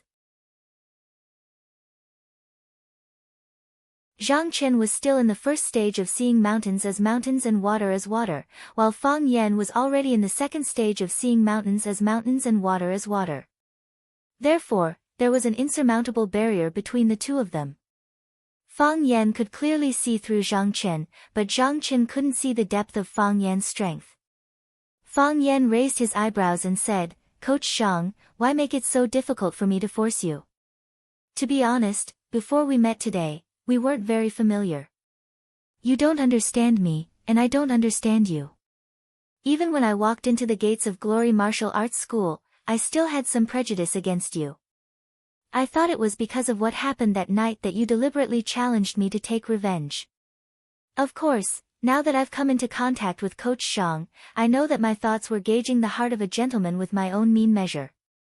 Coach Zhang's character and strength are both trustworthy. But, I don't think this is the reason why I should accept you as my disciple. You're anxious to improve, anxious to become stronger. I'm the same as you.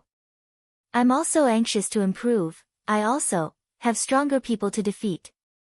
I'm very busy every day. So, you too. So, let's talk about becoming your disciple in the future." Seeing the disappointment and pain in Zhang Chen's eyes, Fang Yan couldn't bear it and said, "However, we can be friends. In the future, if you have any doubts or questions, you can ask and we can discuss them together. 2 people discussing is always better than 1 person thinking bitterly, right? Come, get up. Don't kneel." As Fang Yan spoke, he bent down to help Zhang Chen up from the ground. Kneeling in front of him in front of so many people, what was this? Fang Yan couldn't bear it. "No, I must become your disciple." Zhang Chen still insisted on kneeling on the ground, his expression firm and voice stubborn as he said, "I know, my actions today were too rash. I know your rules. Accepting a disciple doesn't just look at the disciple's comprehension, it's more important to look at the disciple's temperament. You still don't understand me, so not accepting me is a matter of course. I will persist, I will definitely wait until you are willing to accept me as your disciple." Fang Yan looked deeply at Zhang Chen, patted his shoulder hard and said, "Find some alcohol to rub your wounds. Don't do any extreme exercises these few days." After saying that, Fang Yan turned and left. Fang Yingying and Fang Haohan, the 2 dutiful bodyguards, immediately followed.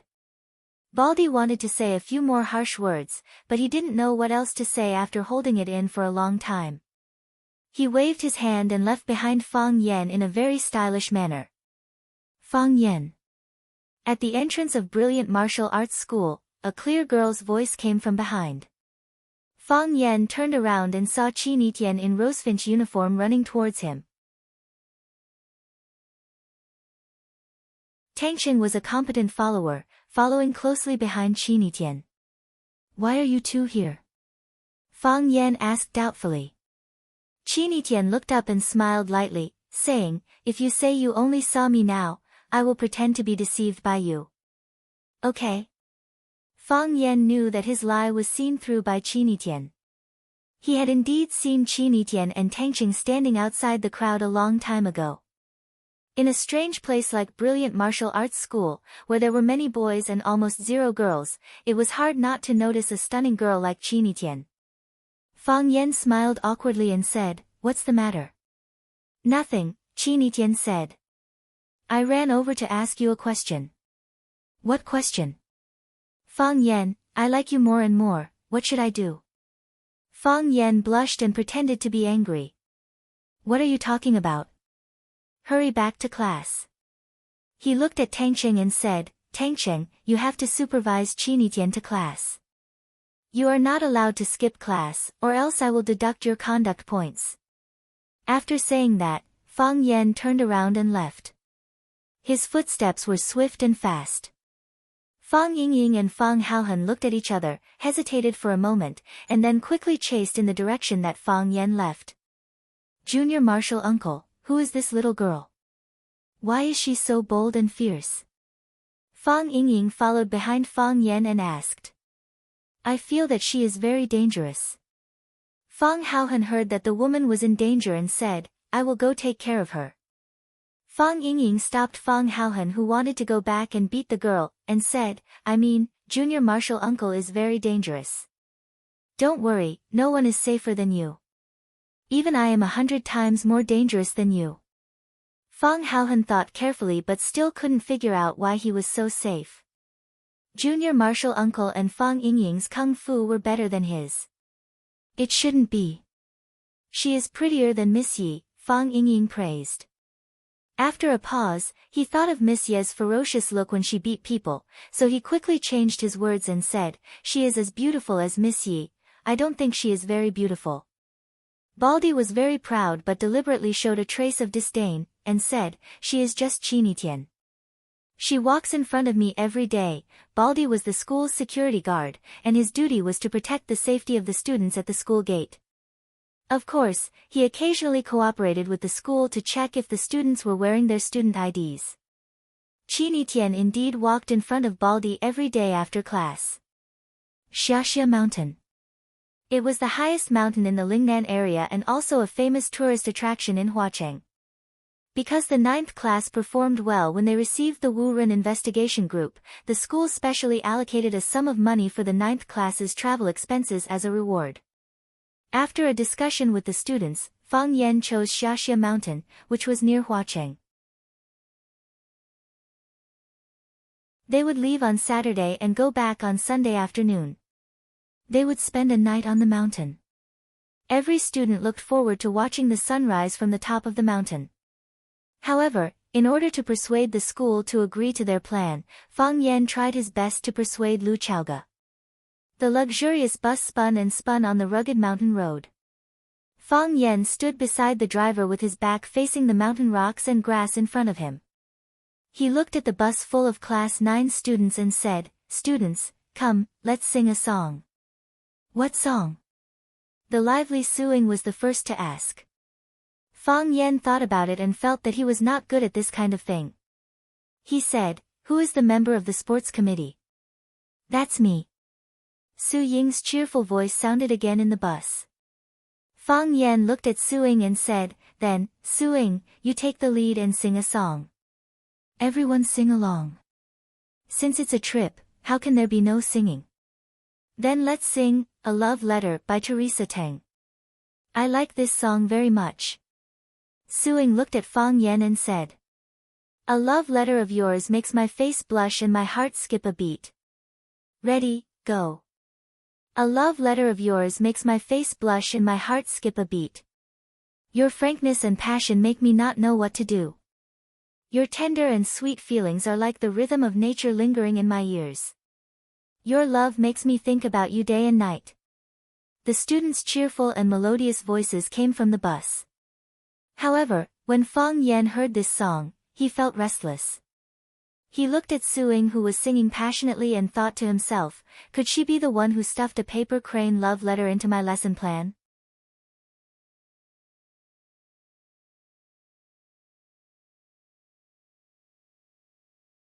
Chapter 112. The stream flowed gently and the waterfall flowed violently. The colorful mountain scenery made people feel like they were in a fairyland painting. In the 10th month of the human world, fiery red maple leaves covered the mountains and plains like sunset. This was the origin of the name Sunset Sacrifice Mountain. Beside a small stream in the depths of the mountain forest, two young and cute girls were sitting on a small stool, concentrating on drawing on a drawing board. They had obviously been here for a long time. The meticulous painting on the drawing board had already entered the stage of rendering. The so-called rendering was used to express the brightness and darkness of the painting on the draft. Using two relatively large big cloud brushes, one would be dipped in ink while the other would be dipped in water. Before the ink dried, they would use water to release the ink, creating a natural transition.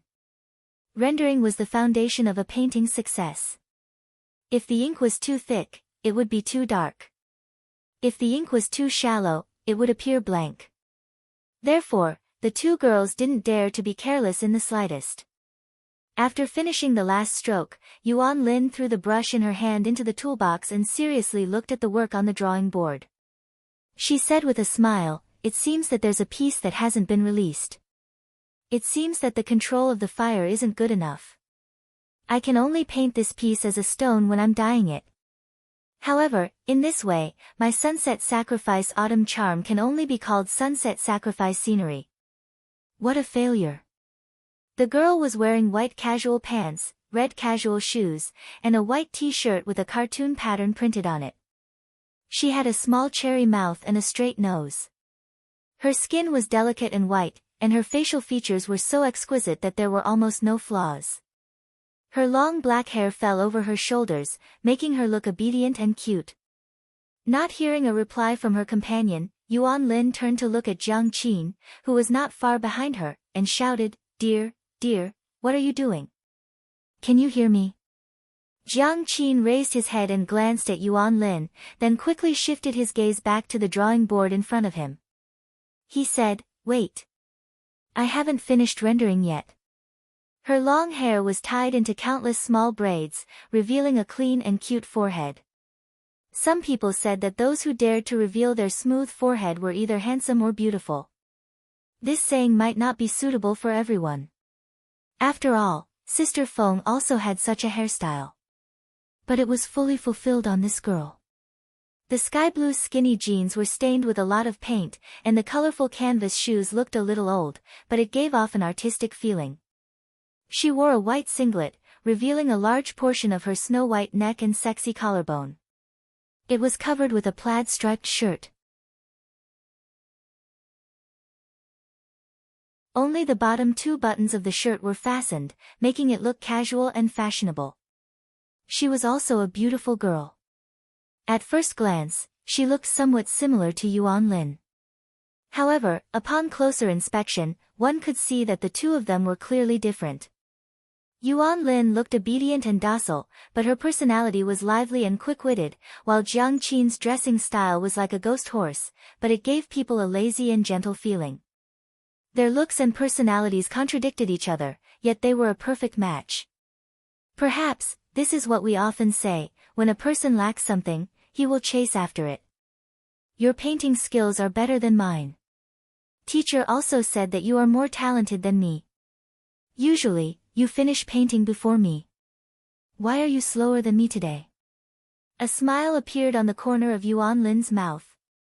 She suddenly ran toward Jiang Qin and said, "What are you painting? Let me see." Clatter, Jiang Qin immediately put down the brush and quickly took out a piece of white paper from under the drawing board to cover the painting he was just developing. Yuan Lin could only see a vague shadow, so she couldn't determine what Jiang Qin was painting. She pouted and said, "Jiang Qin, you are not loyal. I have shown you my painting. Why don't you show me yours?" didn't you say you want to paint maple falling full stream? Not far from them, there was a small stream. The water was clear, and there were countless withered maple leaves falling from it. Jiang Qin liked it at first sight, so he wanted to paint this scene. He also gave it a name, Maple Falling Full Stream. Yuan Lin, you are so annoying, Jiang Qin said with a red face. How am I annoying? I just want to see your painting. If you want to see mine, please feel free. I'm not going to be secretive like some people are. Humph, you have a guilty conscience, Yuan Lin said with disdain. She suddenly seemed to understand something. She looked at Jiang Qin with a strange look and said, Jiang Qin, you are not painting that, are you? Jiang Qin's cheeks became redder. He pretended to be righteous and said rudely, how am I feeling guilty?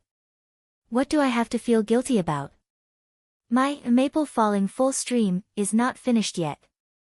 Of course, I can't show it to you. I want to show my work in the most perfect way. It is still gray now. Why must I show it to you? No. Yuan Lin stared at Jiang Qin with sparkling eyes and said, that's not the reason. There must be another reason. No. There is. If I say there isn't, then there isn't. If I say there is, then there is. Think what you want. If you want to prove yourself, then show me your painting. I won't. Why should I prove it to you? You have a guilty conscience. You are a thief. You are a ghost. Annoying ghost.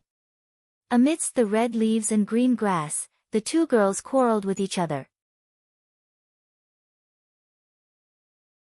Their coquettish and somewhat embarrassed appearance, and their clear and melodious voice, like the tinkling sound of a clear spring behind them, made people feel relaxed and happy, and made people want to draw them into a painting.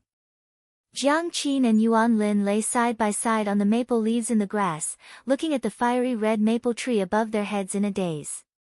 After a long time, Yuan Lin asked, are you still thinking about him? Thinking? Jiang Qin sighed softly. Rather than thinking, it is better to say that I miss him. Then I still miss him. Yuan Lin said. For women like us, if we sigh for a man, it means that we have him in our hearts. You can't lie to me, because you can't lie to yourself. At our age, saying that love is too extravagant. It is just a beautiful memory in life. In the future, we will experience countless such fragments, and when these pictures are pieced together, it will be our lifetime of love. It is just that my time with him is too short. It is so short that I don't know what to recall even if I try my best. A gentle look, a touching word of love, or even just an ordinary brush of the shoulder, can be the content of memories. Is he really that good? Not good at all. Then why can't you forget him? The best way to forget a relationship is to start a new one. You also know that more than half of the guys on the school hunk list like you. Are you really not willing to give them a chance? They are too childish. Jiang Qin said. That is true. Yuan Lin nodded. They only know how to send flowers, snacks, and write love poems. Their thinking is not mature at all. A man should wield his sword and kill in all directions. A concubine plays the zither, drifts with her husband, and laughs with him 3,000 times. Why don't they understand? A man must first wield his sword and kill in all directions to win a beauty who is willing to play the zither and laugh with him. In the future, they will understand, right? Without the precipitation of life experience and the struggle in society, how can they have such a deep and painful understanding? Sigh. Yuan Lin sighed deeply. Sigh. Jiang Qin also sighed deeply. The two women were feeling sentimental about their love that had ended before they even started and their sad and helpless fate when a man's sudden shout woke them up. Jocko, here, oh, someone is drawing here. The man spoke in English, so he should be a foreign tourist. Jiang Qin and Yuan Lin hurriedly sat up from the grass and saw a tall man with brown hair and blue eyes preparing to look at their drawing. They hurriedly stopped him. What do you want to do? Stop. Thinking that this American might not understand Hua language, Yuan Lin said it again in English, "Please do not look at other people's things without permission. This is very immoral behavior." There were 3 Americans, 2 Caucasians, and 1 black. They all had the typical tall figure of Westerners, and they were also very good-looking. They carried a huge bag on their backs and had professional Hasselblad cameras around their necks. Seeing 2 excessively beautiful girls jump out of the grass, like 2 fairies falling from the sky, the 3 Americans were pleasantly surprised. "Oh, sorry." The dark-skinned Jocko took the initiative to apologize to Jiang Qin and Yuan Lin. "It's my friend who is too rude. We should be considered as half of the same profession. When I saw someone drawing, I couldn't help but want to look." He turned out to be speaking Hua language. Although he was not very fluent, there was no problem in communicating. He pointed to the camera hanging around his neck and said, "We are photographers. The photographers of National Geographic magazine. You write the beautiful picture in front of you on paper, and we record the beautiful picture with the camera. We are all artists. Aren't we?" Hearing that the man claimed to be a photographer of National Geographic magazine, Jiang Qin and Yuan Lin were a little relieved. National Geographic was a very famous travel magazine in the world, and both of them were die-hard fans of National Geographic. After so many years of reading the magazine, now seeing their staff, they felt a sense of surprise and familiarity. Seeing the 2 girls let down their guard, the smile on Jocko's face became more charming. He took the initiative to reach out to Yuan Lin and said, "Hello, I'm Jocko. This is my companion, Mason. Oh, the one who shook hands with your friend is Bolton." After the introduction, Jocko looked around professionally and said to Jiang Qin and Yuan Lin, "2 beautiful ladies, I have a very important thing to ask of you. Please promise me." "What is it?" "Can you be our models?" Jocko said sincerely, "You're tuning into the Blissful Bookshelf YouTube channel. We're so grateful for your support, and don't forget to subscribe to join us on this incredible journey through captivating stories. Your generosity through donations truly makes a world of difference, as it's the primary source of revenue that allows me to expand and enhance this channel for you. Thank you from the bottom of my heart for being a part of this adventure."